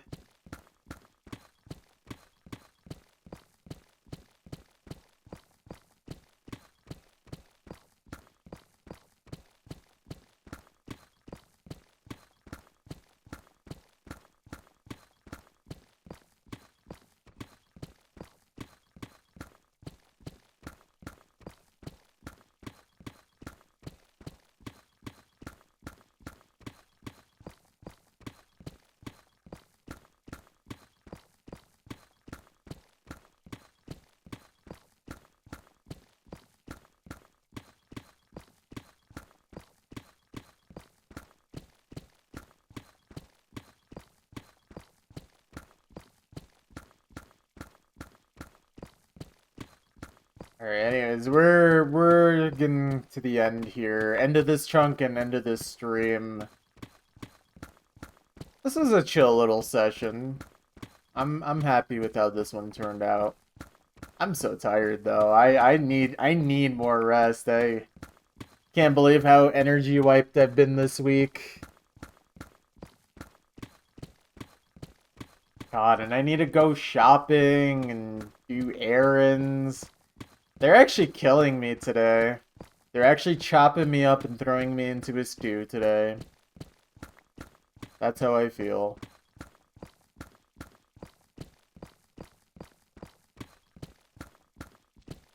Do errands. Need to make food. Me too. That is one of the things I need to do. I should just get a rotisserie chicken. I need least effort possible food. Chatta remind. I think technically the artist is supposed to be Sally, not Chatta, but yes. I think the old map metadata is wrong.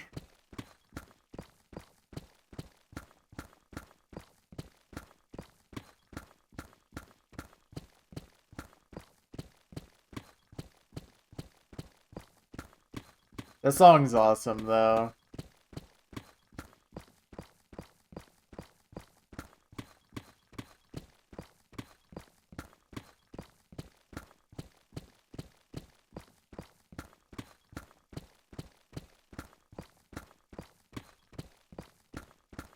I don't know, but like... Presumably this song was not made under the alias Chata, so it still would be wrong.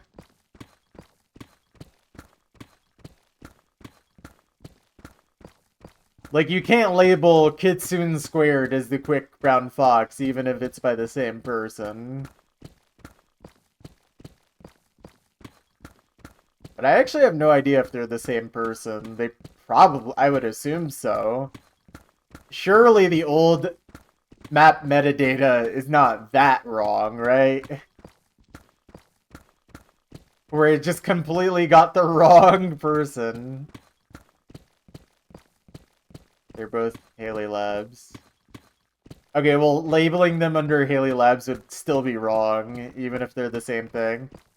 Named all Renard songs as Renard in your song folder. Are you a bad person? You're not a bad person. You just have the wrong metadata.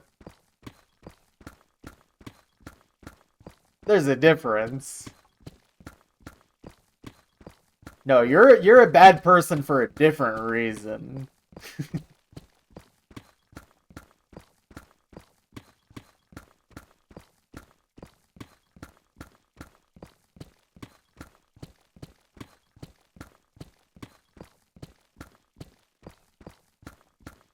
Downloading Usu maps? Precisely. Usu player equals bad. Alright, there we go. Another chunk complete. GG. That is chunk 142. Incredible. Let's see. That was 1 hour, 31 minutes, 24 seconds. Dang, all three chunks we mined today were faster than average. And the last two were quite a bit faster than average. Several minutes. Very nice. How many diamonds? 39. Many diamond ore. Let's see. 2577. Oh, I think I forgot to add my diamonds from the last chunk. One sec. How many diamonds did I get last chunk? I got 21 diamond ore. So 2559. And then how many did I mine this session? Or this chunk? 577. Okay. So that is 18. Dang, we've been on a really good streak of diamonds, by the way. Hold on. 1, 2, 3, 4, 5, 6. 9 of the last chunks in a row have been above average for diamonds. That's kind of cool. All Renard songs are in their Lapfox wiki, by the way. Ooh, interesting. All right, let me punch in my blocks in Deep Slate Mind. And then we'll call it there. So 2, 4, 3. Oh, I typed that wrong.